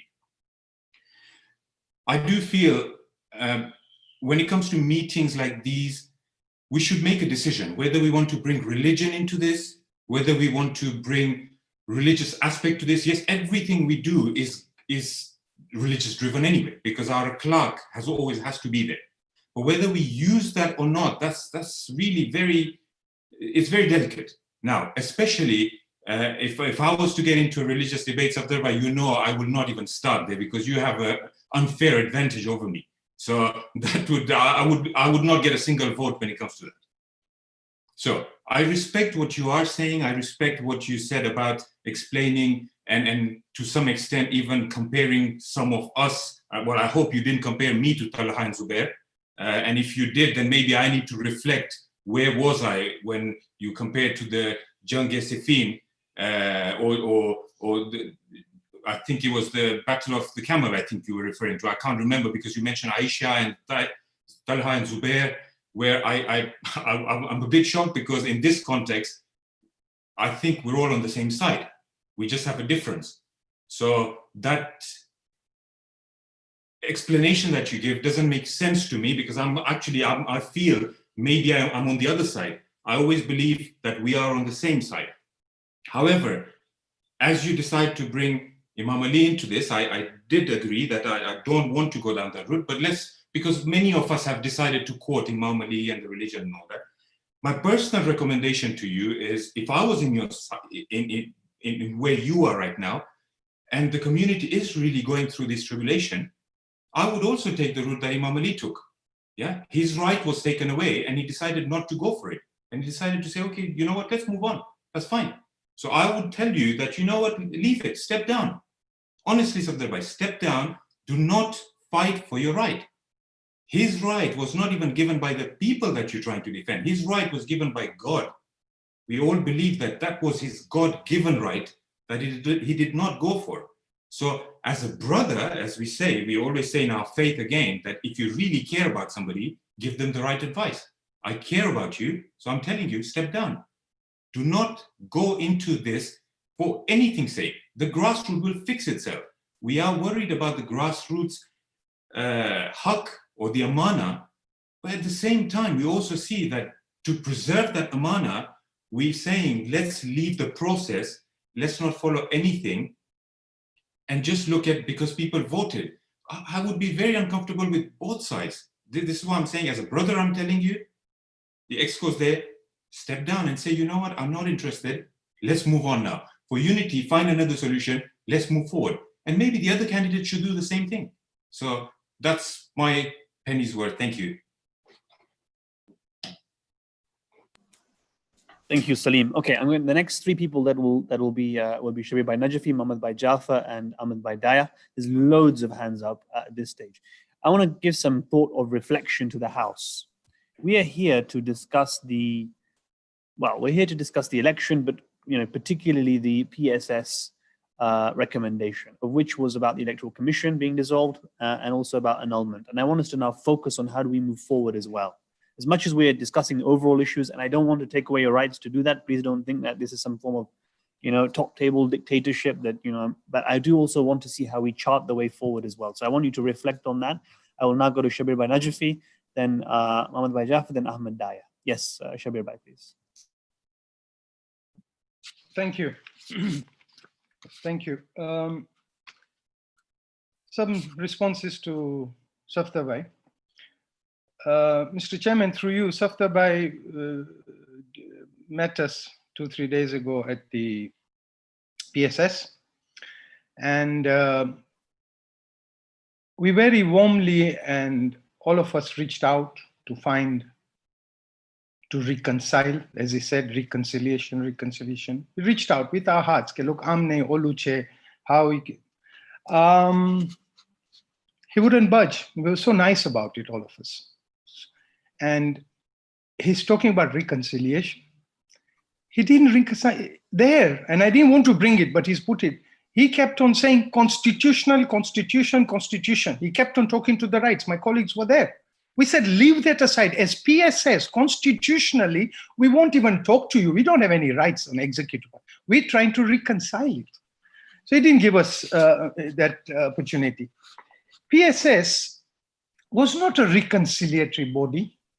PSS was fact-finding, looking into it, what has happened, what has not happened, and to report here, okay? Nikah thai ne pachi breakup hoy to apne reconcile kare. I'm going on the same trend he's talking about Shariat in this. Nikah nathi thya. So what reconciliation is there? We are trying to verify ka nikah padwa waro valid check ke nahi. Not him, but the process. Safdar Bhai, I indicated to you then, and on many other times, that I won't talk about our discussions, but you mentioned it in PSS, you mentioned here, and you misquoted us in the letter. So it's my duty now to quote here. Birmingham, we had a discussion, okay?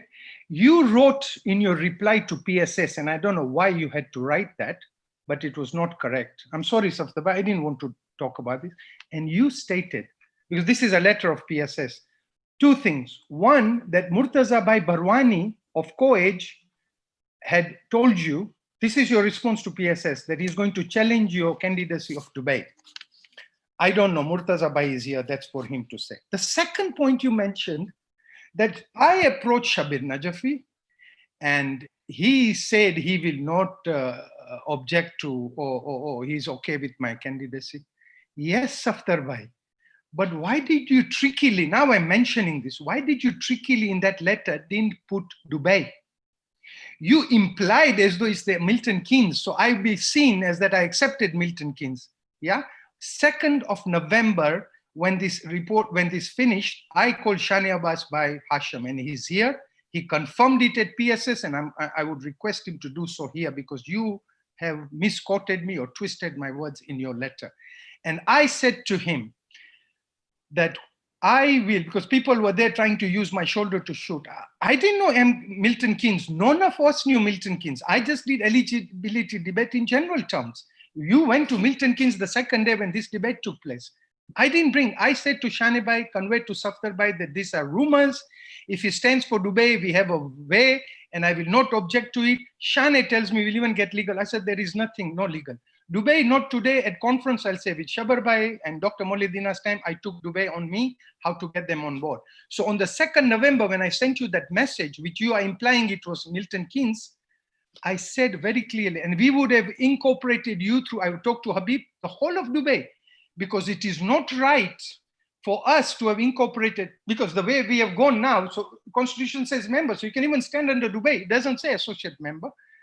And the way was, Dubai lost its powers. I've got a paper on Dubai. Nobody has got more on Dubai in the last 10 years that I've done. And I know why. Dubai was given 6 years, they didn't.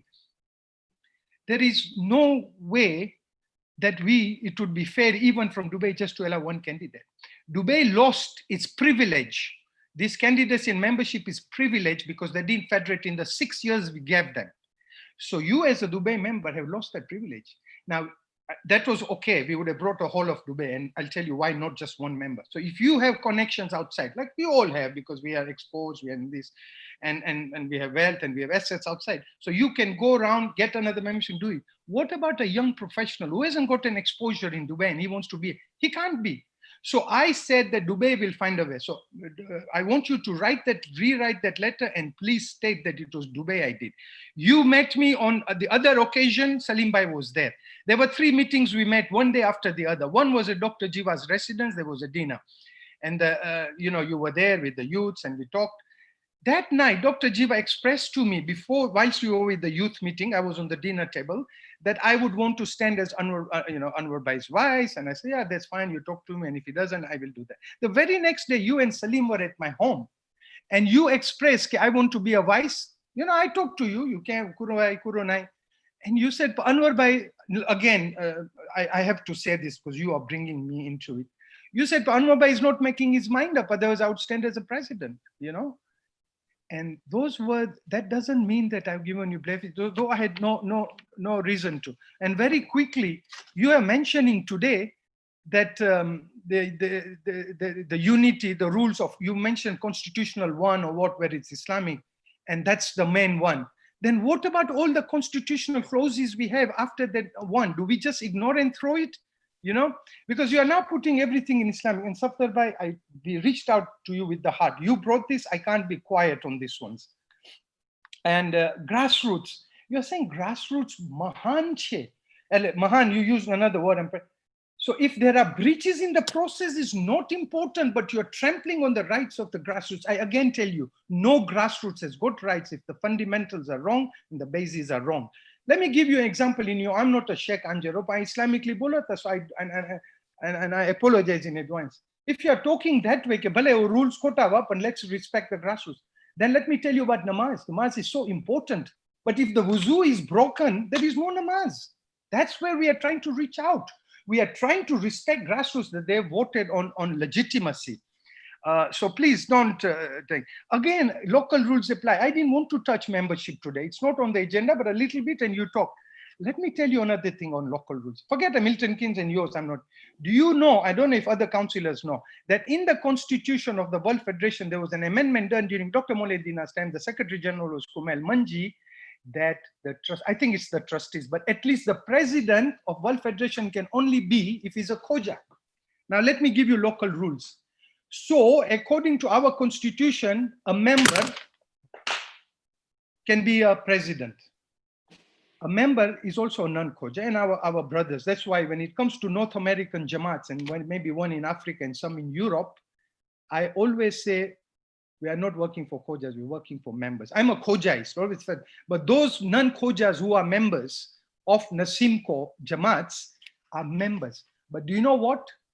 Now, according to World Federation, if a Toronto member wants to stand, he can stand as long as he's a paid member. Like the last treasurer of Nasimco was, nice guy, but he was a non-Khoja, but he's a member. But it can't. He's not a Khoja. That's why the local rules imply. So be careful. And I think all trustees, there's another problem we have to address. All trustees, if they're not Khoja, they can't be. So what happens to some non-Khoja who are bona fide members as per our constitution want to stand for this position? I am a true Khojaist, but those who have become members are members and we have to respect. Then yesterday, you are saying to us, and you put it in your letter, though my letter was nothing to do with you, and you're saying you will go to court. And just now you are saying that we should be Islamic and nobody should go to court. So if you are going to take us or anybody to court, then are we going to use Islamic courts? What courts are we going to use? So let's not play with words. Saftaba, I feel bad talking to you, but you keep bringing this, and these psychological spheres are not very healthy. Let's be very thing. And so my objection should be very clear. It was for Dubai, and you better put that letter right. And I think that's and PSS, you put the word, I don't know the word you use for PSS. Please forget the presidents, but PS State is a credible team.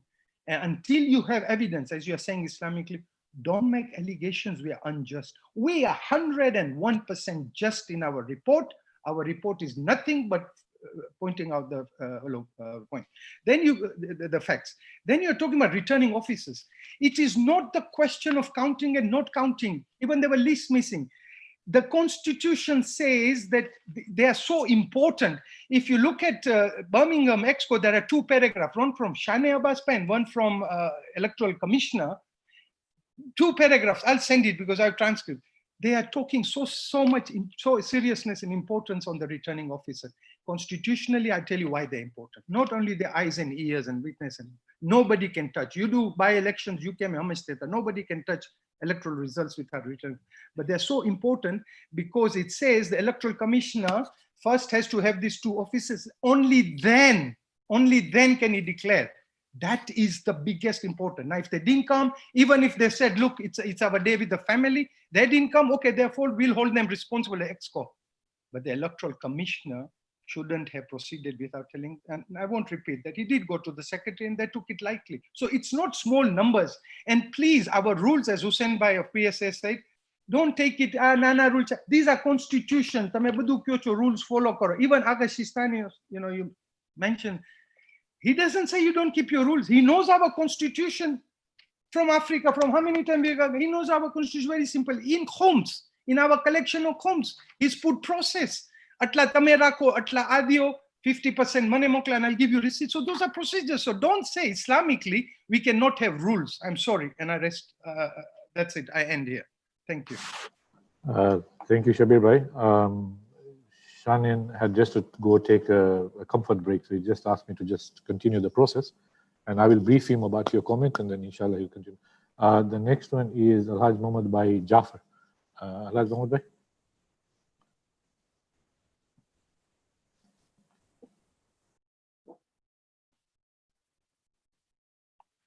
Mohammad Bhai, तुम्हें mute ऊपर छो.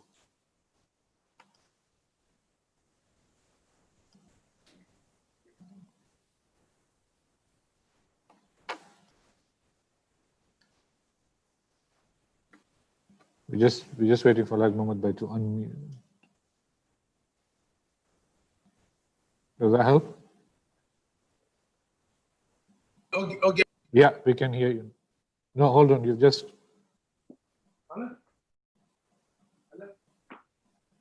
One second. Yeah, we can hear you now. We can hear you now, Mohammad Bhai. Assalamu alaikum. Alaikum salam. Bismillahir Rahmanir Rahim. My brothers and sisters. First and foremost, I would like to say why I've taken this issue so seriously that I've gone up to the court. This issue, putting under the carpet, has started 20 years ago.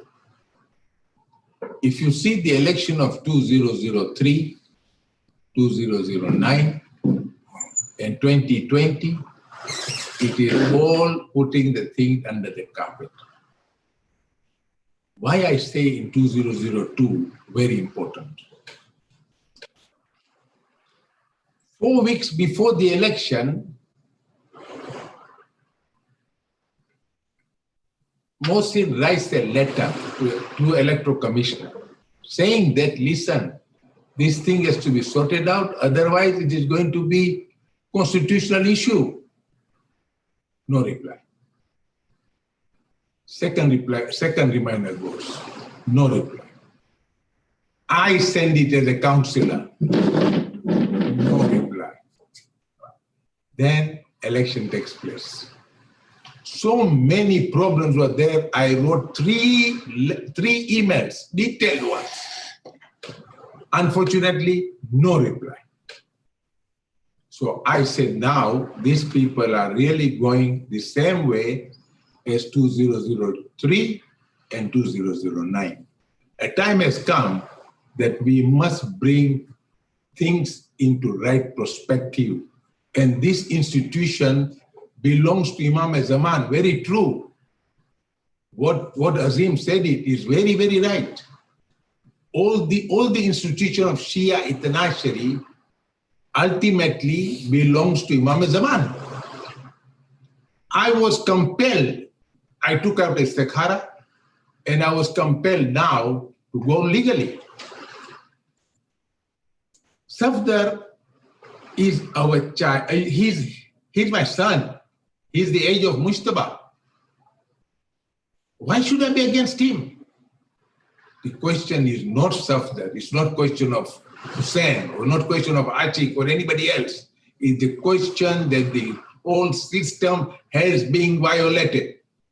And this violation is going as far as immediately after Mullah Asgar's demise. The system has gone haywire. So I decided that I will go to court. And I'm going to court. I'm telling you today, if we are not able to discuss it, please don't take this as a threatening. Because I think a time has come for us to bring sanctity in this organization. It cannot be run as a personal property. They should be questionable, answerable to each and everything, like on the principle of Ahl-Bayt. What Safdar Bhai said, Safdar Bhai doesn't see himself that how much violation he did. He goes to an election booth on the day of election in Karachi. Is that not violation, my dear brothers? He is mentioning to us about the Iraq election. Would our Marja, Ayatollah Sistani, would ever give a ruling that you go against the constitution of that country? In fact, we have been told by our religion that we must respect the constitution of the country where we are living. Laws and regulation has to be respected. Here we hear just because under the, bhaicharo, and put everything under the carpet. I'm sorry that he also quote us as a on a religious point against Imam Ali. My dear brother, we are all Alis and we are fighting for the right thing. You are the one today, unfortunately. You're my son. I'm sorry to say that. You are the one who is in wrong. The 7 presidents of the World Federation, the Africa Federation, Nasimco, Australia Federation, Pakistan Federation, India Federation. You mean to say they are fools sitting there and spending all these days, day and night, and come to a solution? And they are in fact, I'm not happy with them.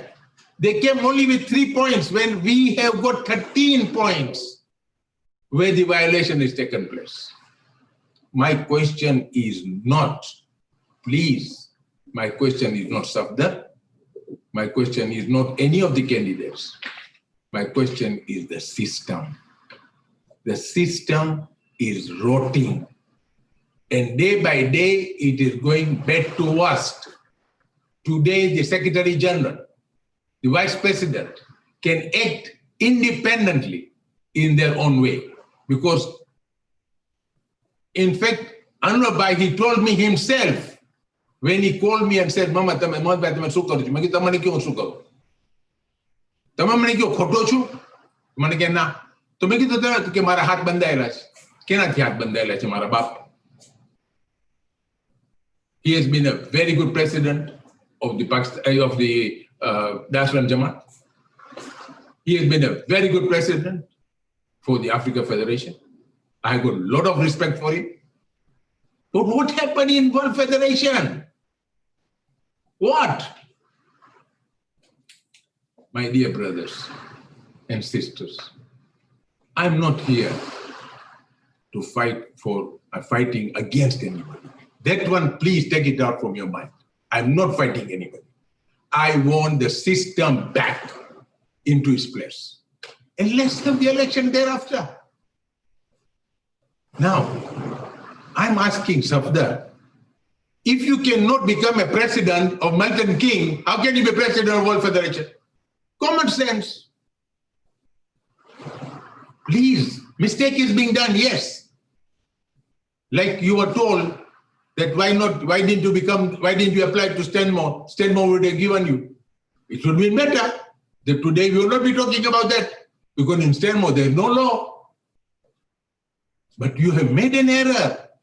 Stand by it. Stand by it. Please, my dear brother. You're my son. I got a lot of respect for you. And I'll tell you one thing. You can go very far. You can go very far. You have got a lot of qualities of a good leader. So please become a good leader. It's not that you are going to give away things now. You cannot become tomorrow what you are. You are very young. You are what, 48, 49? You are a young man. You got life in front of you.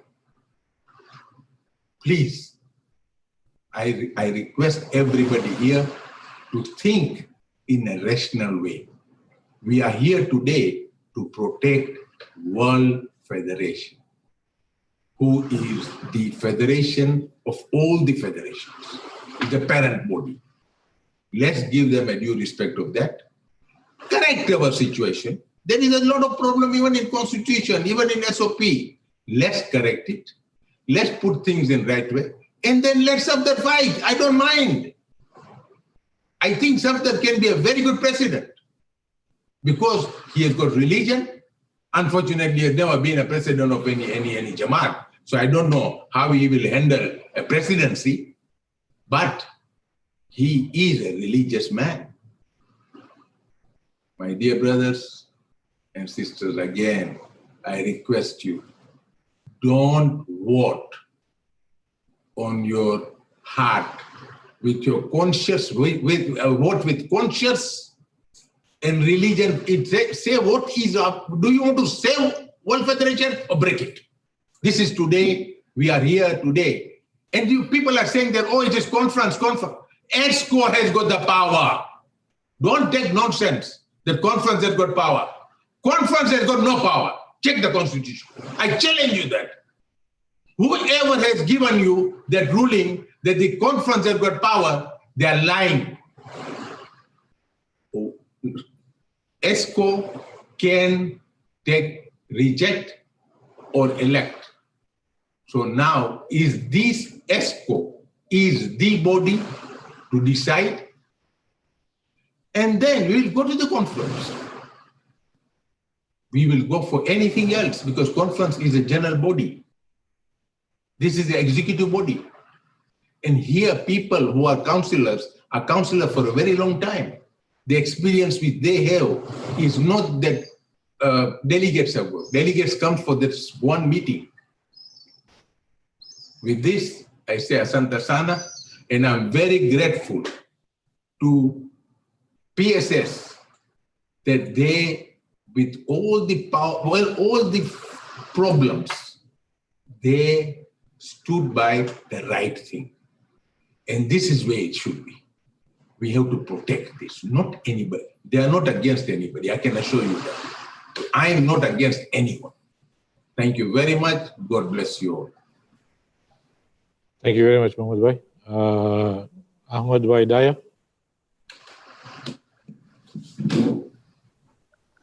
Assalamu alaikum. Can you hear me? We can hear you, Ahmad uncle. Assalamu alaikum. First of all, I would like to start with one thing, that this meeting was called at gunpoint, whether we like it or not. Either you call it or not, or we'll take you to court, and we are taken to the court. This organization is our organization. Why do we have to bring the court system into it? Why do go to outside body? We could have all sorted out all this thing in a meeting like this today. Mohammed Bhai, I'm very sorry. Whatever you tell me, you are elder of the community. You should come to the community and sit together and discuss it. instead of bringing the court system in this thing. And this is what I'm very upset. Why are we going outside the community to solve our problems? I'm sure we can all sit down and solve our problems. We don't have to go out. And this is what we are making a mockery of our community. You think the whole world is laughing at us. But anyway, that's neither here nor there. You have taken us to the court. Now, either you sit in this meeting and discuss with us why you are taking and what points you want to take. We can all resolve together. If you think that you've got a point, let us talk and discuss it. We are here to talk and discuss this matter. We don't have to go outside the community to solve our problems. Mohammed Bhai, please respect us, that we are also people. We are also part of this community, and we all work for the World Federation. And we have to protect our federation, and we have to work together. We don't have to go outside. And this election matter is not important. I'm sorry, I will support Safdar Bhai. He has got a support of 66% of the votes. But again, if you say so, he's not got support, I will take the decision of the conference. I'm sorry, Executive Council has got no power here. And Mohammed Bhai, when you said conference of no power, Executive Conference has got no power, sorry. Everything has to go to conference, and the conference is a supreme body which can decide everything. And this is why I respect that we all discuss this matter as much as we want. But at the end of the day, we have to go to the conference to discuss this matter. We can talk as much as we like here, but it will not make any difference here. The whole thing has got to go to the conference, and they will have to do that. And finally, I would like to thank Mustafa Bhai. I'm very sorry, Mustafa Bhai, I don't know whether he's hearing or not, to hear your health. We have worked together since beginning, and I really hope, wish you all the best and pray for you. And I hope you reconsider this position again, because you have done a fantastic job so far, and I support you all the way. And all the three councillors, all three people on the commissions, they've done an excellent job. I respect them, and please carry on doing the job. And I'm sure at the next conference we will re-elect you. But let us not resign or do these things. You have done a good job. If somebody doesn't like it, we'll go to the conference and discuss it, because you are elected by the conference. And this is where I rest my case. Thank you for allowing me to speak so much. Assalamu alaikum. Thank you, Murabi, for your comments. I will now go to Dr. Akbar and then Reza Huda. Please, Dr. Akbar. Thank you, Shan, for allowing me to speak. Bismillah ar-Rahman ar-Rahim. There are 2 or 3 points I want to make first before I come to the other points that have been made by others. Firstly, I want to highlight to this ExCo that the only person that can call an ExCo meeting is our Secretary General. Even the PSS or the 7 presidents together cannot call an ExCo. And so there was a number of times during the crisis, even before the PSS was started meeting, that I had tried to pass messages that an ExCo be called urgently, because Secretary General Shan Bhai, you had the power to do that. And you had the power to call this one, and you have done that, and thanks for that. The second point I want to make is that we have to, and I hope the time will come, and Shan will allow, of a way forward so that all the different polarization can be brought together.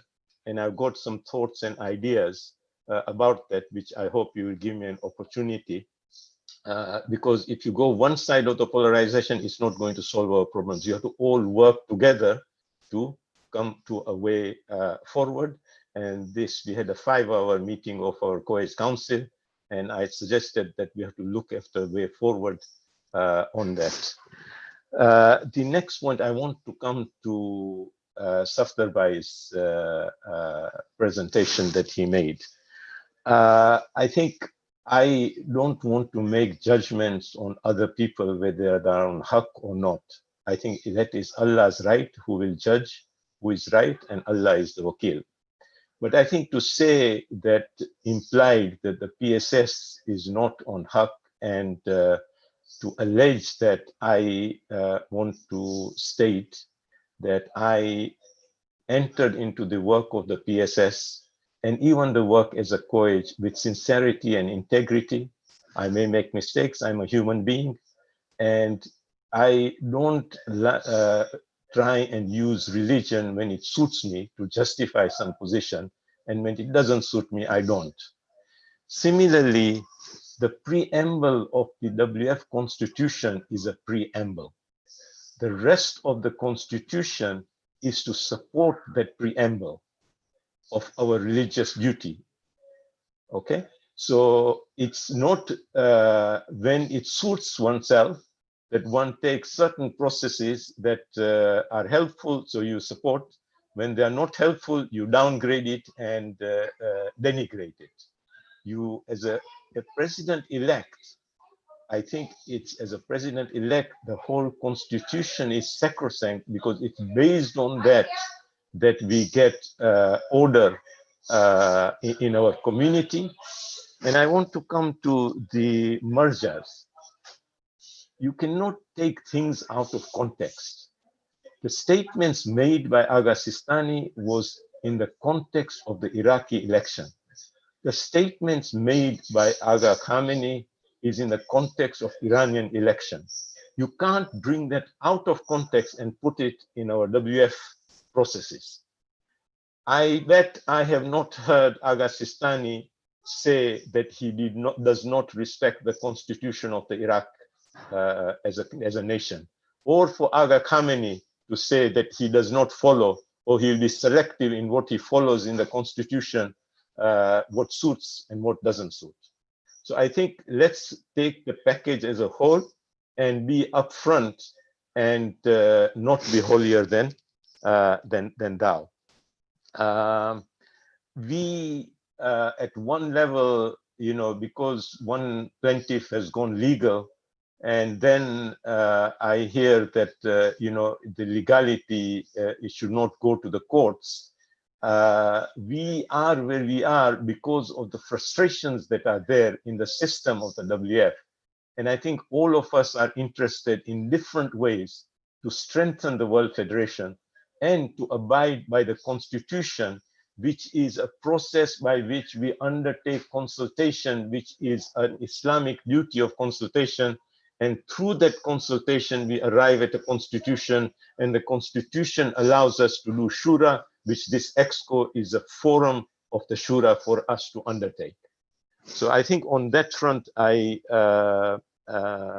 would like to stop, but just to say that I think let's not leave the judgment of who is on haq and not on haq to Allah, and not do it in a worldly way. Thank you. Thank you, Dr. Akbar. I'm going to go to Azim Baidewji. He's been waiting for a long time. Mohammed Bai Jafar wants to make a quick comment. I've agreed for him to have that, and then we will go to Only by Khalfan of New York. Azim Bai, please. Assalamu alaikum. Again, mane betran cheez bolwi che. I want everybody to understand me in a positive way. Grassroots apne pakirai kashe grassroots no stand kya. I hope it's okay if I speak in Gujarati, because grassroots are not the members of World Federation. So how can the grassroots choose the president of the World Federation? Okay, they don't have any mandate. They are not members of World Federation. So why can't we have a easier and a good way that the president should be chosen by the conference? But the conference ma apne busy important posts, we choose it in conference. The vice president is chosen in the conference. Treasurer, the most important person who is handling $10, $15 million, he is chosen from the conference. Assistant treasurer. Then we had 8 elected electoral commissioners, auditor, and 8 councillors. So what is the use of choosing the president from the grassroots? And a grassroots ne koi Burma way, Singida mawe, Bukoba mawe, he kyanti jane manso je ubari shetya bare. Dr. Jiwane, koi manas dodoma reto way, and a suka over Dr. Jiwane position switch. So why do we want to complicate? Why can't we come and say, Kebana, this is the best way, and we should have a person who is known within the circles. Okay, so I would strongly recommend that we should change. Even we can call another Zoom meeting, the conference, if needs to be changed, we change, and we have what kind, because this problem since 2003 or 2004 is happening because of the grassroots voting. If there was no grassroots voting, this problem wouldn't have come. So I sincerely want you, everybody, to look into it and see how can we come out of this. And I would sincerely advise my brother Safdar Bhai, Ejo koi manas ama chene alani barkat kape President Ahmed. Sincerely, alani barkat bo important. Koi manas to 27 વર્ષ jail માર્યો south આફ્રિકામાં અલ્લાને કહ્યું તો 27 વર્ષ પછી એને president બનાવ્યો મંડેલાને. કોઈક માણસ જેલમાં 10 વર્ષ રહે તો એ ગાંડો થઈ જાય. આ 27 વર્ષ થયો માણસ. આ આજના કોમેની કેટલા વર્ષ રહ્યા જેલમાં, પણ અલ્લાને કહ્યું તો આવા મોટા પાવરફુલ થઈ ગયા. ઇન્શાલ્લાહ તમારામાં એ અલ્લાહ લખ્યું હશે તો તમે પ્રેસિડેન્ટ થશો. આ જેને જેતા મોહનભાઈ બોલ્યા કે you are a good leader, and sincerely say that you are a very good leader. Probably the time is not right. You reconsider your this thing, so we move forward. Okay, to split this community is not good. We sincerely want to have a strong community which can go, as earlier said, till the time when the 12th Imam comes. And I would also say one thing, that Muhammad Bhai Jafar, if he could not take on the step of going to the court, then we wouldn't be talking today. It could have been swept again under the carpet, and we could have kept on saying, but next time, next time, next time. Something has to come and bring a stop to it. So it's not that I'm in favor of going to court, because not because we don't want to do, we are just scared of going to Jahannam. That is why we don't do it. So please, because there is a problem of going to court, which I sincerely don't want Mohbad to pursue this, but if you can look into my suggestions positively, for once and for all, this problem will always go away. Thank you very much. Thank you. I'm going to go very briefly to Muhammad Bhai Jafar, then to Raza Huda. I think Muhammad Bhai is not there at the moment, so I will go to Reza.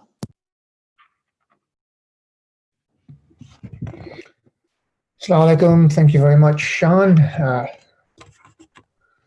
So a few points that I want to raise are not specifically on the PSS at all, but actually the elephant in the room, and that I feel is the mere existence and the purpose of the World Federation today. Is there still a value proposition for the World Federation in today's age? Our forefathers set up the World Federation many years ago when there was a need. There was a need for our communities to get established in the Western parts of the world, which alhamdulillah over the last 30, 40 years has happened. We have strong communities worldwide. We have regional federations supporting those communities. Has the time come now for us to really assess, is there a need for the World Federation? We've had strategic review after strategic review, the 2003, and then we had PNS. There is a disconnect between grassroots and the World Federation. That is very clear. The grassroots have spoken and they have already said that they do not attach themselves. There is no affinity for grassroots to the World Federation. The system is broken. How many more times do we have to drag this august body through the mud for a whole community to see? What else will it take for us to really question, do we really need this body? Like any good founder, the founders of this august body have taken it so far where they have done an excellent job and they have made themselves redundant. What the World Federation was established to do is now happening on the ground. The constitutional advancements that the World Federation set up to achieve was the advancement of health for our community, for education, and for the advancements of our faith, which is all happening through the constituent members, the Jamaats and the regional bodies. What else is there for the World Federation to do? Apart from to act as a soap opera and a drama for our communities worldwide, akin to something that they can watch on Netflix for entertainment purposes. I don't say these things lightly. I say them for those of you who are unaware. I spent 6 years as the honorary treasurer of the World Federation and the last 3 as an elected councillor. My fellow councillors, you have much more wisdom than I do. Isn't it time for us to use our foresight to think ahead, just like our forefathers did, and to say the time has come now to empower, to give the regions the autonomy and the resources to get on with and serve the grassroots and the constituent members. We've tried time and again to restructure and reorganize, and it hasn't happened because the system itself is broken. And maybe that is the discussion we should be having today. Should the World Federation cease to exist to allow our communities and our grassroots to flourish in line with the objectives that it was set up for in the first place? Because at present, it's simply not fit for purpose. There is huge amounts of duplication, of wastage occurring because of the setup that we have today. There is huge amounts of facade that we are seeing today. Rather than fall in disgrace, for us to be taken to court and receive a winding up order from the Charities Commission to close down this august body, has the time come for us to gracefully decide that time has come now to unwind? The job of the World Federation has been done. Time has come to let the regional federation and constituent members to get on with and serve our people to take them forward. Times have changed now. Each of the regional needs are very different. The World Federation is not connected to the grassroots and the members on the ground. The regional federations are. Should the need arise in the future for an umbrella organization to come and link the federations together, then let that need come in the future to drive perhaps the setup again. But as it stands, it's not fit for purpose. It is lacking in a value proposition. There is no connection with the grassroots. The system is broken, which doesn't allow itself to restructure in a way that will allow us to move freely in the way to advance the constitutional objectives. I'm sorry if these comments are sounding very radical, but I just wanted to air that for us to perhaps take sight of this elephant in the room and perhaps have recommendations. And my suggestion to my fellow councillors is to say, are we talking about the wrong thing? This PSS today, is it going to be something else tomorrow, just like it was 10 years ago? 2009 was the same. 2020, we have this debacle. 2025, we'll have something else, and so on and so forth, and we're not really going to get anywhere. So should the question and subject for today's meeting be, is there a need for the WF anymore in this day and age? And rather than waiting for us to be shut down, let us together pave the way towards an orderly and gracefully dissolution so that the objectives that this organization was set up for can continue into the future within the bodies that we already have.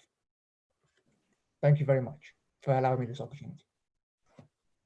So thanks for that. I didn't want to interrupt to say that's outside the scope of the agenda. It's not something we're even discussing today, and it came from very much left field. I didn't want to interrupt you and allowed you to continue. And I think you gave us some thoughtful reflection.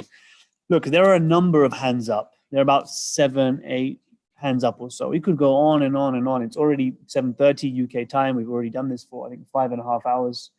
I don't see where we are going. I'm going to ask very openly now onto the floor, is there a way forward? The hands up, they can be up. I can go around and do another round. It'll be, we'll be 7:30, it'll become 9 o'clock. 9 o'clock will become 11 o'clock. And I don't even know what time it is in the different parts of the world where you are. But we're not going to move forward. It's time now we start looking at at what the PSS has put in front of us and see how we can take it forward. There are almost two elements to what they have done. They're talking about the dissolution of the Electoral Commission and then the annulment of the election. What I now want is some guidance. I know lots of you have people who put their hands up, but if I go to you, I'll just be going round and round. What I want to look at specifically now in the comments that you give me is what is the way forward. If you can chart that out, that way I can take the meeting forward and take it from there.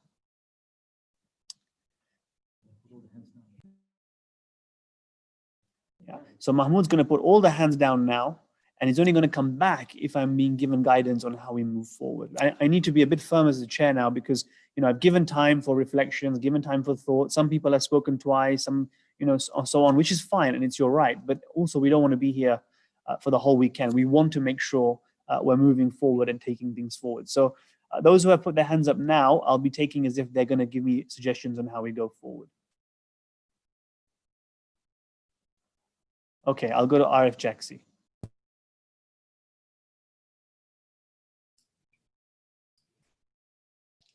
Assalamu alaikum, everyone again. So I just wanted to go back to what I had said earlier, that we're responsible here all together collectively at the ExCo towards the grassroots votes. And we are responsible for why we are here today. Right? So the PSS followed its mandate to discuss matters of urgency at times of emergencies, and we did just that to avert the court action. And that still stands, but we're trying as much as possible, and because of the workings that we did, that we're here today to discuss this matter. Now, each person should know whether in PSS, the World Federation OBs, the EC, member of this august body, what influences they have used or paths or influences that have personally been taken during the electoral process. I'm getting to something, Sean. Whether it be right or wrong, you are your only judge. Now, I am also the president of NASIMCO and the head of my region. My region voted one way, and there were many objections and explanations required by me as to why I voted the way I voted at the PSS. I had to do many offline, many online discussions and give reasons. And I had to listen them out because I'm not only a member of a PSS at the ExCo, as someone had said, we are also representing our region. So I have to now take off my PSS hat and speak as a regional president. Therefore, as the president of my region, I feel compelled by making the following statements. Whether to go into voting or if we have the right here at the ExCo to vote today, I leave it to the chair. However, I would like this august body to consider the following. Number one, immediately after this ExCo and before the next conference, we must revisit the World Federation Constitution again to address many issues, including the voting process. Number two, the SOP of the election needs to be revisited and the concepts of grassroots voting. We had issues in 2009 and now again in 2020. We tried to amend the 2009 process to fix the problems, and we're here again today. We need to do this again. And to Azim Bai's point about the grassroots, we need to take heed. Number three, the SOP of the PSS needs to be amended to remove the region heads from the election process. This, I believe, becomes a conflict of interest. Doesn't mean we did not try to remove bias from the process. Doesn't mean we did not work diligently to get a solution. Doesn't mean the 3 points raised are invalid because those that were raised ahead of time or already raised ahead of time as complaints. So that still stands very valid, and I still stand by that. But it is very hard to separate the two. One as a member of PSS, and the second, a regional head. So to that point, I would like to formally recuse myself from this election process as part of the PSS after this ExCo. Having given my recommendation and having done our task under the mandate provided. And secondly, I request Muhammad Bhai Jafar and all those who sent in the complaints to give a chance to rectify the process as we reevaluate the system. You're all my elders, I learn from you all, and this is really just a request that I hope you take heed in. I request Safta Bhai Jafar and all candidates to give us a chance to smooth this matter out. I request the grassroots listening to be patient in this process as we do what is just. Of course, just is subjective, but after all, we are all one community. And now, just to formally note this, there are many emails sent from some prominent members of our member Jamaats from the SIMCO, and that should be considered. So I'm formally asking you. I've received a few that was sent to me as well, and I formally ask World Federation OBs to reread those and to respond accordingly because the questions raised are mostly World Federation related.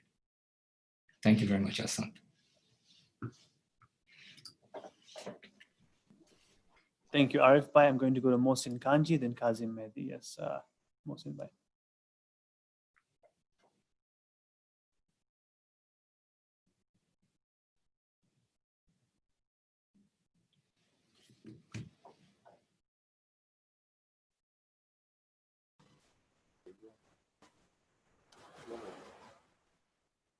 Thank you, Shan, for your guidance in taking this matter forward. Procedurally, I believe that we do have we've met for PSS, for the PSS recommendation. We have the PSS recommendation on the table, and I believe that that is where we should be going forward. That is, in terms of next steps, that is now where this House should be. We've had allowed considerable time for debate and discussion, and that's where I think we should be now moving forward.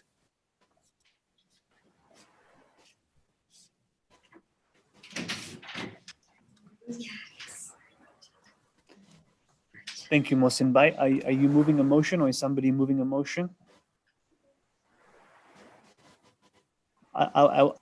Shan, I'm not sure if you got that.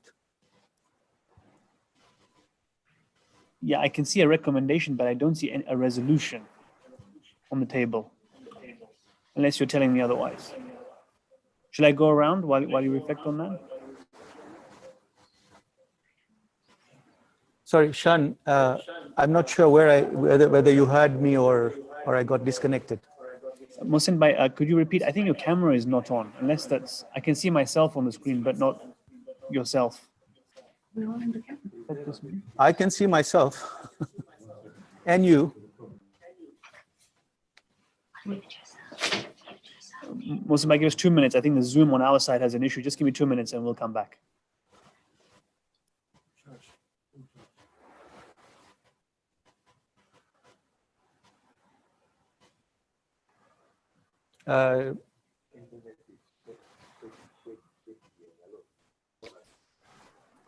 Okay, Mohsin Bhai, please. Shan, can you hear me? Proceed. Can you please I give can me hear you. an indication that you can hear me?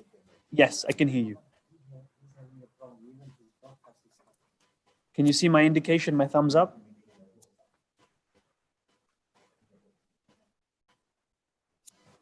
Hello? Can any other councillors hear me? Just if one can respond. Yes, oh, Akbar's nodding, okay.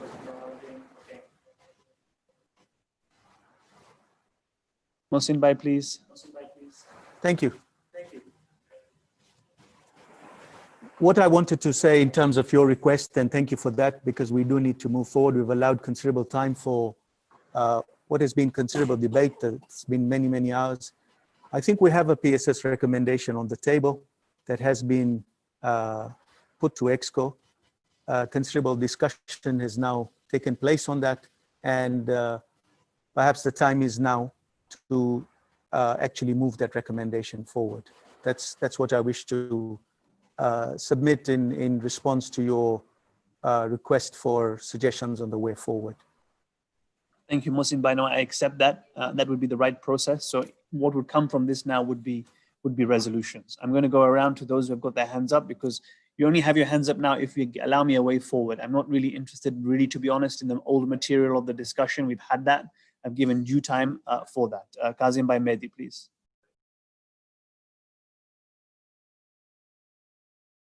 Different.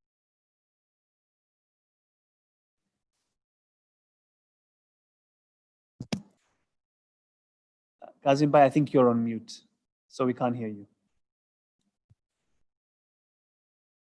To unmute me there. Yeah. Okay, please proceed. Can you hear me now? We can hear you. Assalamu alaikum, everybody. Wow, this is something different I didn't expect. I just want to go through what Muhammad Jafar Bhai has said, that he's going to go to the court either way. Look like he has a lawyer, he has the funds, he has everything he needs to do that. And he has already said it, and looks like he read the Constitution very well, that it doesn't matter, the ExCo can pass this without going to the conference. But I also hear from this same group that 2 to 3 days could not be passed without a conference. And now we are going to vote avoiding the election, saying it doesn't need to go to the conference. I want somebody in this, including you, Shan, to tell me 100% that if we do take that process, that we're not going to sit another conference like this, we're going to discuss and say, oh, sorry, because I didn't know, or we forgot all this. Is it 100% sure that if we vote today here, it doesn't need a conference blessing to pass it? Okay, Kazim, you've asked me a very direct question, and I will allow Shabba to confirm what I'm about to say, because we took legal advice on this point. Now, when it comes to the kind of replacing the Electoral Commission, if the council were to do that, of course, the council has the full powers to do so, and that's under clause 27, expressly written in the Constitution. We had to gain legal advice because Muhammad Jafar's side put a section 105 asking ExCo to have that authority to annul the election. We put in that, we then got legal advice, and the legal advice we got was that only conference has that power because it's so grave. And so our way forward, if you ask me, the way forward would be, we can decide what we want on the Electoral Commission here, but in relation to bringing forward the issue on annulling the conference, because I feel this PSS, if I tell you, I think we have to move forward. This impasse cannot go on. It is not good for the institution. It's not good for the community. We need to make a decision. But the legal advice we've had is that to annul the election and to look at that needs to be done at the conference level. So I'm only relaying you the legal advice because you're looking for guidance, and I'll ask Shabba as well, because obviously we've all had it as office bearers, for him to give his perspective on the same as well. Now, one more question, Shan. Can we... Kazim, let Shabba come in, because he's also had the legal advice, and I'll come back to you. I'll come back to you.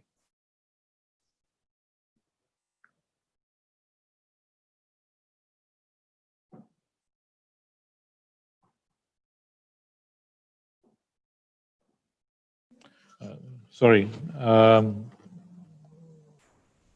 Sorry, Shan. All the trustees have seen the legal advice that we received from our lawyers and also that of our council, which I think you've also shared with the councillors either yesterday or today, which sets out the position, which says that insofar as the annulment is concerned, that is a matter for conference, because the council believes that that's a fundamental change in the constitution, which can only go to conference. So even when we did the original 105 application, we had talked about the extension of the term and then being able to hold an executive council online. We had a request to put in that the Charities Commission should also give power to annul the election and also then change the SOP for it. The Charities Commission decided not to enter into that, but said, look, you can have your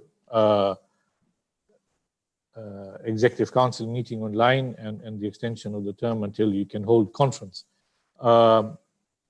Having said that, that doesn't mean that there is no solution to the whole issue. And I agree with Shan that, look, we need to focus on a way forward as opposed to just an impasse, right? And I think the Constitution allows us to be able to hold an emergency executive council specifically to deal with specific issues. And I think insofar as the annulment issue is concerned, I think there is a clear process that we could follow. Insofar as the Electoral Commission is concerned, and depending on how the Executive Council feels, I think clause 27 is very clear, giving its powers as to what it entails, can do, and if it wishes to do so, if there's a formal resolution. So I agree with you what you're saying. We should have, World Federation should have only one lawyer who's going to give us advice. I should not bring my lawyer because I have money, or somebody else should not bring the lawyer and then get in conflict. We trusted you guys, you have a lawyer, we have insurance for it. The threat of court should not change our position. We should not change our constitution. If Muhammad Bai believed that we have a right to do, that's his belief. It shouldn't be the World Federation that we have given that power, they should be the one deciding. They should get the advice for the lawyer of World Federation. I should not be going around and looking for my lawyer here to tell World Federation what to do. And if that takes us to the court system, let it be. You know, a court system is not bad, let them be. But it should be a threat. It should not be a threat that is putting everything down the road, down the garbage, whatever we have. That is what I'm saying. It's if somebody's going to tell me from the WF, not from individual, that this is 100%, whatever we're going to vote today is not going to be challenged, we're not breaking into the Constitution, then I can vote for it. But if you're telling me whatever we're going to do today, it has to be in the conference to be decided, then what are you wasting? We are fighting about 2 to 3 days issue, not even about voiding the election.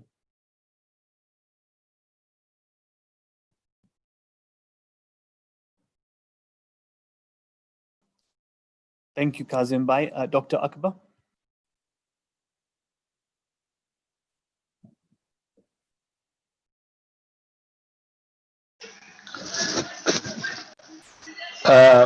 Thank you, Sean. The agenda is on the way forward. So I think the process Mohsin Bhai has stated, if you are ruling that we can not vote on the recommendation, then that's for you to think. I have certain I take it that the advice that you have had, and it's interesting that how we have had to the ExCo councillor selected communications only from our legal team. And usually the way they are framed are in such that which makes me wonder with some of the information that they give as to how they know about it and who is briefing them. And that I find the 2 or 3 letters that you've shared in the past few weeks, some of them I found patronizing as well from a councillor's perspective. Having said that, I feel that the way forward should not be just looking at the recommendation of the PSS, but there are 4 or 5 stakeholders that I think we need to combine them. So one is the World Federation as an institution and its interests and its stability. Number 2 are the regions who are the members of the World Federations. And the regions are the only members. And Azim Bhai was right that the grassroots are not direct members of the World Federation. Number 3 are our Jamaats, who are the foundations of our regions. And these are where the immediate contact with our community is, and they serve the immediate needs of the community. And they do varying jobs in various levels in different situations. The 4th group is the OBs and the risks to them in terms of legal action, etc. Of course, there is the president-elect, Safdar Bhai, and the other candidates. And the last one is the plaintiffs. Now, we have to, as a way forward, we need to how to combine that will help these groups that we can look at a common way forward. I mean, one of the ways that I would like for consideration, and that has to be seen in conjunction with the processes, is whether fresh elections can be a way forward, which I feel would satisfy a number, not everything, but a number of these stakeholders as a way forward. And some of the issues that have been linked to this election can be managed at the ExCo level, because in the absence of a conference, the ExCo has the powers to run the institution and the organization. And I think I'll stop there and for other comments and consideration. Thank you for that, Dr. Akhtar. I think one point I wanted to make out as well, constitutionally, it can only be the ExCo that can call conference. The office bearers don't have the power to call a conference. So it would have to be the Executive Council meeting. It's a step-by-step concept. I will go to Mahmoud Dalla of Orlando. There's a Mahmoud Dalla next to me, but this is another Mahmoud Dalla. Mahmoud Dalla, please, of Orlando. Assalamu alaikum. Can you hear me? So you asked for some options going forward. Looking at this from a mathematics standpoint, the sample size of the number of people that actually voted tells us that there's a statistical significance there already. So even if we did a re-election, the probability that the results will be different is very, very small. And mathematicians should correct me here, right? So in light of that, are we ready to spend significant resources to rerun the election?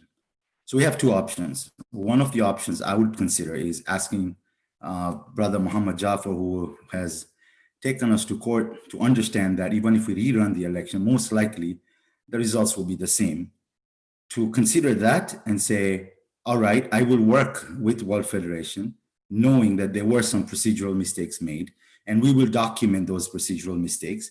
We will send them and submit them to the Charities Commission, and we will resolve that matter, but the elections will hold. This way, it is amicably resolved, and we know we did it for the benefit of the organization to save the resources, because most likely, right, the results would be the same. And he will get what he wants, is to make sure things are not pushed under the carpet. We can document that, we can have another meeting, and we can agree that we made certain procedural mistakes in these elections, and we will fortify them to make sure going forward it doesn't happen again. The alternative is to then stick to the rule, to the detail, and go for the annulment of the election. I personally don't see more than these two options unless someone can see it. I think we should explore both of them.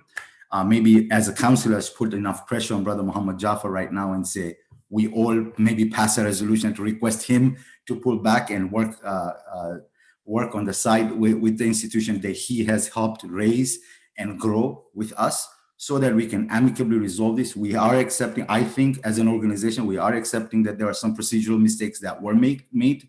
And yes, we are accepting that, you know what, this cannot go on and be pushed under the carpet, even if that means it's a perception that it is being pushed under the carpet, and we can start from there. And I think we should fight hard to protect this institution. Our forefathers have bled for it. So I'm begging everyone here, if that is an option, let's focus on that option. Let's all vote to pass a resolution for Uncle Muhammad Jafar that doesn't know me, I don't know him, but Salaam alaikum, to actually take back and say, I will work with you guys on the side and document this and say we made procedurals, but knowing mathematically most likely the same results will happen. Let's go for it. Alternatively, if that's a no-go, a complete no-go, then we will have no choice but to look at the technical details and go and fix that. But we have to fight for this organization. Thanks for your time. Thanks, Mahmoud. Appreciate it. I think any resolution we do, it can't be binding on another person. It has to be binding on ourselves. So we can't pass a resolution to say that to Muhammad Bhai Jafar, because we can't bind him. We can only bind ourselves. But I appreciate the sentiment that you're coming from. I'm going to go to Only Khalfan of New York. He has had his hand up for a very, very long time. And then the order queue is the following: Azim Dewji, Abul Hassan Gokal, Ahmed Daya, Mohsen Kanji, Rasul Bamani, Shabir Najafi, Muhammad Jafar, Habib Megji. That's the roll call as things stand. But remember, I'm looking for a way forward. I'm not looking for us to go back in the arguments. I'm not looking at us to make any more comments as such on the past. I'm looking, how do we move forward from here? Please, the next person is Only by Khalfan, please. Thank you. Salaam alaikum, brother and sister in Islam. Bismillahir Rahmanir Rahim. I'm going to read you one verse of Quran which says, Bismillahir Rahmanir Rahim. Allah say, if I have to reveal the Quran on the mountain will split open and bow down to Allah. And Allah says further to the mankind that I have sent the Quran to you so that you can ponder on the Quran. Now, my second thing is that we as a community should spend time in teaching our children and the community that they should ponder in the Quran. The way we teach Quran in the madrasas is not the right way. The way it should be taught that a child between the age of 3 and 11 can learn 9 languages, and we don't even teach them Arabic. In a school like in Dar es Salaam, Al-Muntazir school, we have 1,500 students and we don't teach them Arabic the way we should be teaching them. Now, my second question is when we say, La ilaha illallah, our constitution should be side by side to the Quran, which is not possible. I have written and sent the constitution, the amendment of the present constitution, to quite a few people to tell them to make changes on this constitution so that it should be side by side with the Quran. Thank you. Salaam alaikum. Thank you, Murabbi. Thank you very much. Murabbi was a candidate as well for the post of president, and we appreciate it. We've invited him for that purpose as well. Azim Baidevji, please. Azim, I'll just make a lighter comment. In the morning, you were wearing a yellow T-shirt. I think you're now wearing a blue T-shirt. Now it's night. Anyway, my suggestion check, we should call for a conference and we should have elections during conference. અહીંયા કહેવત છે કિસ્વાલીમાં પણ ગુજરાતીમાં બોલીશ કાંટો જ્યાં ખૂચે ત્યાંથી કાઢવાનો. તમે કાંટો પગમાં ખૂચે હાથમાંથી ના કાઢી શકો. તો આ કોન્ફરન્સમાં ઇલેક્શન થાય બાકીના 8-9 જણાના. તો એક્સકોમાં કેવી રીતના તમે લોકો ઓલું કરી શકો, કોઈ માસને કાઢી શકો. જે સભાને mandate way to elect, they have the mandate to reject. You can't have one place where you are electing and the second place where you are rejecting. I want everybody to understand it, and if it is there, then it is wrong. You can only remove somebody where you have the power to elect. So I sincerely ask, we can call in a conference, and then the first item can be amendment, the election of the president will be from the conference, and then we can continue with the conference. This is my suggestion, but please keep in mind, you don't have the powers to remove somebody if you cannot elect him. Thank you very much. Thank you, Murabbi. I appreciate that. I'm going to go next to Abul Hassan Gokal and then Wahida Rahim, and I'll go in the order. After that, it's Ahmed Daya, Mohsin Kanji, Rasul Bamani, Shabir Bhai Najafi, Mohammad Bhai Jafar, Habib Megji, and then Onali Kalfani, AFED Vice President. So I'm going to go, and between you speak, I'll also support you in the direction of how we move forward. Abul Hassan Bhai Gokal, please. Thank you, Sean. Although it's been a very long meeting, but it's been a tremendous learning experience, as the ExCos always are. And I think we're privileged to have the seniors with us. I will take exactly 75 seconds, just 2 comments and a way forward. A word of thanks to Shabir Bhai Najafi for his kind words for me. In his narration, he mentioned that at PSS, which is the highest forum with the highest individuals So one need not reflect back to their federations. Just a small interjection here is that the higher we rise in life, the more accountable we become. Our decisions should be collective and using elements of collective wisdom. With due respects to him and all my seniors, so we should, I think, never miss the opportunity for getting some counseling. On the other point, my respected senior Mohammad Bhai Jafar, he explained why was the need for him to go to court, and he emphasized and repeated the need for better systems, that it was that our systems had gone all haywire, and it was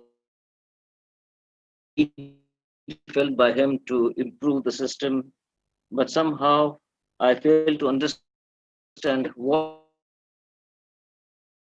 system was being referred to that had gone haywire enough for him to feel the necessity of going to court. He also referred to Safdar Bhai as his son. So obviously he's a very paternal figure, and we'd like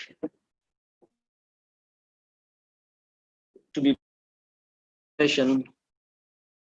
He mentioned what was missing in the system that he referred to, is that he mentioned Safdar Bhai's youth or younger age, and that he's got many years ahead. And how can we have a president of the World Federation who's never even been the president of the Jamaat? So I guess the system that is missing, whether correctly or not, I'm not debating that. The system that is missing is an age bar or experience bar. Is that really required? Is the age a criteria or a measure of competence? Well, so I think let's condense that is actually not a barrier, should not be a constraint. And now I come to the way forward. Almost all of the speakers here have admitted that the mistake was not by the EC, not by the grassroots. It was by us at ExCo. And the first sentence of my first narration was that the moment we admit our mistake, that's the point we start to learn from. So since we admit that it is a mistake of the ExCo, neither the EC should be penalized, nor the grassroots. We uphold the election results and we move forward from here. Thank you. Thank you, Abu Hassan Bhai. Just while we're on here, I will give the processes. Actually, I'll go to the next speaker, and then the following one, I'll give the process of how, for example, we could call an extraordinary conference. I'll go to Wahida Bhai Rahim and then Ahmed Daya. Wahida Bhai, please. Oops. Okay, Shan, thank you so much for giving me the opportunity. I've been kind of holding my hand out for a long time. And let me start first, because there's been, before I go to, I need to clear this, because there's been certain accusations that have been made to the EC. And there's some certain questions that have been asked that I've not had an opportunity to answer, though you had told me to make a note of it, and you will give me that opportunity. And so therefore, I'd like to take that opportunity. Is that okay before you move, before we talk about the way forward? Wahida Bhai, I'll give you the opportunity, no problem. Thank you. Okay, so let's look at Hussein Bhai Jiva's email that came to us on the, well, the question he asked was that whether we had spoken or had a conversation with the Milton Keynes Jamaat regarding his eligibility. The fact that 4 regional federations had nominated him gave us enough confidence that the regional federation had done what they had to do, their due diligence. And why would we then want to go against them? So we were quite happy when one of them did, yes, we would consider, but 4 regions had nominated him. So then we didn't feel that we should be even going there, because they had nominated him. We had the papers, because if you read the criteria, it says the eligibility of the candidate was based on the candidate was a member of a constituent Jamaat at the time of the nomination. Now we had that letter for Jafar Bhai, Musafdar Bhai Jafar. So why would we question it?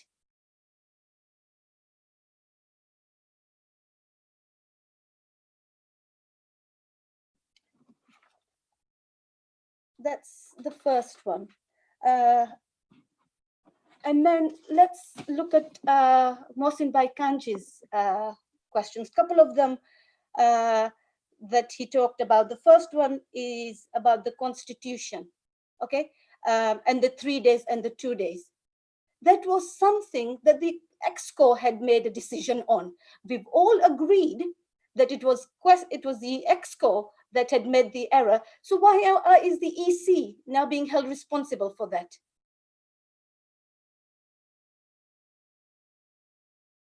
The ExCo made the decision, and Shan, you have said that it was an oversight. Then why are we, the EC, being held responsible for that?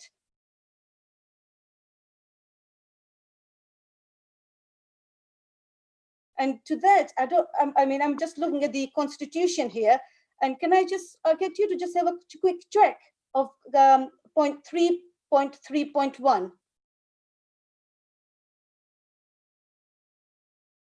So who was responsible for making 3 days into 2? Not the EC, it was the ExCo. So ExCo needs to take responsibility for that.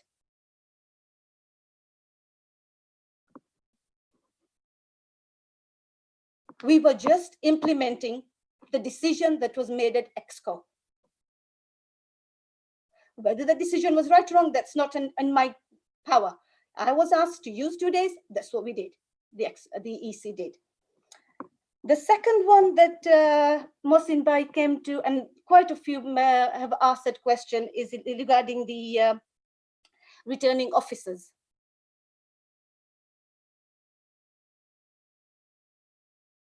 Okay. And Mariam Bhai had said that she'd had a conversation on night before, and they talked about the framework and the information. Night on the day. Okay, let me just go back a little bit. Mohsin Bhai said, why did it change from 9 to 16? And the rationale was, on the 9th, all the ballots had not come back from India and other federations. And we were clearly told that because they live in rural places, the chances are we are not going to get the ballots in by 9th. And therefore, we changed it to the 16th to ensure we got all the ballots in. As the email that was sent to both of the returning officers, that they had been given 2 weeks notice. Amir Bhai, when he said no, I don't know whether the Executive Council were aware of that, but Executive Council did not take any action.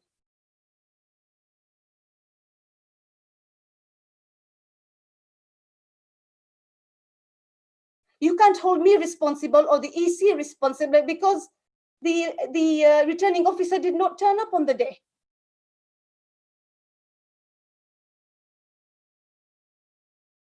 With reference to Mariam Bhai, we got an email at 8:05 or 8:15. In fact, Shan, when we got there and neither of the returning officers were there, we had a conversation with you.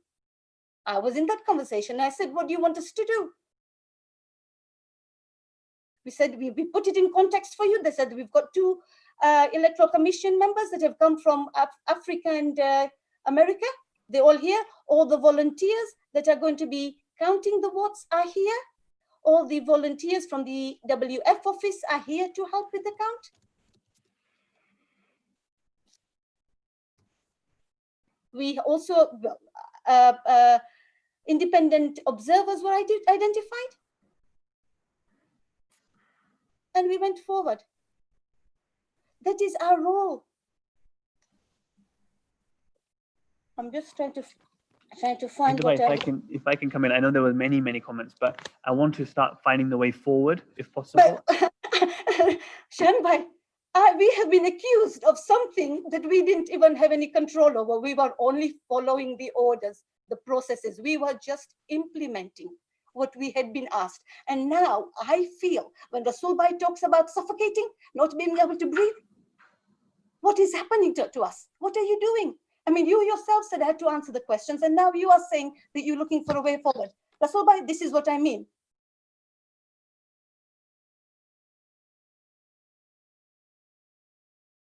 I'm sorry.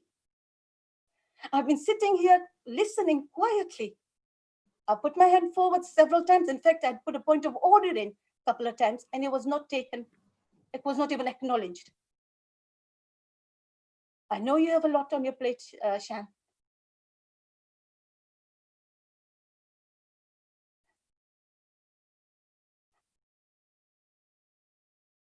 So number two, who is holding them responsible for this? Who is holding the ExCo responsible for the 3-2? It's all right. Pushing the blame onto the EC, it's okay. We can take it. We've got broad shoulders. But let's look at the issue in full context, holistically. Did we not use reasonable judgment?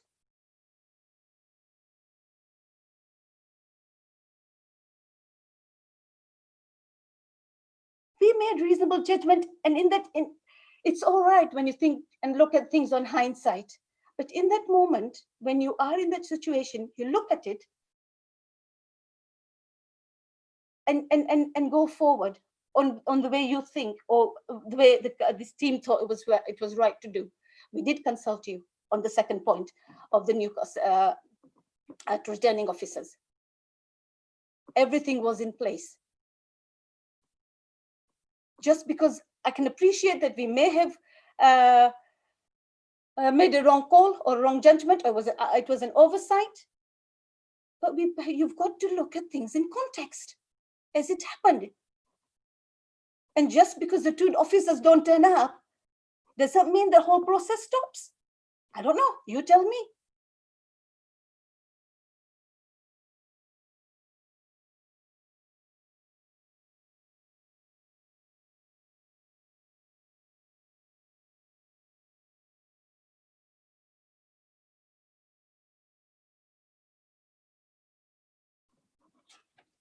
I just feel, okay, that the Electoral Commission is been used as an scapegoat here.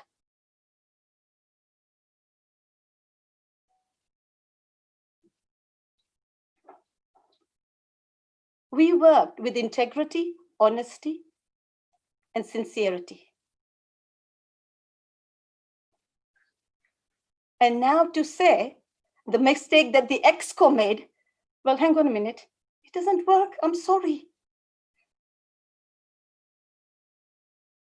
I'm really sorry, but it doesn't work like that. You've got to give the just where it's required. You've got to be fair and you've got to be honest.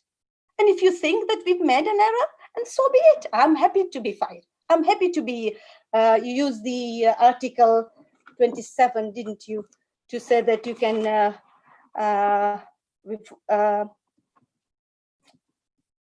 what is it? Sorry, violation of the SOP, and you can actually fire us if that's what you want to do, and that's fine, it's not a problem. But can I just get you all to start looking as where the root cause of the problem is? And it's not, I don't think, well, I know it's not easy. If the first recommendation by the PSS was 3-2, it was the very people that were sitting around the table with the PSS and the ExCo made that decision. And if you follow the constitution and look at 3.31, then it tells you that it was, Chan, sorry to say this, but it was you.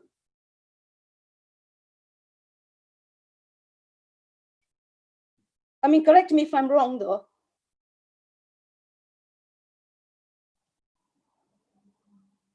Thank you.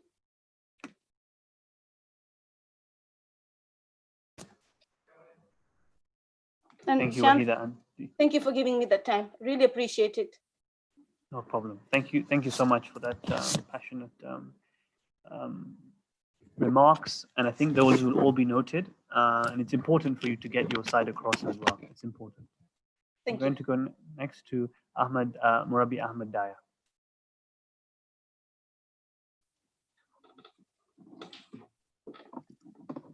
Hello, can you hear me? Hello, can you hear me? Yes, Murabi, we can hear you. Yeah. Assalamu alaikum. We are just going to go for talking on going forward, but just like to give my support to previous speaker just only for one word, that they have done a fantastic work and they have been vindicated for no reason. I'm very sorry for that. As personally, I will apologize to every one of them. Anyway, going forward, there's only one alternative left, Shanbai, that we either take this resolution to the conference to discuss this election. We can't nullify this election. The only way is we take this proposal to the conference and wait for the conference to decide. But till then, the election stands, unless anybody is ready to challenge. I think you got the same advice from our lawyers as well. Is that true? That's correct. Can only take, is it true or not that the lawyers advise the same thing? Yes, that's correct, that we go to conference. And only so this body can call the conference. Yeah, let us call a conference now and decide this at the conference. The election stands till the conference. The conference decides to nullify it, we'll let it be. But meanwhile, we're going to waste our time and call meetings for nothing. Okay, so my proposal is let's call a conference and discuss this thing at the conference. Now, how and when the conference will be, we do not know because of this pandemic, whatever it is. But inshallah, let us hope it will be soon and we'll have a conference. And I also would like to propose here something new. I would like to move the conference from Mombasa because there is a lot of problems from Mombasa we're having. So we'd like to move the venue from Mombasa, but there is something different. We'll have to put it in a different agenda. Thank you. Thank you, Ahmed Uncle. We have to break for Fajr in Australia very, very shortly. Just to let you know on conference, if we call one, this would be an extraordinary conference. So clause 9.6 says the extraordinary conference shall deliberate only upon such agenda for which purpose the said extraordinary conference has been convened. So it only deliberates, like this extraordinary ExCo, for only one particular conference. And from my understanding in terms of notice, it's 12.1. Yes, 9.2 and 12.1 both govern the same, that it would be a 30-day notice. So if we do that, because I think, look, my dear councillors, this can't go on. We can't go on and on and on about this. If we are to do this, then we go for, and the office bearer recommendation, and we sat yesterday night as well as office bearers, we discussed with Anwar Uncle, Anwar Uncle Dharamsi, how do we finish this? How do we move on from this issue? How long will it go on and on for? So the recommendation from the office bearer side was for annulment, given that we have legal advice, which says that you can only do it at conference, is to call our online virtual conference, to go back to Charities Commission on Monday, apply for a Section 105, to have here a resolution to call conference, and we then call a conference with only one agenda item, which is the PSS report. We put the PSS report in front of conference, and we put the annulment in front of conference, and whatever conference decides, we all accept and we all move on. And that was the suggestion from the office bearer side we had, having given, heard this legal advice, having discussed internally well. But I'm open to all the views as well. It's going to be Fajr time right now in Australia.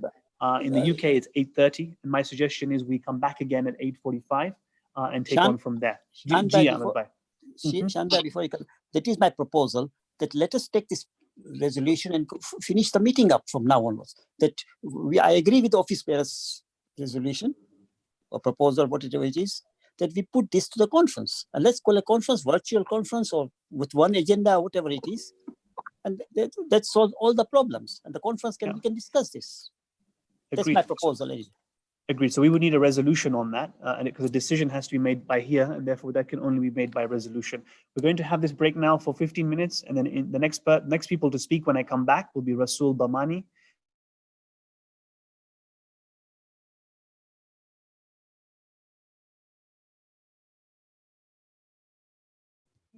Sorry, when I come back, the roll call will be the following. It'll be Rasul Bamani, Shabir Bhai Najafi, Mohammed Jaffa, and Habib Megji. These will be the next people that will speak. and it'll come back. We'll come back at 8:45 UK time in 15 minutes.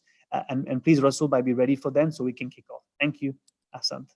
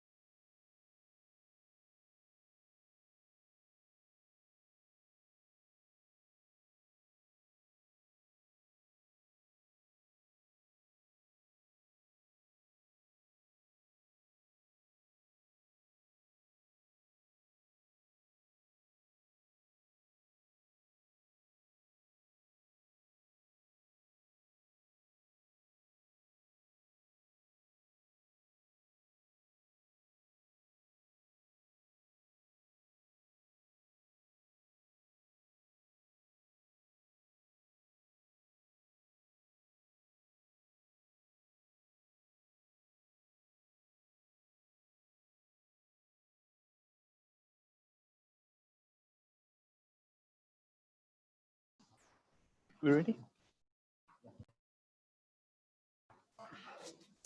Okay, everybody, Assalamu alaikum once again.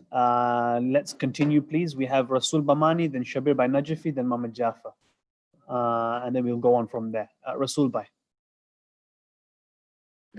Assalamu alaikum. Hello, can you hear me? Hello? Yes, Rasul Bhai, I can hear you. I can hear you. I think my video stopped for some reason. You cannot start your video because the host has disabled me? Just 1 second. Any issue on our side? No. Okay. Can you try again? Yeah, okay. Please proceed. Okay, I'd like to put a rationale in first. And then after the rationale, I'd like to put a point of order in. So the discussion is about this, about the conference making the decision for the annulment. And you have advised us on a number of occasions that the ExCo, according to the legal advice that you have got, the ExCo doesn't have the powers to annul the elections, and I beg to differ with you on this particular point. And my reason is as follows. On the 25th originally, and then on the 26th, I sent you an email, Shan, I think you may recall. It was basically the email that was forwarded on another site for Shabir Najfi, Councillor Shabir Najfi, where there was communication between Charity Commission and the World Federation solicitors.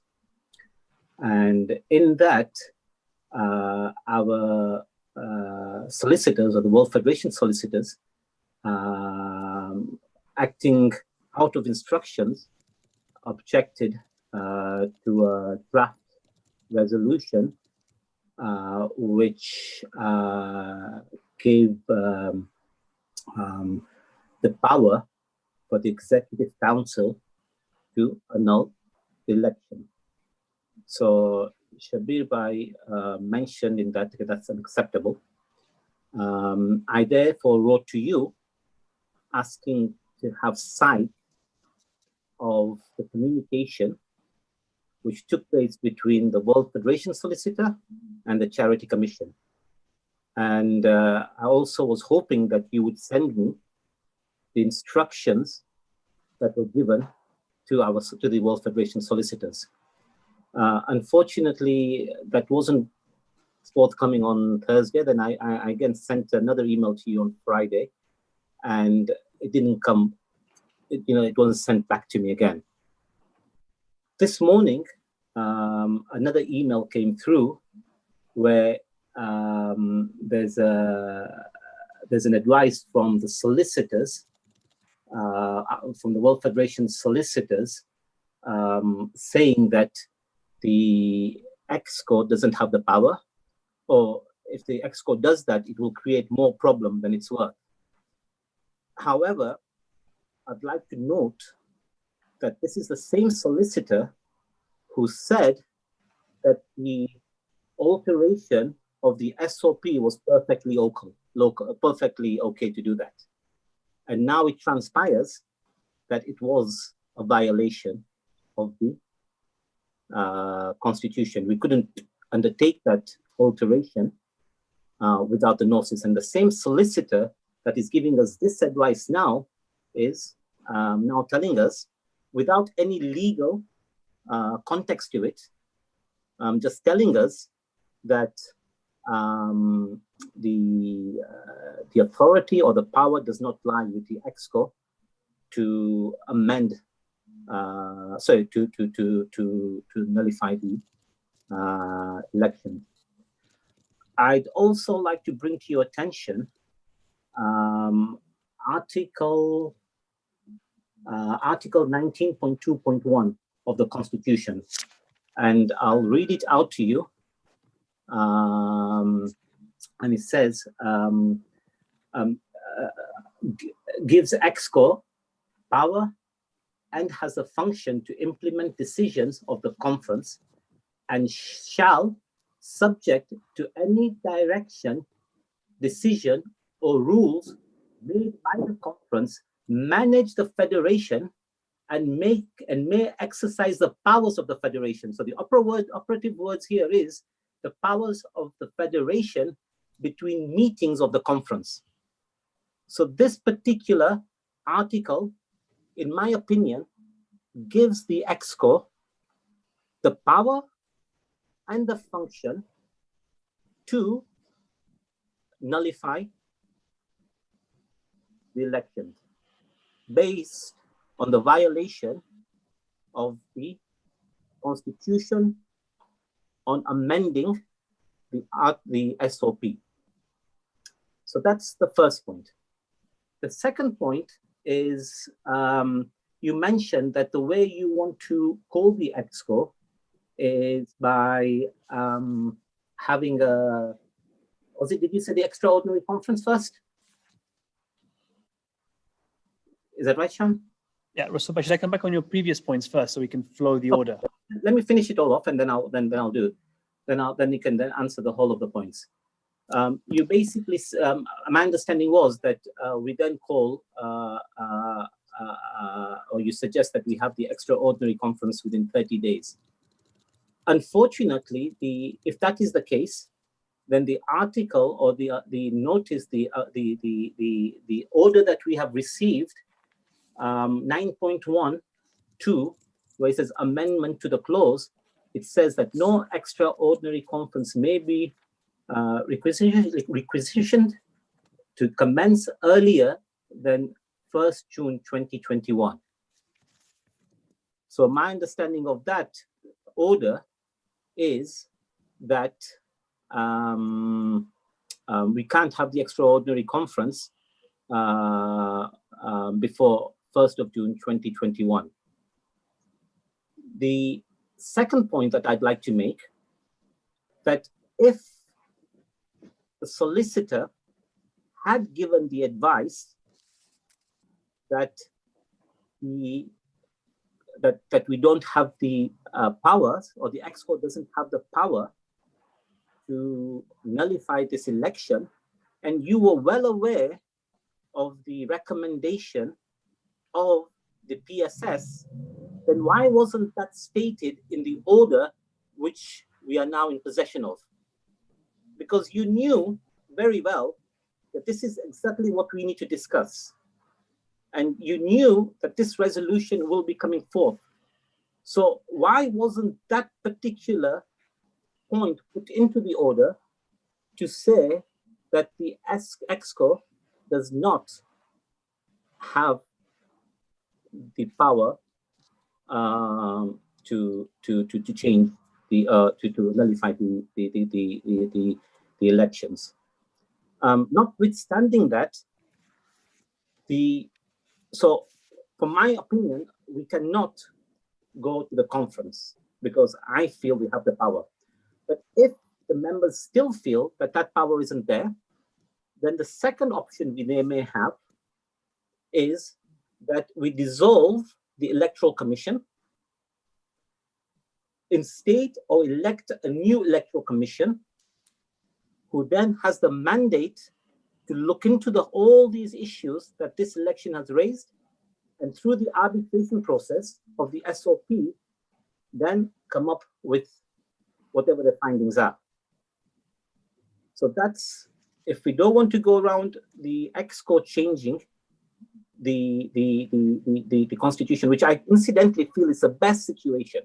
And the reason I say that, it's a win-win situation for everyone. If the ExCo today annul the elections based on the article that I've just said, and that we also know that there is a complaint from one of the candidates, candidate Ashik Bhai Rashid, to the Charity Commission, hopefully that particular complaint, which is with the Charities Commission, will be resolved before the conference. So when we go to the conference, according to our constitution, the conference has got the ability to reverse the decision that we're taking today, and the election then stands. So I personally think it's a win-win-win situation for us.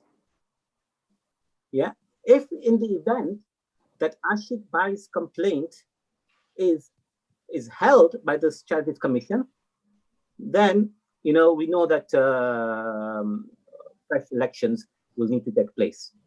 So that's the rationale, and there's also a point of order in there for you to then address. Thank you. Okay, thanks, Rasool Bhai. Rasool Bhai, first of all, on your emails that you said that I didn't respond to, actually I did. I just forwarded it to you again just now so that you have the response. Secondly, look, when we were part of that PSS discussion, my view has always been that it's 19.2.1, in between conference, ExCo holds all the power.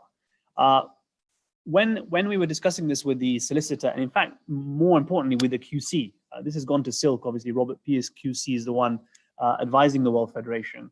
His advice has come in, and I sent it to you yesterday. It came in yesterday afternoon. And the advice is, number 10, we continue to advise with input from Robert Pierce QC Council that, and it's B, for the Executive Council to have the power to annul the election would be a major change in the Constitution, which we and Council do not believe to be implied by the provisions of the Constitution. I debated this very heavily with the legal advice because in my view, my old view was that ExCo should have that power because 19.2.1 says in between conference, ExCo holds authority. And it says the office bearers are acting properly in deciding that it should be a matter for the conference whether the Executive Council should have that power. I'm going to ask Shabba just to give the history of the order that happened that Mohammed Jafar's solicitors did to put in that power specifically with the Charities Commission. He will run through that with you now, and then I'll continue.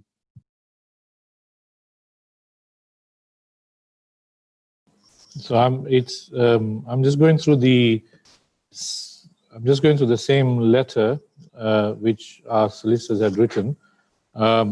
We had initially, as you all know, put in the application to extend the term because of COVID and also allow the trustees to have electronic meetings.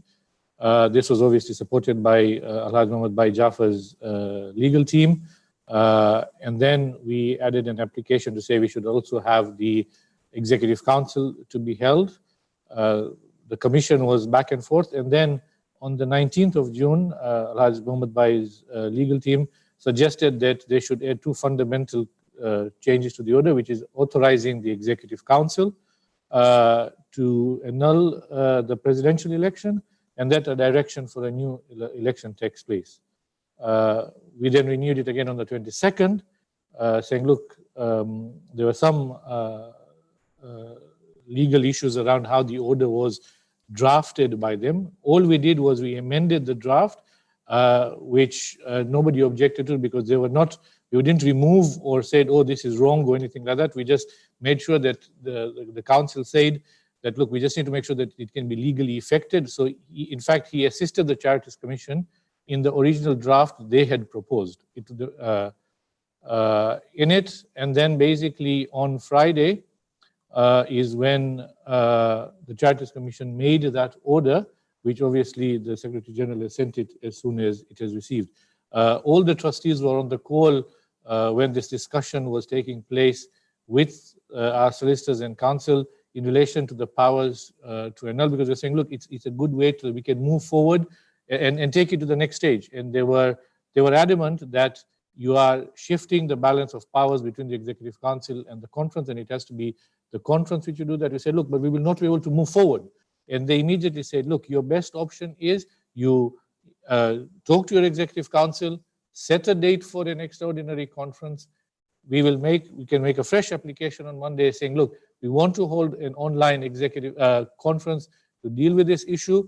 We are confident that the Charities Commission will be supportive of the view because you're trying to resolve the matter without changing the fundamental power of the Constitution between the various Executive Council and the conference and the powers held.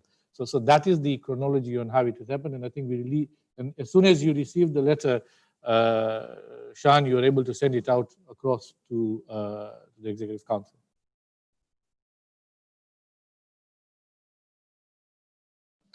just the one point again, the ExCo does have the power to make any changes on the Electoral Commission side. Yeah, I want to be clear about that. It has full oversight on the monitoring of that Electoral Commission. So there, on that, we have no doubt at all. I'm going to go next to Shabir by Najif. Okay, first on a lighter note, up to during the election process, I was let everybody think that Murabi Onalibai Kalfan of New York was actually Onali Kalfan Onalibai of my vice president of Dar es Salaam. But today, both being there, you have given away the secret, and I lost the pride of a presidential candidate from Africa because all the others were from Europe. Shanebai, just one point I think your IT team should take note of, and I'm not happy. Mohsin Bhai Kanji, you read out in the roll a few minutes ago, even he was to speak before me. That was dropped now because maybe your IT, but what his experience is that he's being dropped off. I think, can you make the IT that this shouldn't happen? He's being dropped off and then his name is disappearing here. He should be given the opportunity to speak, especially where we are leading now with his expertise and Habib Bhai. So can you please ask your IT to make sure that they put him on and they don't keep dropping him, yeah? Or the system dropping him, yeah? No problem, Shabir, but I think there's some IT issue, but I point noted, and we will try to accommodate accommodate him. But if it's an IT issue, Mr. Chairman, make sure that in between the speakers he's given an opportunity and not just left out, because I don't think. Right. Yeah, no, that's fair. That's fair. Just coming back to Kazim Bhai, I've got a way. I'm suggesting a way forward now. First of all, I would say to Councillor Rasool Bhai, brilliant. You mentioned 19.2, very appropriate, and you also mentioned the Charity Commission's draft, and that letter I don't think did come. Shanebai has been very busy. You asked that letter. Following. There was a reason why I also wrote. Now, Kazim Bhai spoke of a lawyer. So I'm going to way forward, but it's linked. He says a lawyer and our lawyer. Now he's my damat, you know, he's married to my niece. So he used the word garbage, but I let him off because he's my damat. But he's got to understand that the lawyers give opinions. Here we have a different way because we are going forward. The Charities Commission is above all the lawyers, we'll agree, because if the lawyers, they have to go to the order. Now, Shanebai, if you remember our meeting of Monday with the PSS, where, you know, I was not too happy, and you yourself were taken by surprise. You asked Shabab, I was dealing with the lawyers, and he didn't know what our lawyers did. On Monday, I want everybody to know, because the way forward is connected. Forget all the lawyers, all the QCs. I have a copy here. My phone is being charged, so it's gone really down. I can't, but I'll get it out. Had given a draft order to both parties, and I have access to it, and I have the draft order. The draft order, number one, that our extension of 1 year is only given for 6 months. Correct me, Shanebai, if I'm wrong. That 6 month expires in December. We have been given permission for the virtual ExCo, which we are holding. There is a little problem with that, which I'll come to that. The other one was giving explicit powers. Now, forget lawyers. This is Charities Commission giving explicit powers to ExCo to nullify or annul or to debate on decision-making powers on the nullification. What happened, this was to be signed by both parties, and then from a draft, we would have got an actual order. Unfortunately, as to what I was given to understand, against Shabab Bhai's wishes and again your wishes, our lawyer objected to that particular clause. So much so that one side was willing to sign, but the World Federation said, we'll sign only if this is taken out. I mean, the lawyer said, and that I don't know why, that would have meant very much easier. However, following the lawyer's pressures of what, I think, Shanebai, you called Muhammad Jafar Bhai, and I've got his permission to, that, look, let's remove this clause and we'll sign. Maybe that's an advice you were given. So Charity Commission has given that. However, it was then, the lawyers wrote that it was to be removed, and it was removed, and you got a new order. So when a Charity Commission is given that, that's quite legal, and they would give again. But in the new order, as Rasool Bhai rightly said, and I haven't discussed this with Rasool Bhai at all or with anybody, does not give us powers where you are suggesting a conference. It says you cannot have an ordinary conference. To take the elections or this to extraordinary conference, according to the report, is a non-starter, but you will guide. Maybe I haven't read it right. In the other one, the suggestion was very good. We have 6 months extensions. We can take a decision here in ExCo, and they said with a 3 months notice, we go for a fresh election. And that fresh election would be at grassroots. So let's forget the lawyers. We should go on this. And Dr. Akbar Muhammad Ali, my colleague from PSS, said we have to do a package. So I think, Shanibhai, if that order, I don't see why our lawyer, without our instruction, is done. That is why this meeting was. And we are telling them, don't give us power. Anyway, if it's not giving the powers to ExCo, that order, even the new order, is not giving powers of nullification to conference either. Both don't have it. In fact, if we had not asked under 19.2, we have the ExCo has the power. So this new order, let it be very clear to the House and to the floor, does not give powers to conference either to nullify. Now, if we can go for this package, it would be wonderful. We do not nullify, but disband karina. We use a good word because of so many dents, and it's got nothing to do with the candidates. We go for a 3-month election and forget the conference. The other thing, there is so much problems with this WhatsApp. Polarization is just going out of hands. We don't want to wait anymore. So Shanibhai, you tell our lawyers to bring back the original draft from Charities Commission, gives us power, we work on that. You also mentioned today that, and I think that's why you mentioned that the extraordinary conference, you'll have to go back on Monday. So now we're looking at a new process of asking a permission for extraordinary conference. I said no. Let's do the decision here. It's there. It's on the agenda. We put it there. We have powers even without the lawyers in Charity Commissions in 1921, and nobody would challenge it because the Charity Commission already said you can do it. So they know the laws. We do that. We go for the grassroots. Everybody stands, and we come to with these 3 months. We come to a conference. Or if you, Mahmoud Baidala from London mentioned something about the cost, and I think if there is a way that a faster conference, probably we can save the expense. But you see, Safdaba and everybody saying what?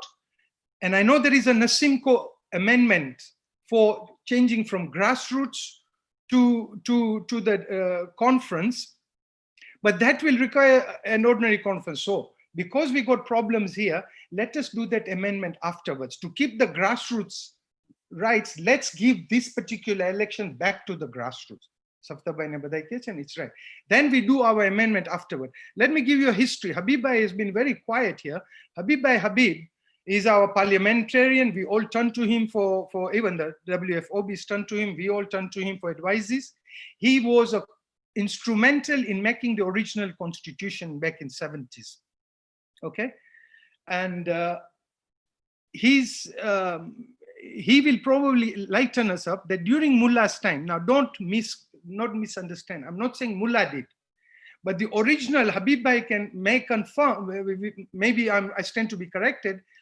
The voting was with the conference, with the delegates. It was never with the grassroots. As somebody here said, grassroots are not our members. It is one thing the delegates to go and sit, or the candidates, not in this all elections, sit with grassroots, eat pilau, everything, and then they have to leave it because they cannot serve the grassroots at all after that. Come in my region in Africa, you dare not even go beyond the regional federation to a Jamaat, forget the grassroots, okay?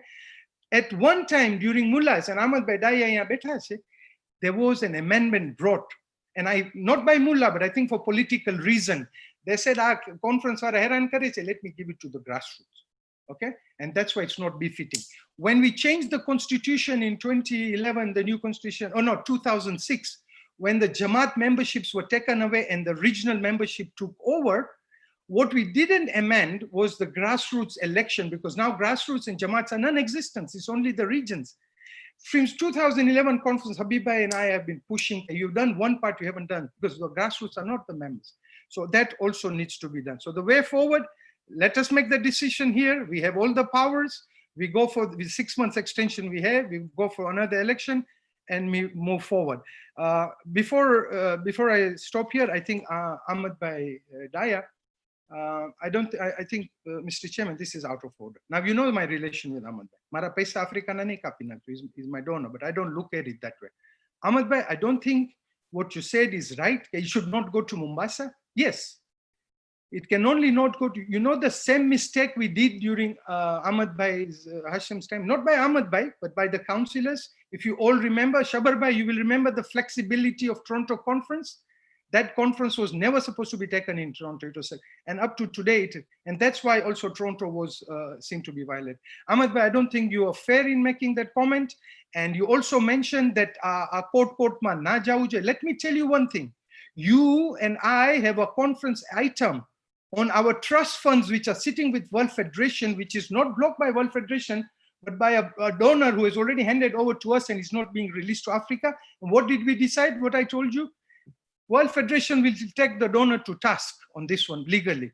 So, don't come up with this. You are the most senior counselor here, the oldest counselor here. So don't make those racial judgments. And this meeting was on gunpoint. This meeting was called by the Secretary General with due process. Thank you very much. We can move forward and do what I'm suggesting, and we close this chapter. Thank you.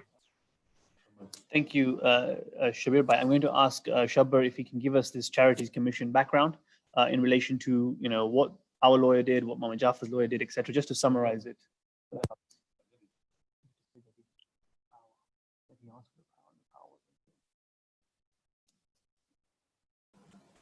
Sorry, I'm just looking at the notes of the lawyers and stuff. So I think Shabir Bhai has got,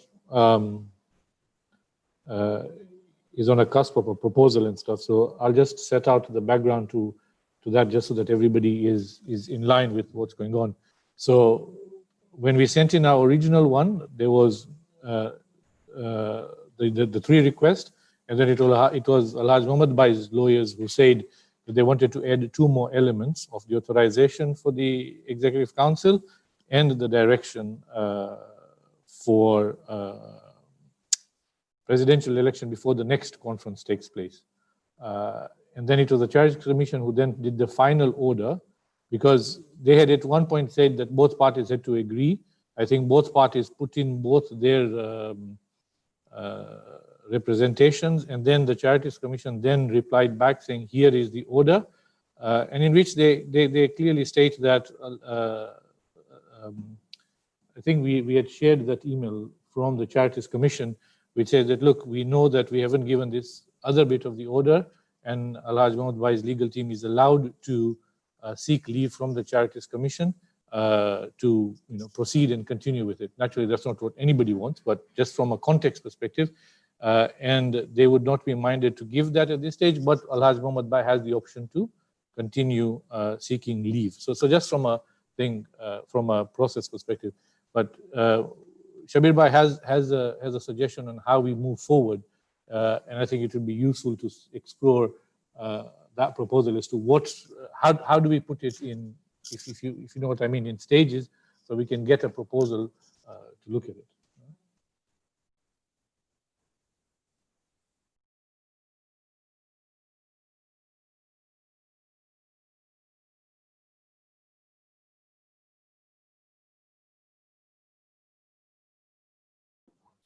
Shabir Bhai has just left his chair. I was going to ask him to start setting out his proposal.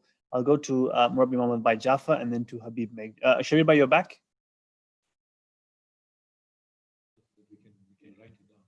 Shabir Bhai, just so we understand, what is the proposal exactly that you're bringing now? You're on mute, I think, Shabir Bhai.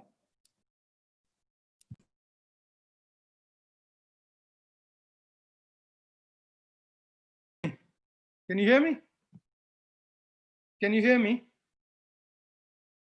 Hello? Yes, we can hear you now. Yeah. Jem amna Shabar bhai kidhu ne, okay, apre olu nullification, not nullification, but the powers ExCo na. All right, we can bring that back, but that would be covered now that the Charity Commission once did it. However, on the 19.21, we make that decision here.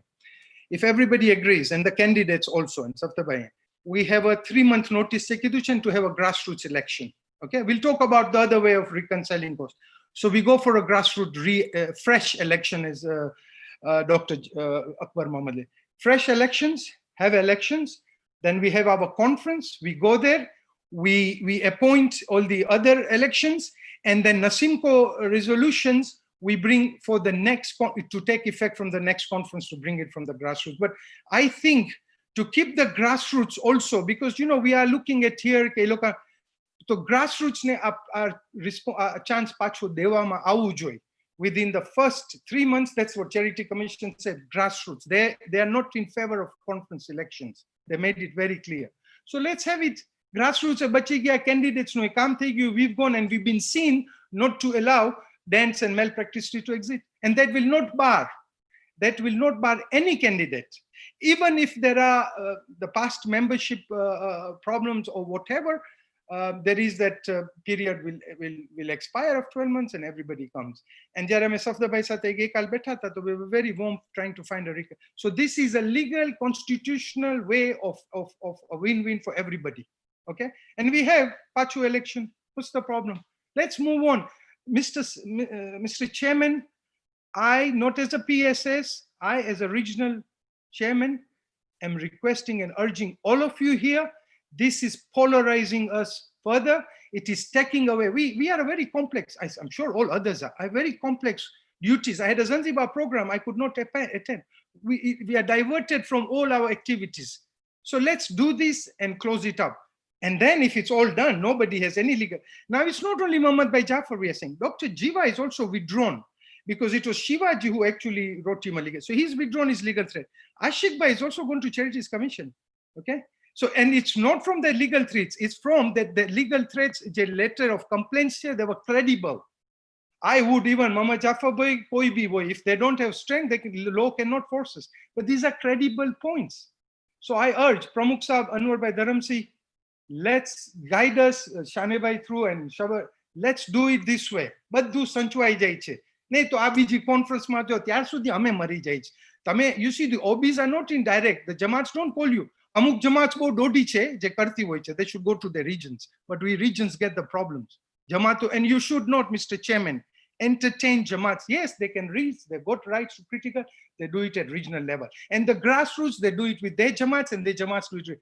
Please don't entertain, but you know, we have that. You think we don't have it? I have people asking Lindy Thiaus and I said, no, go through. Zanzibar, a burning issue right now, when we're trying to reconcile, inshallah, we're reaching there only by, and we had a meeting with the Zanzibar thing.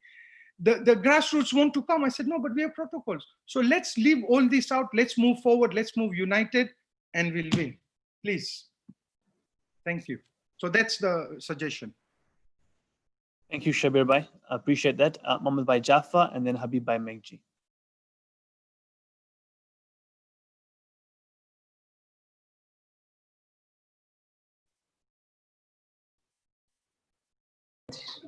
It's done, Jim. Shabir Bhai endorse that. Okay. Shabir Bhai हमने जो कही गया ना, that is the right thing to do. Let's go back.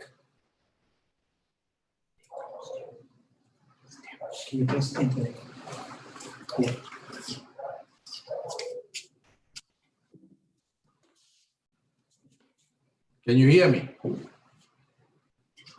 Yes, we can hear you. Yes, we can hear you. The Shabir Bhai कही गया ना, that's the right thing to go.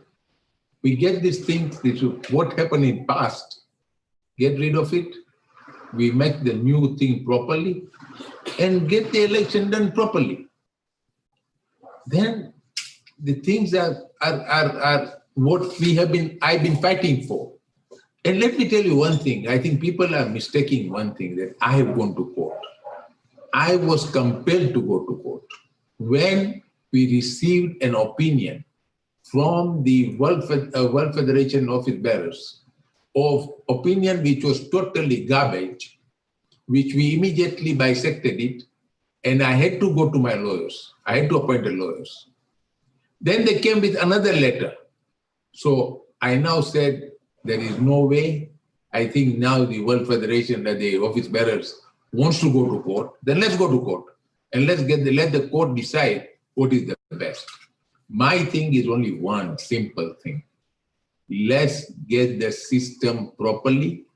There should be no complaint in the next election. If everything has gone right, who is there to complain? And why can't we do rightly? Especially when we are the Shiite Tanasharis.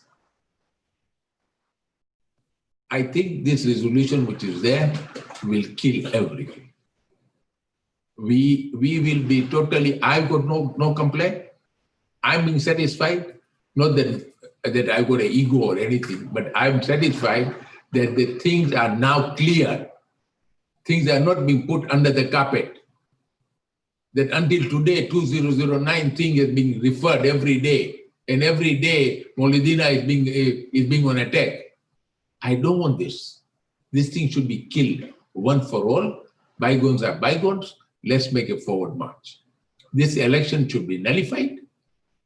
Let's go for the fresh election, to the grassroots. Everybody can take part. As you said that this election can be delayed, I don't know, whatever may be, everybody can take part then. So much the better. So I support Shabir. Let's go that way. And you wanted me to come out of the legal? This is the best way to come out from the legal. You do this, I'm out. I promise you, I'll tell my lawyers to write a letter and we are out. But if this is not being done, then you are not, please, don't think that I'm putting a, tagger or anything. No, because this has to be cleared out. Otherwise, this will continue. How long? For last 5 months, we are fighting. Hello? 5 months to finalize an issue like that? That's what it is. Thank you very much. And I would like to tell my brother, especially Murabbi, Ahmad Bhai. Ahmad, you know me very well. You know me that once I take a stand, I take a stand. Not that, and that's the reason I always said, I ask everybody, I ask Shan, I ask Anwar Bhai, I ask PSS, am I wrong? Tell me where I am wrong. If I'm wrong, I'm prepared to say sorry. And I'm prepared to pay any penalty you tell me. But Alhamdulillah, nobody could tell me that no, I was wrong. So I'm satisfied that what I did or what I'm doing the right thing. Thank you, Hassan. Hassan Murabbi, Habib Bhai Meg.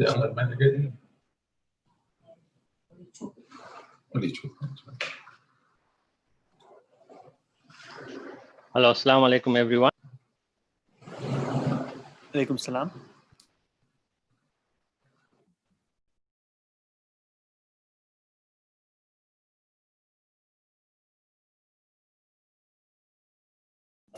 Habib Bhai, I think you're muted. You've muted yourself by accident. So please, if you could restart again. That's correct. Thank you, Shan. So what I've been listening patiently, as most of you are, throughout the deliberations, and I can see that we have the best interest of the WF at heart. However, where we are, I just heard, for example, two different arguments towards whether the conference today has the power, Executive Council today has the power to nullify the elections or not. Rasul Bamani made his case. I know Shan and Shabar Bhai have made their positions in terms of the discussions with legal advisors. So again, we still have, as far as I'm concerned, we still have two viewpoints. And we are not 100% sure whether today we have the power or not. I'm saying 100%. Everybody has their viewpoints, their arguments, well-versed, etc. But again, I'm still hearing there are different opinions. So again, to move the way forward, I would still suggest to the Executive Council that let's wait another 30 days, whatever it may take us to have the extraordinary conference. So again, there is no gap. So we can then have the discussion and we vote either to nullify the elections or to go forward. And just to bring two more points. Number one, Murabbi Mohammad Bhai has very eloquently said his objective is for us to make sure we are following the processes right to the T, and rightfully so. And that is his main objective, which is, time and again he has repeated, rightfully so. Safdar Bhai, in his passionate speech, he did say that he will respect the decision of the Executive Council. So when we are at the Executive Council, we will have either yes or no. So inshallah, we can all agree, and this is the final, rather than still today, there is some element of risk whether we have the power today or not. And Mominin, I can tell you one more, if we have the election even in the next 3 months, please mark my words, and I've been saying this consistently at the Executive Council meetings. that our SOP is outdated. That means our processes are outdated. We may not have the next election, the next 6 or 10 years. We have to keep the SOP, right, in time with us. So right now, for example, in Toronto, you need to be a member in good standing for 5 years to run for the board of directors in Toronto. Again, I've used this example in the previous messages that we need to make our SOP clear, right? Because even if you have it in 3 months, we may have another candidate who may be tactically falling out because we haven't addressed the SOP issues. Number two, we have Jamaats who are allowed to have men and women vote, but the other Jamaats are not. So it's not fair that we are continuously having elections where in some Jamaats we are having 2 votes and in some Jamaats we are only having 1. And Mominin, we are living in the world of technology. Without technology, we will have issues, right? Even in one Jamaat, no matter which part of the world, has a little bit of issues in terms of the ballots. And somebody can change the EC on the administration of the election, and suddenly it takes one, right, to make the whole election nullified. Right, so we need to make sure our SOP, we have to revisit the SOP, we have to have processes, we have to bring it back to the EC to validate the SOPs. Otherwise, you're going to run another election in 3 months or in 3 years, and we're going to be in the same boat as again. Right, so we need to make sure that we have the SOP right, reviewed, and made all the changes we need to address the current environment we are living in. So we should be able to vote now electronically rather than waiting for ballots to be counted and returning officers not showing up, whatever the issues are. We need to overcome all that. That means our SOP has to be relooked right from scratch. And Mominin, just as a point, I know in this election, in deliberations, we come up with suggestions, right? So I want to go back to Brother Raza, who does a point, right? I know it was a side comment he made, but we need to look at the whole WF objective. Why does it exist? We need to review the whole constitution again. It's been a while it has not been done. Otherwise, we are continuously running the risk of not connecting with the grassroots. And I think we have all the regional precedents here. Please take a note that we need to relook at the regional federations. What is their purpose? With technology now, I can see WF running programs. Are they coming into the federation level now, or are they coming to the Jamaats level now? So all of us have to relook our purposes. What areas should we play in? What areas should we not play in? So I would, again, in summary, say that let's do the right thing, right, to the Charities Commission, maybe Monday, saying that we need to have this extraordinary conference. So then there's no dispute that the election Executive Council took the votes, basically the decision power from the conference.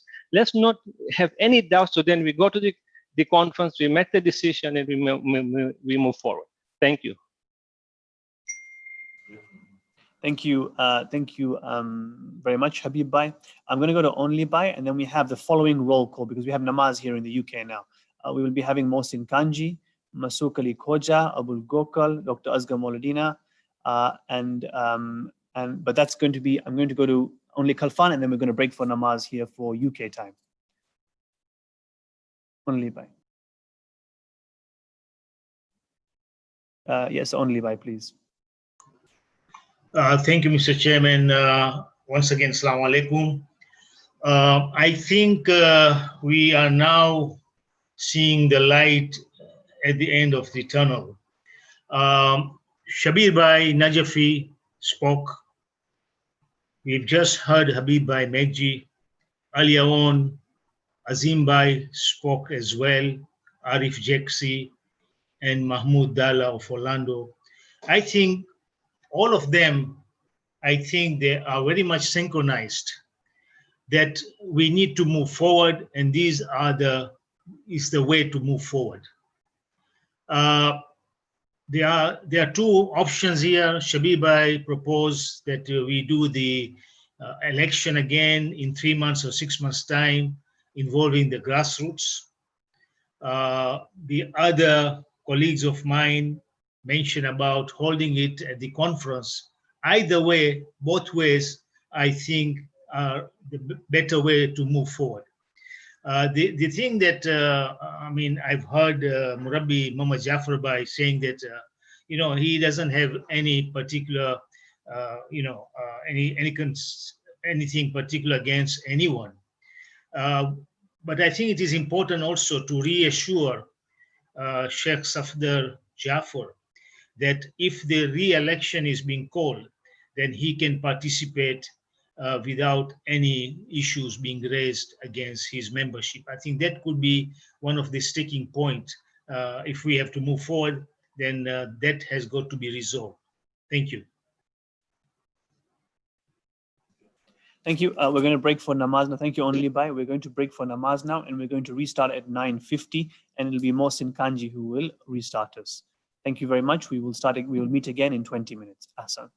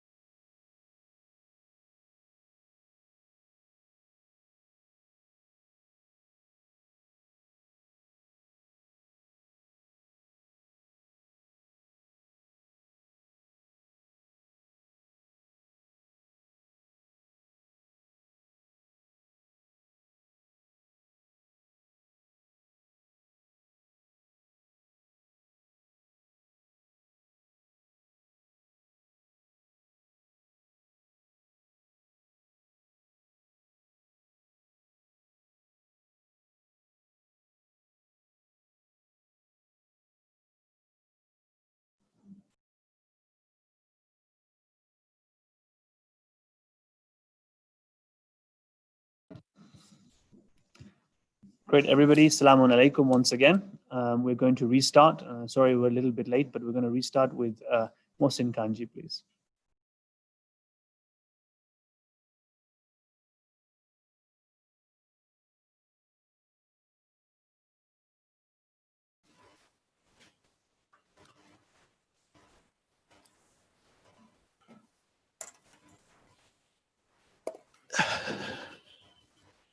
Assalamu alaikum. Hello.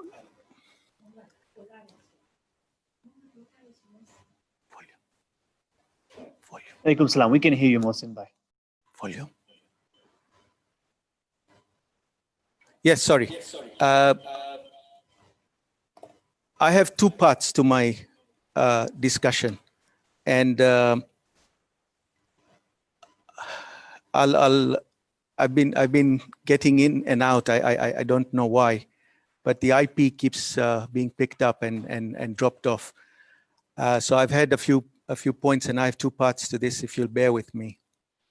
And I'll keep it as brief as I can because I appreciate that we want to move forward.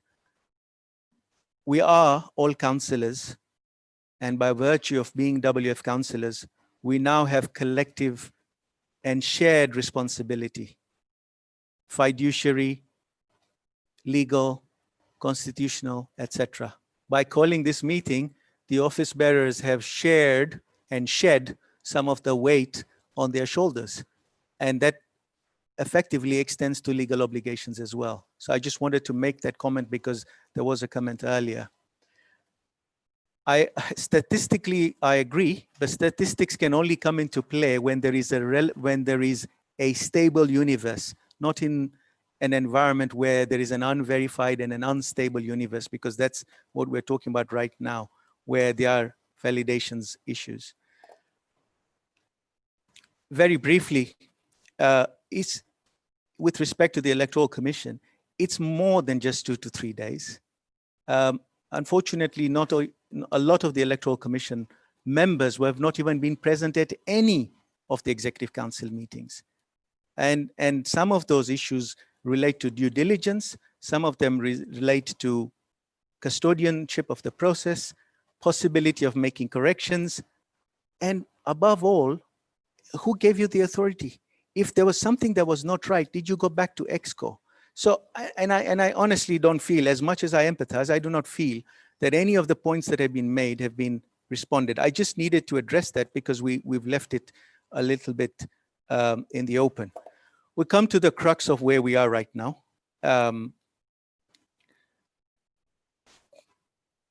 We can talk about the impracticalities or the gaps in the SOP. And I'm not trying to be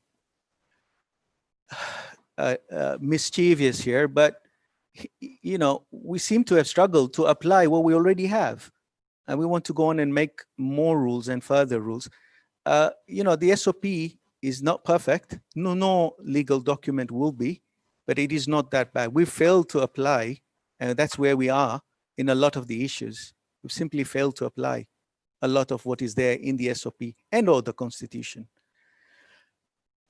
My point, if you remember, Shan, in trying to help you and in your encouragement of trying to move this process forward, and that's where I was hoping to come in, I think it was probably an hour or so ago, was that we have a business on the table. And it is not, you know, we can't just leave it there and say, we can't abdicate and say, well, you know, we'll kick it down the road and onto conference. We've got to deal with what's on the table right now. And that, on that basis, this House does need to take a position and then agree or decide whether it has the authority to complete it or it is therefore then moving it forward to the next phase of the process, if that is what is agreed. So what we have on the table has to be dealt with. That is imperative. We can't just leave things open and then talk about you know, convening an extraordinary, which, by the way, at the office bearer's behest, we have actually blocked requisition of extraordinary for a year. I don't understand why. It simply makes no sense on why that was requested. by the World Federation Office Bearer Solicitors. Now we have gone on to a full-fledged discussion on, and that's where things have, this is where I was, but it's only fair now that we have moved on in this discussion. So then let us have this full-fledged debate on whether ExCo or conference is the venue. So I'll go back again and say, primarily, there is a position as far as this House is concerned that it cannot just kick the can, it's got to deal with it. Matters have moved forward. Shabiba has brought in and a couple of other suggestions and comments about how we move forward. In that respect, the discussion has moved into the direction of whether this House has the power. I have absolutely no doubt, in my opinion, in my professional opinion, that this House does have the power, because in addition to Constitutional Clause 27, which deals with electoral process and which deals with dismissal or replacement of the Electoral Commission if found in violation, and SOP 4.1, which holds the Electoral Commission accountable to the ExCo when it comes to procedure. Why would I have these powers and if I'm not able to do anything about it? I mean, you know, you don't work if I have these powers, then I'm supposed to be able to do something about them. That's one. Additionally, gentlemen, it needs to be very clear. What Dr. Jaffer's lawyers asked was that they clarified that as far as they're concerned, on a basis of 427 and 4.1 and a few other explanations, that ExCo did have the power. They have not asked for anything to be inserted into the Constitution. The first draft order that the Charity Commission released, which then was subsequently objected to by the World Federation solicitor, office bearers, I don't know, but the solicitor does repeatedly in his letter state that it is at the best of his clients or upon the instructions of his clients. That is what is written by the WF solicitor. So the CC, the Charity Commission, didn't seem to have a problem. Neither was it in any particular aspect amending or changing anything into the Constitution. It was simply clarifying what it saw was a clear right. The only thing it did, and it made specific mention of this, is that if ExCo decides to annul, then X, Y, Z, or ExCo can decide not to annul. That was the first order that was received. In that order, they specifically said, considering the current circumstances, we will allow for electronic counting of the votes. So they actually went a few steps further to say, if ExCo chooses to annul, then they have to hold fresh elections. Given that we are still in a pandemic situation, we will allow we will allow the Electoral Commission to do electronic vote counting. So they actually went ahead. In the next order that we've now received, which was objected to by either the office bearers or their solicitor, they removed that point because that was specifically what they were told. And in fact, the Charity Commission was told that we are the trustees, and you know, why are you engaging with somebody else who's a complainant? And when it is our authority under Section 105 to request for certain things, and that's what we've requested. And we specifically, at that point in time, as far as WF is concerned, did not wish to request or did not wish to touch the issue. The Charity Commission therefore removed that point entirely, did not deal with it one way or the other. Having had the confidence to have issued that original order does suggest, and then having removed it thereafter and not pointing in any direction, clearly suggests that they are not necessarily aligned to the idea of conference. Nobody's taking away the issue of conference being the overriding authority. However, in addition to what I've already stated, my question would be, why have we called this meeting if ExCo did not have that authority? And we haven't seen the advice of Robert Pierce as was promulgated. We've seen a letter from Shivaji, but there's no council's clear categorical legal opinion signed in terms of their opinion in that perspective. The Charity Commission would not have been comfortable having issued the first draft order if that was not in order, based on the Constitution and the citations of Dr. Jaffer's lawyers. And in fact,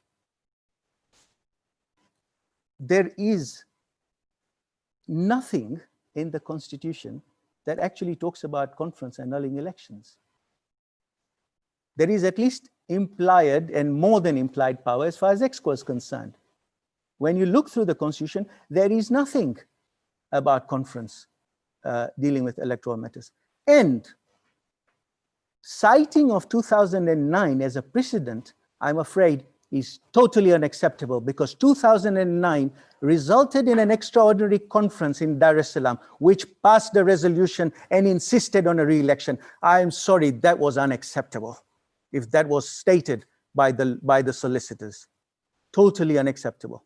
And that opens an unnecessary Pandora's box with the Charity Commission, and that isn't right. We're trying to deal with what is in front of us. We don't want to go back and open things of the past. So I really take exception to the idea that we're using 2009 as a precedent. The president of the World Federation is a signatory to the PSS report that is recommending to ExCo to annul the elections. That is why this meeting has been called.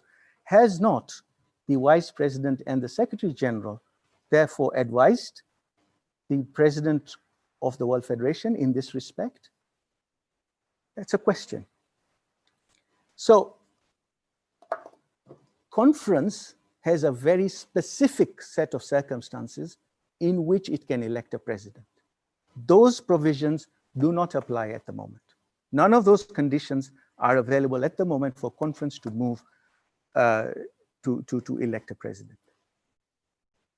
And I think that I've said enough generally, and I've said enough about 2009. The last thing I will add is that the process is set up in such a way that ExCo deals with electoral regularities or irregularities. This was the change that was brought about in 2009, 2010, when the CRC and the task force set, because we were in a position that we ended up in conference in Toronto. We then had an extraordinary by requisition, and we therefore resolved that we're going to change the rules so that we do not go back in that situation. And that was when we did all this, to try and make the rules so that ExCo can deal with it. And the rationale of that is that if ExCo annuls the elections, you then move to another set of elections, and then you call conference, because there's no point in calling conference. We cannot have two triennial conferences within 6 months of each other. It doesn't make sense. There are triennial conferences. And the issue of dealing with the Electoral Commission's report comes at agenda item number 15 in the triennial ordinary conference, long into the third day, whereas if the circumstances existed for a president to be elected at conference, it would first have to be an extraordinary, sort that out, and then go into ordinary. So the whole system is in its own way tied up in sync for ExCo to deal with it, and therefore after the presidential elections are sorted, conference comes into play. So there is, apart from pointing to specific clauses where ExCo is given the authority over the electoral process and procedure to look at its violations, to go to the extent of removing the Electoral Commission, the way the system is set up, the Charity Commission didn't seem to have a problem with it. So I don't see why we have any issue with it, why we would have any problem with it, provided this House resolved that in terms of endorsing the PSS recommendation as loosely as Shabir Bhai and others have said, and to therefore then go back collectively, and that is the idea at the end of the day, collectively, as Dr. Jaffer has openly now said, to the Charity Commission and said, this is what ExCo has resolved, and if there is any avoidance of doubt, whilst there isn't and shouldn't be, this is what ExCo has resolved, and we seek your confirmation of what was in your original order, if at all that is necessary. Thank you.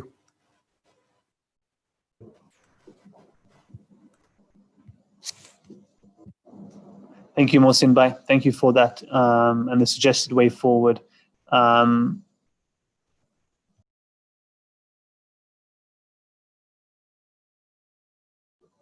Okay, the next person is Masuk Ali Khoja. This is the name that I have on the roll sheet.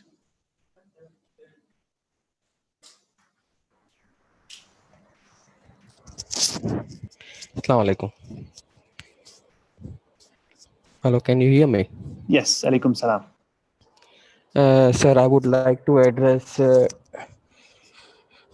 Jiva, Murabi Dr. Jiva. Hello. Yes, Masuk Ali Bhai, please. I would like to address Dr. Jiva against the allegation for the tethering call given by the president of the Kutch Federation. I have just called to the president of Kutch Federation and asked him regarding the threatened call. He said that he had not done anything regarding this and not even called to Dr. Jiva. And this is the baseless allegation. That's what I want to call to Dr. Jiva. Thank you, Masuk Bhai. I'm going to go next to Dr. Asghar Moledina. Mama, check it. Assalamu alaikum. Thank you, Mr. Chairman. Assalamu alaikum. Thank you. Assalamu alaikum, Dr. Saib. Alaikum salam. I can hear you now. Thank you very much. I'm glad that we got together today, tonight. I know we already spent a lot of hours, but with the way we are discussing, the spirit is there, the zeal is there for our community to work together. And I'm glad that we are coming to some sort of a understanding as to the matters. I've heard the only chairman present among us is Chairman Najafi. The rest are all presidents. So one thing I would like to appreciate on these Zoom meetings is physically, I don't have to raise my hands for 1 hour. Just press a button and the hand remains up for 1 hour. And that's a great blessing for the seniors like us, because holding a hand for 1 hour would lead me to see my orthopedic surgeon straight away. Having said that, I'm very glad that the consensus is building. We are moving towards a resolution, but I can clearly see that there are still different stands as far as the thinking is concerned of the councillors, and that is very valid. It's a sign of a living and live community that we all are together thinking.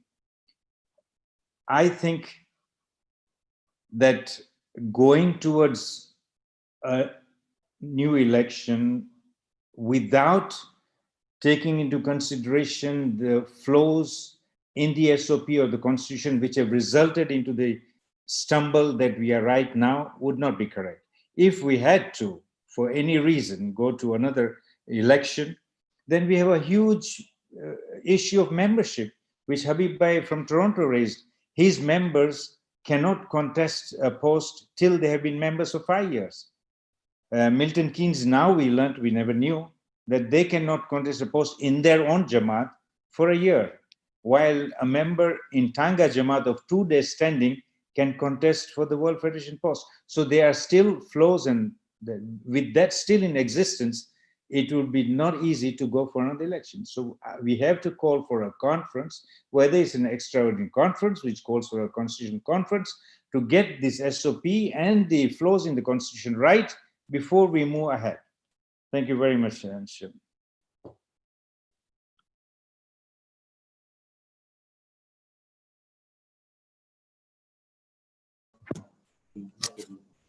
Thank you, Dr. Saib. The next person on the roll call is Rasul Bamani.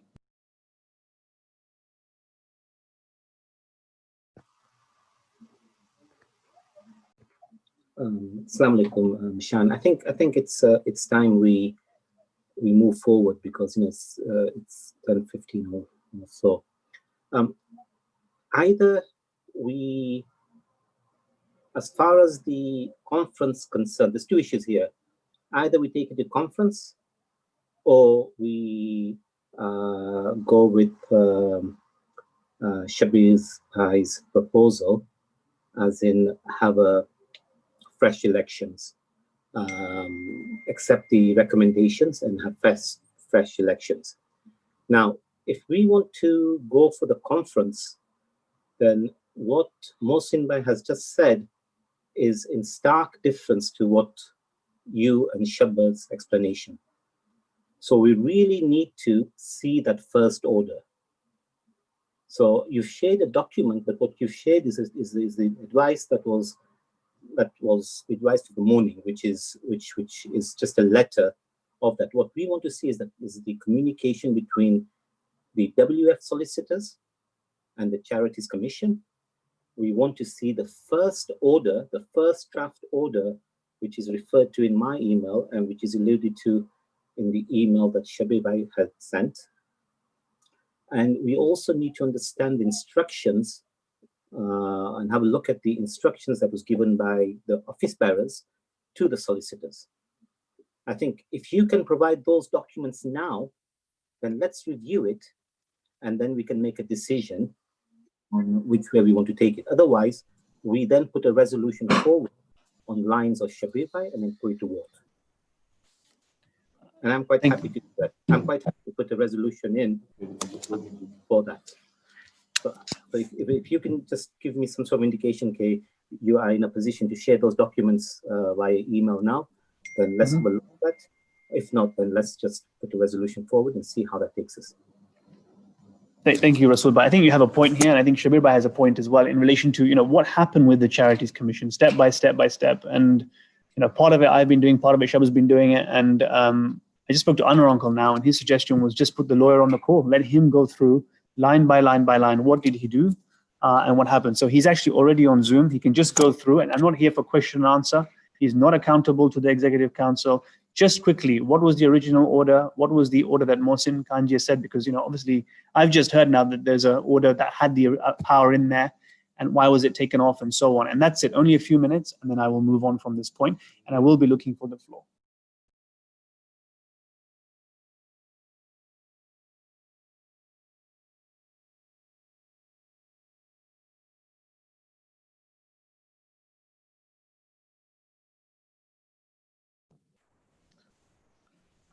I think he's just trying to log in now.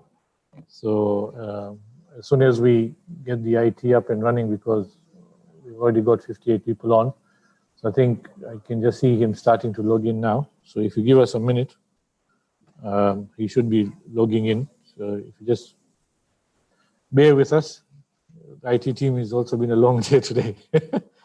But we're just checking because we rang and he said he was available. So I think he's just logging in now.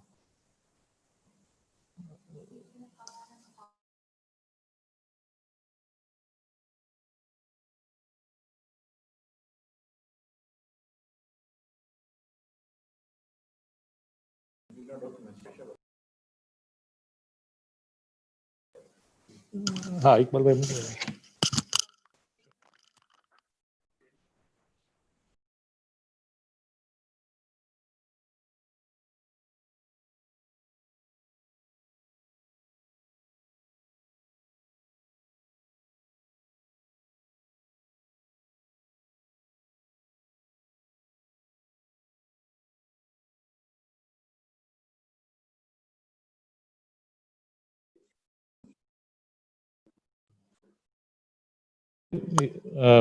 yeah, so Shivaji is is on. So Shivaji, welcome to the Executive Council of the World Federation, and thank you for coming in at 10:30 at night.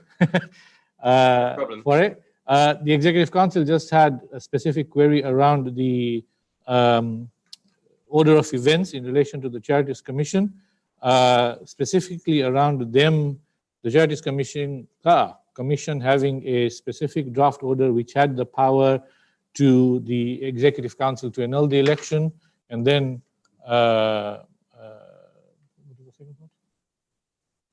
Hello, I've lost you. Can you hear me now?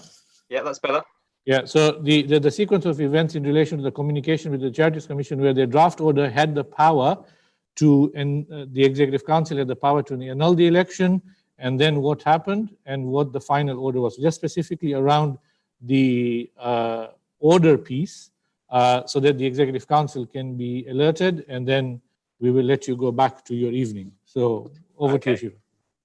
That's fine. So very briefly, we put in back in May the application for the order that we were asking the Charity Commission for, that was in essence asking to keep things as they are, or allowing the office bearers to continue as had been agreed in post, and giving permission for electronic meetings of the office bearers so that they could continue to do their job under lockdown.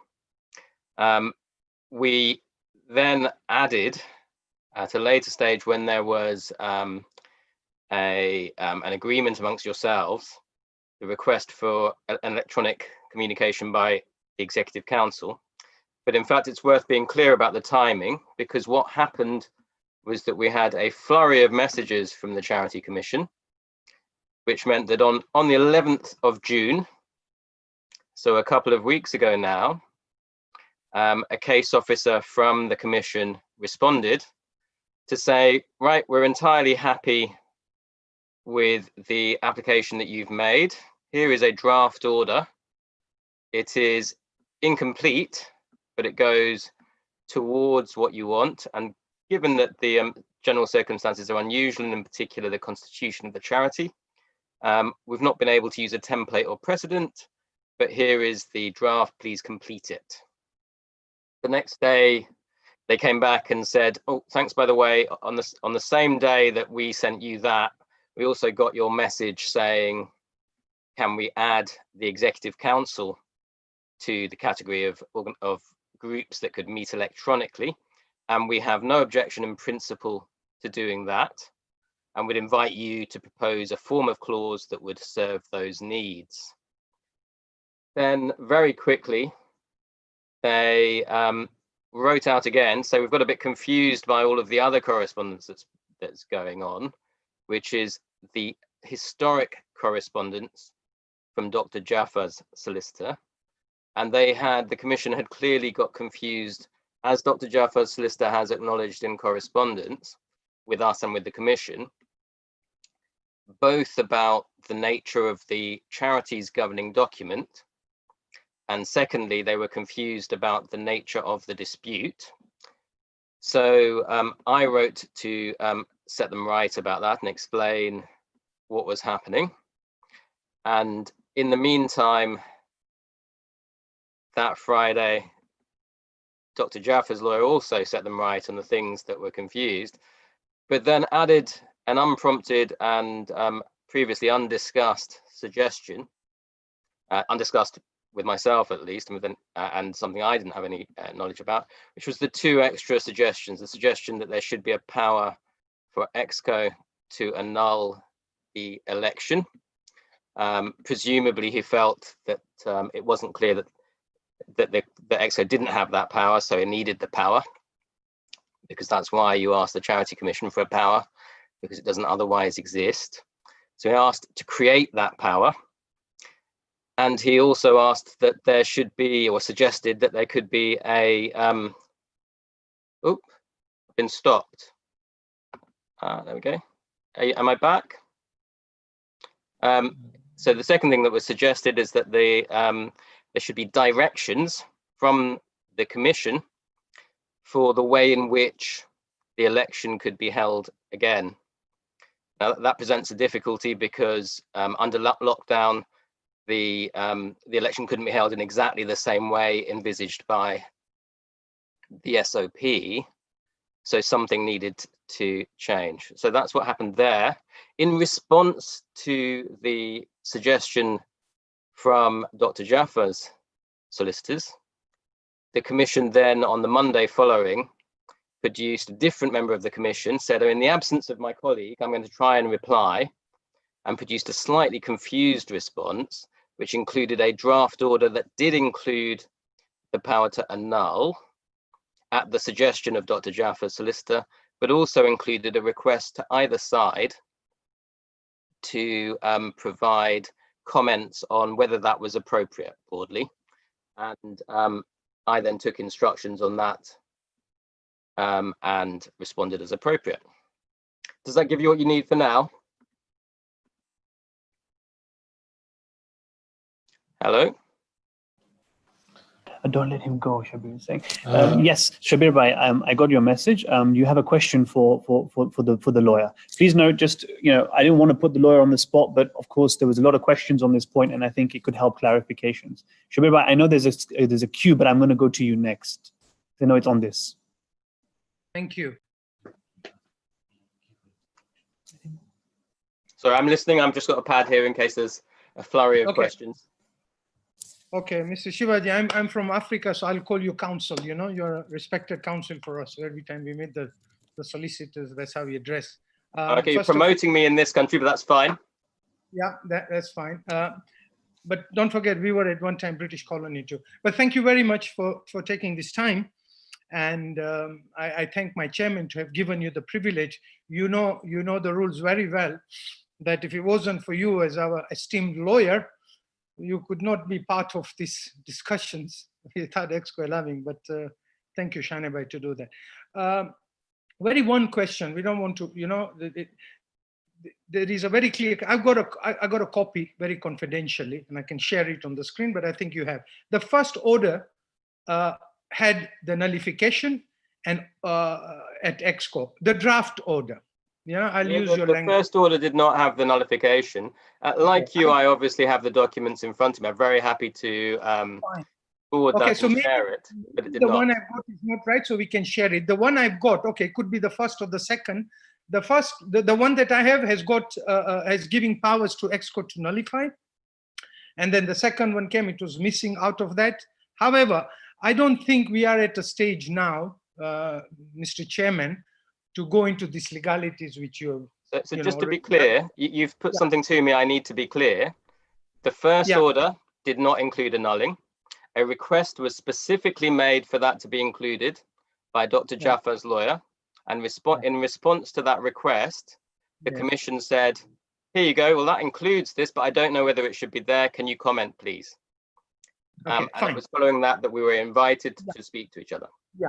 Irrespective of where the request came from, but I've got a copy which had that. And now if a charity commission gives that, and our constitution that the ExCo has the power.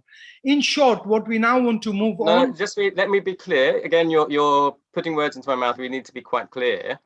The reason that the Charity Commission is asked for powers under Section 105 of the Charities Act, the structure of that section is designed to expand the powers of the trustees.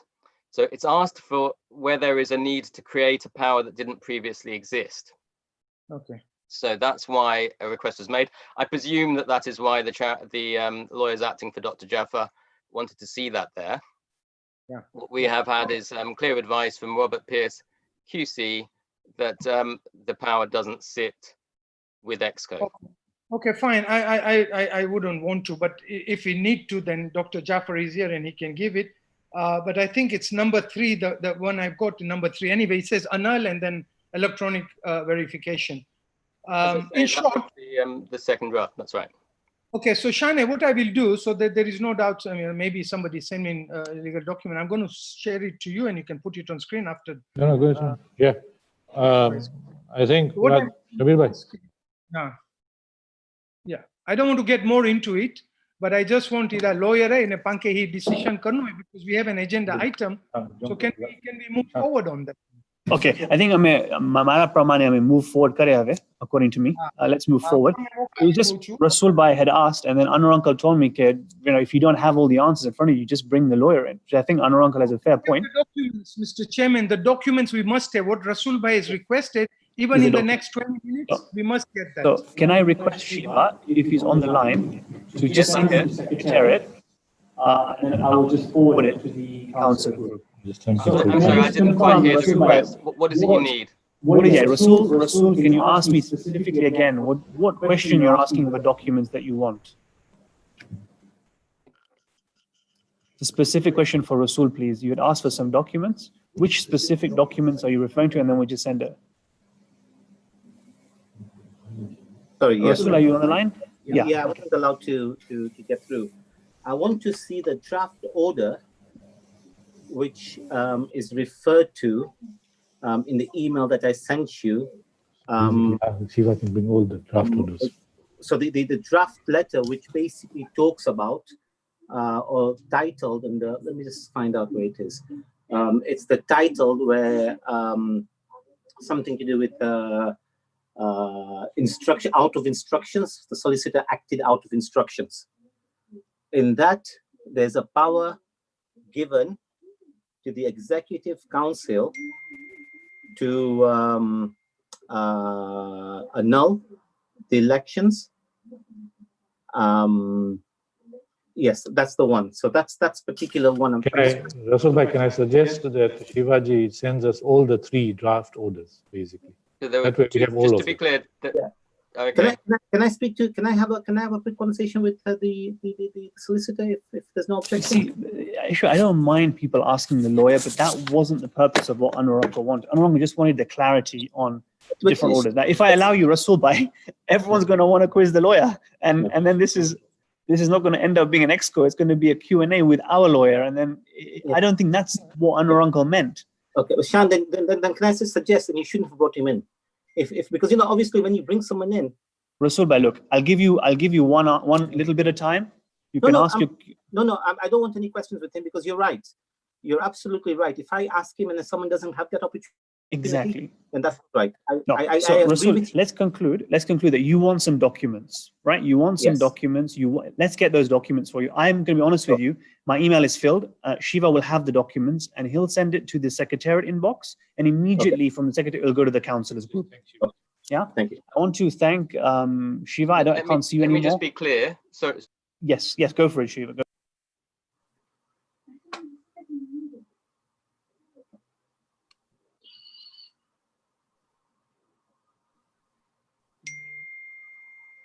So just to be clear, I just want to repeat what I think I'm doing to make sure you get what you would like.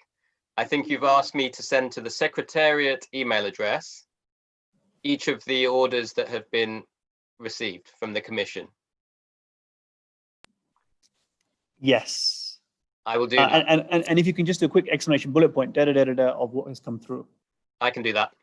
Now, do you want me to leave the meeting now? Just 1 second, Shiva, 1 second. Rasul, do you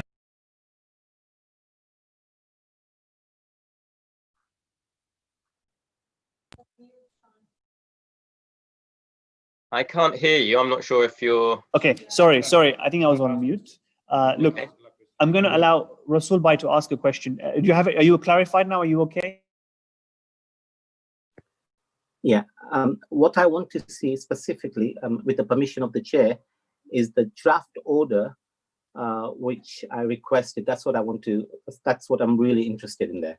I'm interested in the draft order, which gives the power to the ExCo to nullify the election. Yeah, that's fine. I will definitely include amongst the orders the order that was requested by Dr. Jaffar's solicitor. That's fine. Mohammed Jaffa has requested me that he has a question for Shiva. I had said that no more questions allowed. So my office bearers are telling me we don't want to do that. Shiva, what do you feel? Would you be able to have one more question from Mohammed Jaffa? Would that be okay? I can try and answer. Obviously, okay. I wasn't expecting to be here, but I can. Yeah, sorry. Should we make it the last one, Shiva? You agree with me that this would be the last one, yeah? Okay. Mohammed Jaffa, please. Go for it. Yes, Mohammed Jaffa, please. After this, we will move on and I will ask for motions to move forward.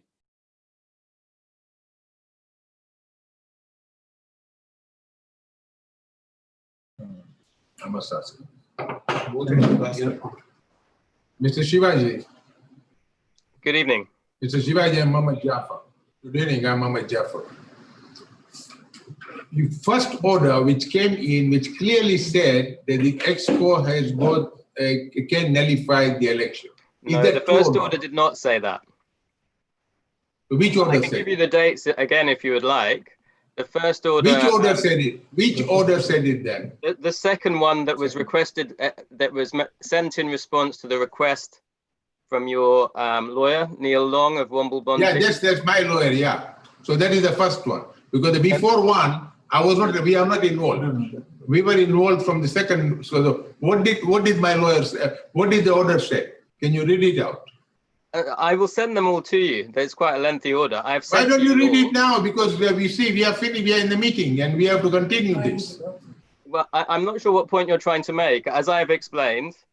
No. Then you should not have been brought here. If you are not able to question, you are not able to answer the question, then I'm trying to answer the question. You're asking me to read the. I'll delightedly, if you'd like me to read the second order that was sent to your lawyer at his request after he put a request in. So the order, if we start, says. The reason I said it, I thought it might be a little bit unwieldy for you all, but it says the order of the Charity Commission for England and Wales to authorise extension to the terms of office of the charity trustees and other officers, of the charity under Section 105 of the Charities Act 2011. Dated, of course, it leaves the date blank for completion. You've then seen the complete version. For the charity known as, full name of the charity of the World Federation is there. And then we go on to page 2 of 4. So, and it's got a signature of the member of staff of the Charity Commission, authorised to act on behalf of the Commission. Then we have the definitions. Would you like me to read those? Sorry, I can't see while I'm reading. There is a clear order. There's a clear order. Point 4 is clearly saying that the charity, that the ExCo has got the authority to nullify the election. What is the number? I don't know what. I think there's a bit of confusion here. The second order, as I said earlier. The second order, as I said earlier, was sent in response to a message from your lawyer. So the covering email says, "Dear Mr. Long," that is, it's addressed to your lawyer, not to the lawyer of the organisation. It says, "Thank you for your email. In Nia's absence," that is, in the absence of the person who was dealing with this matter, "I'm trying to respond." Then goes on, "Mr. Shivaji," it's a slight mistake. My name is Shiva. First order, before this order, before the last order, before that. The last order, you are now reading the last order. No, I'm reading the covering email that went with it, with the order that you're referring to. And it says, I need both parties to offer section 4 comments. Of the order. So he asked for comments, he got comments, and then he decided to make a different order. I can understand that you might be disappointed, but that's the course of events. No, I'm not disappointed. I'm very happy with it, because even that order gives the power to the ExCo to nullify. Even that order gives power. Okay, so I'm not. But the first one was very clear, which the OBs instructed you to object it. That is what the point of contention is. I think what we do now, I think your clients. Would it help, Sean, if I sent over the orders so people can reach their own conclusions? Your clients ordered you to tell the Charity Commission that no, we don't want that. We need that way. And even that order gives the permission to ExCo to nullify and then go to the conference. It is already there. It's clear cut. It's nothing to hide. I think the best thing would be that both the orders will be given to the councillors. Let them read it. I agree with Mohammed Uncle. Let's give the orders to the councillors and let's put that on email. I think that's all we do now, and we move forward. Shiva, I thank you for your away from the meeting if it's okay, and I will send you what you've asked for. Thank you. I appreciate it. I appreciate your help, and I appreciate the help of everybody as well. Thank you so much. Thank you. Okay. Thank you, Shiva. Now I think we have the following with their hands up: Dr. Akbar Muhammad Ali, Ashik Rashid, and Abul Hassan Gokal. So I'm going to go around. If we keep it short and sharp, and then very, very, very soon, I'm hoping for motions to come forward. Dr. Akbar, please.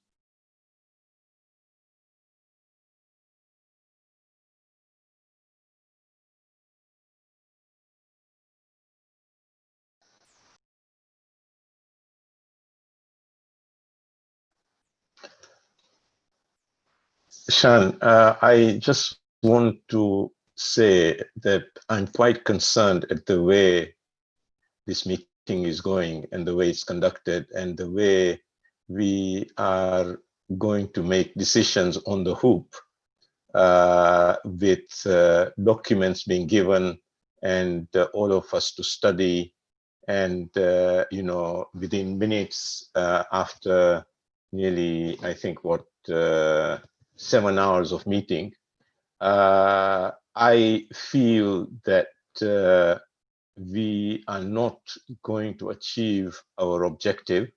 And I think that we will be in the same place that we were if we carry on going like the way we are. So I'm just raising my concern to the council, to my fellow councillors, as to the way things are going. I'm sorry, but I think either we adjourn our ExCo meeting, otherwise we will make mistakes and then we'll regret it. But I think that it's not going to bring us the polarization, which is what I talked about earlier, to come closer.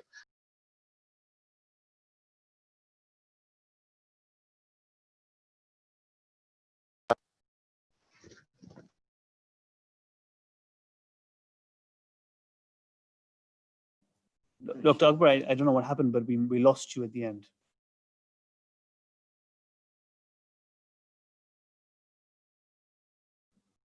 Okay, I kind of agree with Dr. Akbar because I'm now getting to a stage where we've got so many different things going on, but we don't have a clear-cut proposal on how we go forward. I think Shabir Bhai has put a proposal on the table. There are lots of people with hands up. If I listen to everyone with their hands up, I'm going to go nowhere.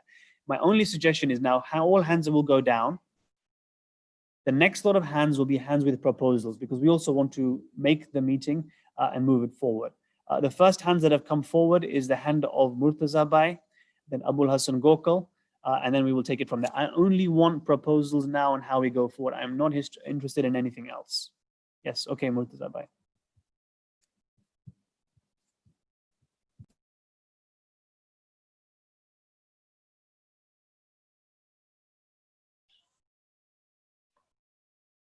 Assalamu alaikum, Shan, and everybody.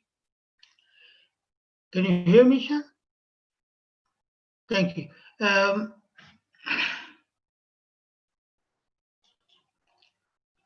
Shan, my view is that a lot of documents that have been sent by World Federation, including the documents that we received on the Electoral Commission's report this morning,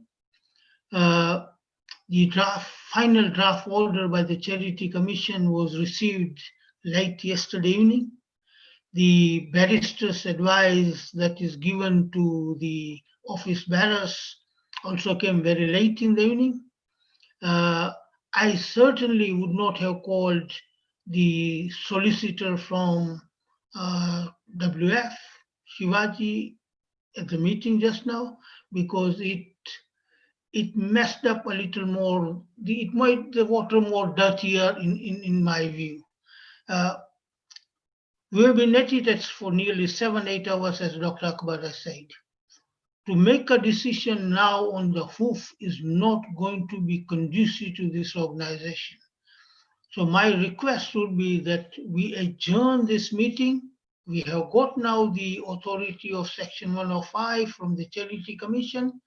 We can keep it at the next weekend where we can calmly restart after giving a lot of thought of what we have heard today at today's meeting, rather than rushing into any decision which we may lead to regret.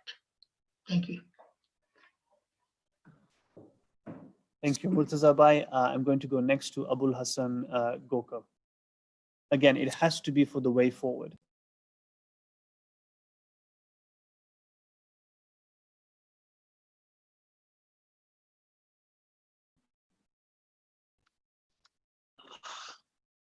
It's been rather exhaustive.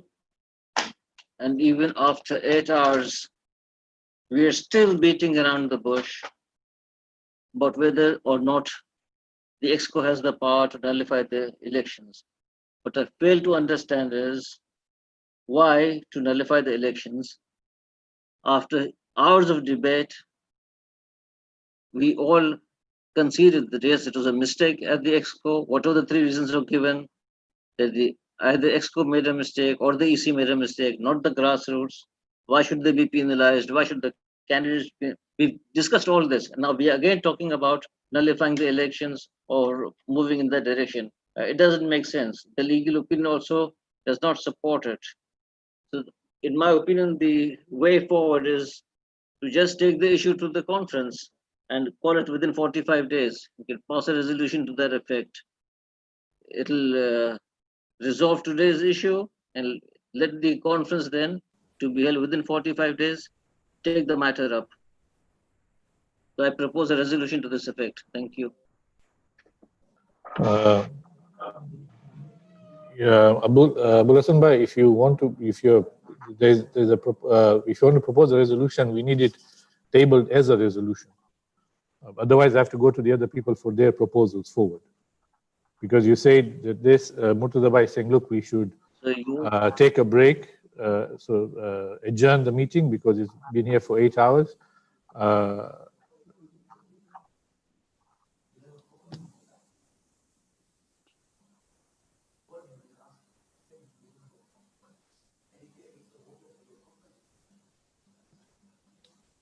Abul Hassan Bhai. In the break, can we re-meet? Sorry? You're breaking up, Abul Hassan Bhai. You're telling me? No, I'm asking the question. You're telling me? I'm totally exhausted. The connection is breaking up and so am I. Yeah. What I'm saying is, are we taking a break now so the resolution can be drafted by me for tabling? Is that it? I'm happy to give you a break to table the resolution and I can go to Munir Bhai, who's next on my list, if that is okay with you. Because there's also then Murtaza Bhai's thing about, we adjourn as well. So why don't you draft it while I go to Munir Bhai, who's next on the list. Yeah. Munir Bhai. Yeah. Focus of thing. Okay. Assalamu alaikum.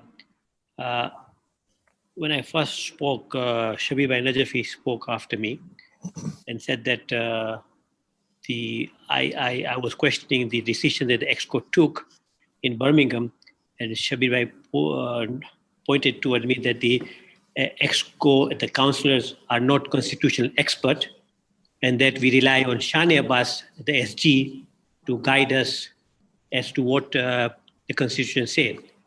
And we are not sure where we stand.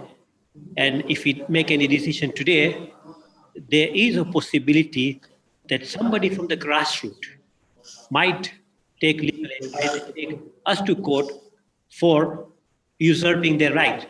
So I think, therefore, it's important that we call an extraordinary conference to decide this matter. Otherwise, we might have other challenges from somebody else. Thank you. Thank you. I've just seen a point of order from Rasul Bhai, who just pinged an email. So Rasul Bhai, because there's a point of order.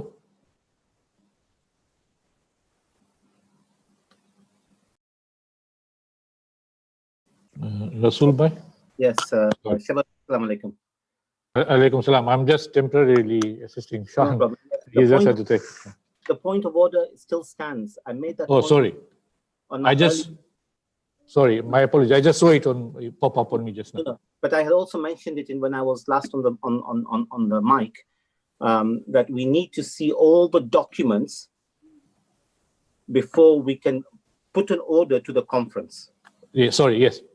Okay. Sorry. So that's what we're waiting for from the lawyers who can send it. Yes. In the meantime. In the meantime, I'm putting I'm tabling a resolution. G. Okay, and can you please note it down and then circulate it? So this is the. So if you give me 1 second, I'm just so that I have the paper in front of me. No, Iqbal Bhai, if you're online, can you also start typing it so that we have it? Sorry, Rasul Bhai, go ahead. I'm going on mute, so I will just be listening to you. So while I draft it, yeah. Yes, it is hereby resolved. It is hereby resolved that that PSS recommendations should be adopted and fresh grassroots elections be held as soon as possible. Be held as soon as possible. And, Okay. and here we can also, I'm quite happy that you can also add that the ExCo will give an undertaking that Safdar's nomination will stand, will be counted. So we need to draft that in that language, I suppose. So then, okay, so we can also put that. That's in okay. there. Let them type it up. So if it's okay, if they type it up, and then we can share the screen, and then you can adjust the second part, if that's okay. I will let Sean come back so that he can take you through the process. But while let them type, so if you give us 2 minutes, if that's okay, Rasul bhai, so we can just put it on, just so that it's being typed up. Yeah. Sure, no problem, sure. Because then we have to go through a process because it's a resolution, it's to be proposed, seconded, and all of that. So, yeah, once give us a minute.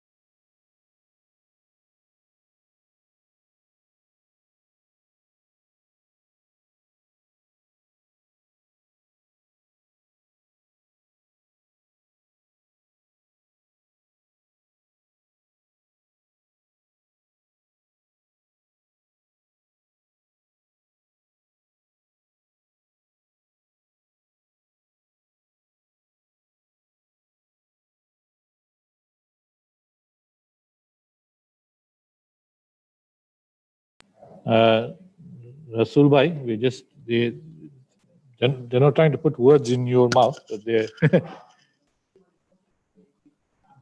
I think this is what you were saying, right? Sorry, 1 second, Rasul bhai, we need to be off mute. Can we put Rasul bhai off mute? Yeah. Now we're trying to work this technology. Yeah. We need to see the thing because then Abul Hassan bhai also has his, and then I will let Shan sort out the technical bits because we then have 2 resolutions present. Is there a way?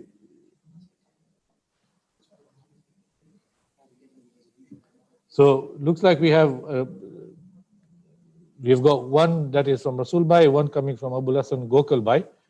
Can I suggest if you allow us 10 minutes so that we can type up everything that Rasul Bhai wants in a proper order, we will ring Rasul Bhai so that we can, the Secretariat can do it properly. We'll do the same in Abul Hassan Bhai so that both are there. And also Murtaza Bhai has also tabled the resolution about the, what do you call it? Adjournment. None of them have been proposed or anything, but let us get the words and then we'll go through the motion. Yeah. So I will ask the Secretariat team to do that so that we all have it ready. So at least we have then 3 options on the table and we decide which way to do. So give us 5. So if it's 11 o'clock, so let's do it 10 past 11 so that we can then have all the resolutions and then we'll go through it. Yeah. Shan is suggesting quarter past so that the Secretariat team has got time to draft it properly and you have it on your screens. So I think we are almost there. We just, rather than rushing the Secretariat team, we just do it properly. We'll talk to Rasul Bhai, we'll talk to Abul Hassan Gokal Bhai, we'll talk to Murtaza Bhai, the text is there, and then we start the interesting part of the technical side of how we go about getting to one of them that we can vote on. Yeah? So give us 15 minutes and inshallah, we will have them ready.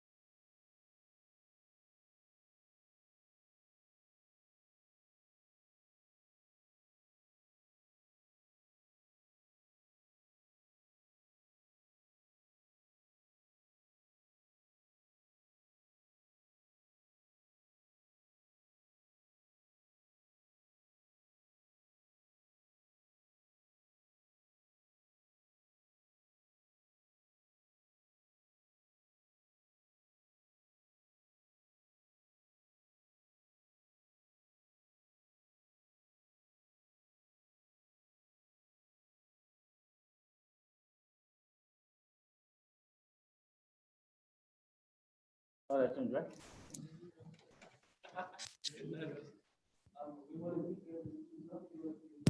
ready? No, leave it for now. Leave it, just me for now. Yeah.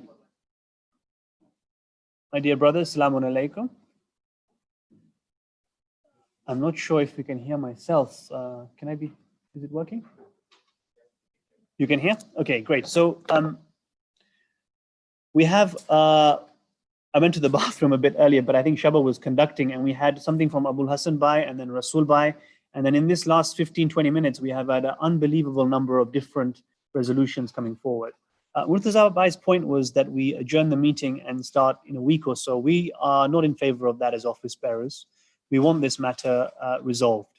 I just had a conversation just now with our president, Anwar Uncle, and his view, and he wanted me to discuss this with everyone, was that we adjourn for tonight, but start again tomorrow at the same time, 2 o'clock. We really, as an institution, can't go on without decision making, and this August body needs to make some decisions. Anwar Uncle's view was that it's not fair, given that I think in India or Pakistan it's like 3:30 in the morning. I think our secretariat inbox is getting filled with councillors saying that they've left or they're going to leave, etc. And so I wanted to seek the views of the House. If I can go first with Murtaza Barwani, and then I will ask some of the other leaders to speak. I also want to make an apology to 2 councillors who have had their hand up for a long period of time, and that's Al-Haj Sajjad Rashid and Al-Haj Ali Rajani. But at first, on this point about continuing tomorrow at 2 o'clock, same time, I want to take some perspectives as well. Let me take the perspective, please, of Murtaza Barwani, whose resolution was to adjourn, but I hope he agrees with me not to do that, but maybe look to start tomorrow. Let's take his views. Thank you, Shan. If Anwar Bhai is requesting that we adjourn up to tomorrow afternoon, I am always in support of Anwar Bhai and the office bearers, and I will support that and withdraw my resolution. Thank you, Murtaza Bhai, and also thank you for confirming that if we do this, you will withdraw the resolution. I've had a lot of complaints from some of the other councillors, so I will allow Mazhar Jumani to make a perspective on this, since he has called and WhatsApp me, and also from India Federation side as well. Mazhar Bhai, do you want to make a point on this, or Abul Hassan Bhai? Yes, I would like to make a point over here that it is past 3:30 in the morning over here, and the majority of our people are, I think, asleep, and I am also almost asleep. So I would request that if it is postponed till 2 p.m. tomorrow UK time would be fine with me. Thank you. Abul Hassan Bhai, you also had the same perspective. I'll allow you to make it.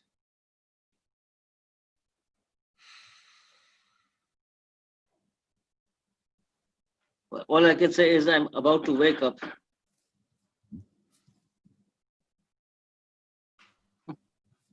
Okay, thank you. Yes, prefer for tomorrow 2 p.m. Sunday 2 p.m. is better. Okay, I'm going to ask a question now. The points of order that have come in are from 10:51, Rasul Bamani again, Safta Jafar, Kazim Mehdi, Safta Jafar. Can I just have a show of hands from you? If it's about timing, then you can withdraw that point of order. If it's on something else, then I'll take it from the morning. So, yeah, can I first clear all the hands, please? Clear all the hands. Clear all the hands, please. Mahmoud, is that for you to clear? Yeah, they're doing it? Okay. Okay. Rasul Bhai, put your hand up. And if it's to do with timing. If it's not, then I know. You've given 2 points of order, not to do with timing. Okay. Safda Jafar, is your point to do with timing? Not to do with timing. Kazim Mehdi, is your point to do with? I can't see Kazim Mehdi here. Okay, Kazim Mehdi, go ahead then. Make your point of order.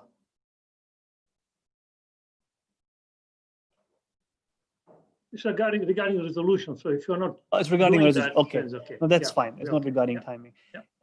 Now I will allow hands up for those who are objecting on the timing point. You are objecting on us restarting again tomorrow. I think there's Hussein. Okay, I will allow Hussein to please say some words. Hussein.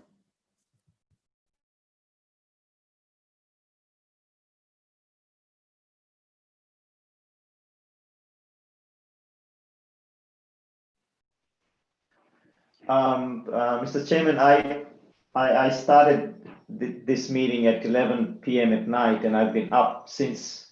There you can see the light on the left-hand side. It's not fair. It's not fair for me that I have to be up again next day. 2 p.m. is probably the same time, and I've got it's going to be Sunday evening, Monday morning. I've got to go to work. So and these things will always continue. We should just get on with this, put a resolution, and get on with it. We cannot sustain another day of torture to everyone on this group, right? We've been for hours and hours and hours, right? I don't understand why. I mean, we have 57 councillors here, right? For those who've left, I'm not sure, you know, what can we do? But for those who are here to respect their time, we can't repeat this again. It is torture, right? We're all here, right? I've been up almost, it's unbelievable. So I'm absolutely opposing to defer this another day.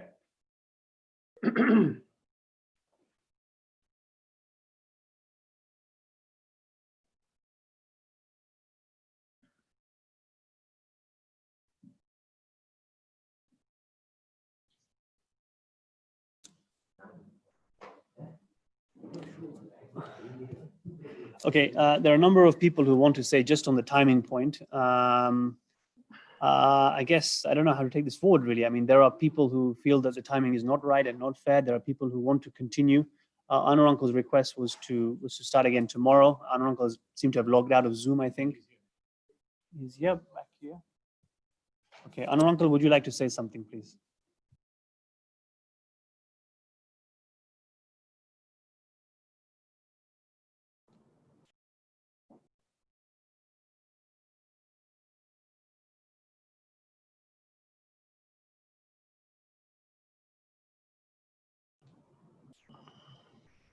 I just wanted to request, if possible, that we continue tomorrow afternoon by 2 p.m. Just to keep some people get some rest. I understand Hussein Bai's point. Hussein Bai, we want to clear this issue, which is very long going pending with us. If we bear tomorrow and we finish this by tomorrow afternoon and within the 4 or 5 hours, so it will be better for us, and we continue with the next meeting tomorrow.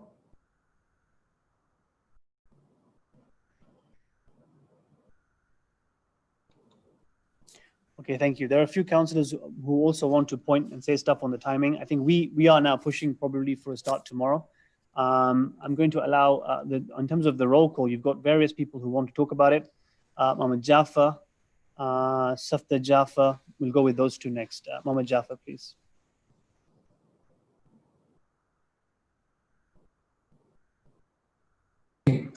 I agree with Hussein. Listen, I'm not a young man, and this we are continuing from 4 o'clock, since we have been here since 2 our time. We just put the resolution there and let's vote it and finish it, or just they don't need to be on vote, because it is between legality and legal. So illegality or legal, what we want to go for? So get it done and finish with it, Baba. I fully agree with Hussein. We cannot continue like that.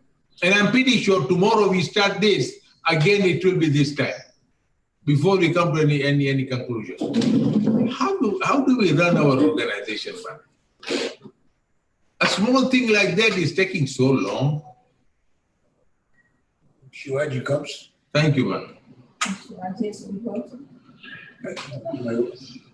Okay, Safda Jaffa.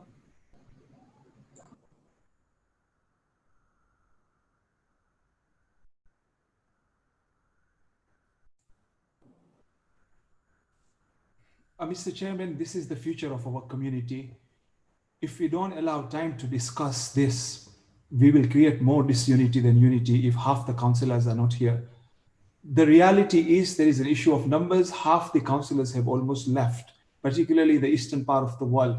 I can respect what Hussein has said. There are people of older ages. There are people with chronic conditions. There are people who are with difficulty, and it is very unfair to do a vote at a time when this community can break even further. For example, the first resolution is not only taking away the right of the grassroots, it is now taking away the right of the conference.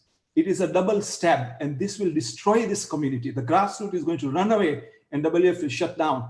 And I'm afraid it is an illegal constitution. It is an illegal resolution, because the lawyer of WF has clearly said that that is not permissible. And despite that, there is insistence to bring it. The trustees will be taken to the court, not the councillors. If the trustees are willing to go to the court, it is their wish, but I strongly suggest, in the interest of the unity, I will cooperate as a candidate because my right is in question. 10,000 people have voted, 6,500 people. I suggest humbly, Mohammed Uncle, please, my humble request is let us try and unite and find a solution. Tomorrow we reconvene, we are fresh. Everybody is tired now. We cannot even think how to vote. And we give a little time, and inshallah ta'ala, after that, we will be a more united community. I give my pledge to you, to everybody, that I promise we will work together to find a solution in the interest of the unity of the community. And I have no doubt if the spirit is there on both sides, I will be the first to assist in this process. But let us not rush and destroy this community further. Thank you. Anwar Uncle, your last and final word, so we can see how to move forward now.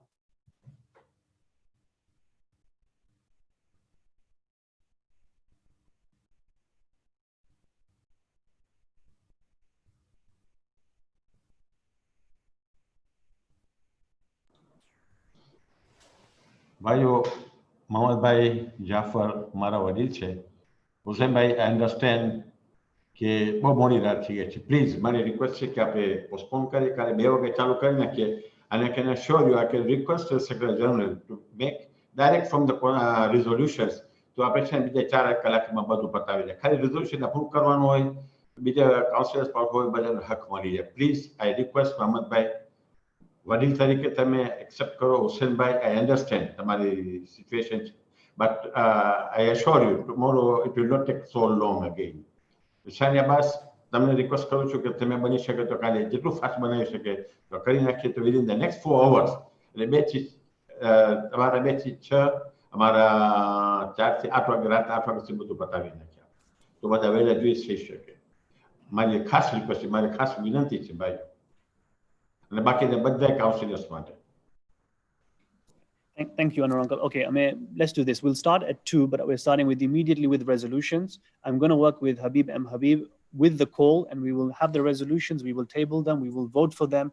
And Anwar Uncle, if we don't get it done, maybe you can relieve me from my services as well if we don't get it done in time. So let's begin at 2 o'clock sharp tomorrow, as requested by the chairman, and go straight into voting. Thank you very much, and see you at 2 o'clock UK time tomorrow. Ahsan.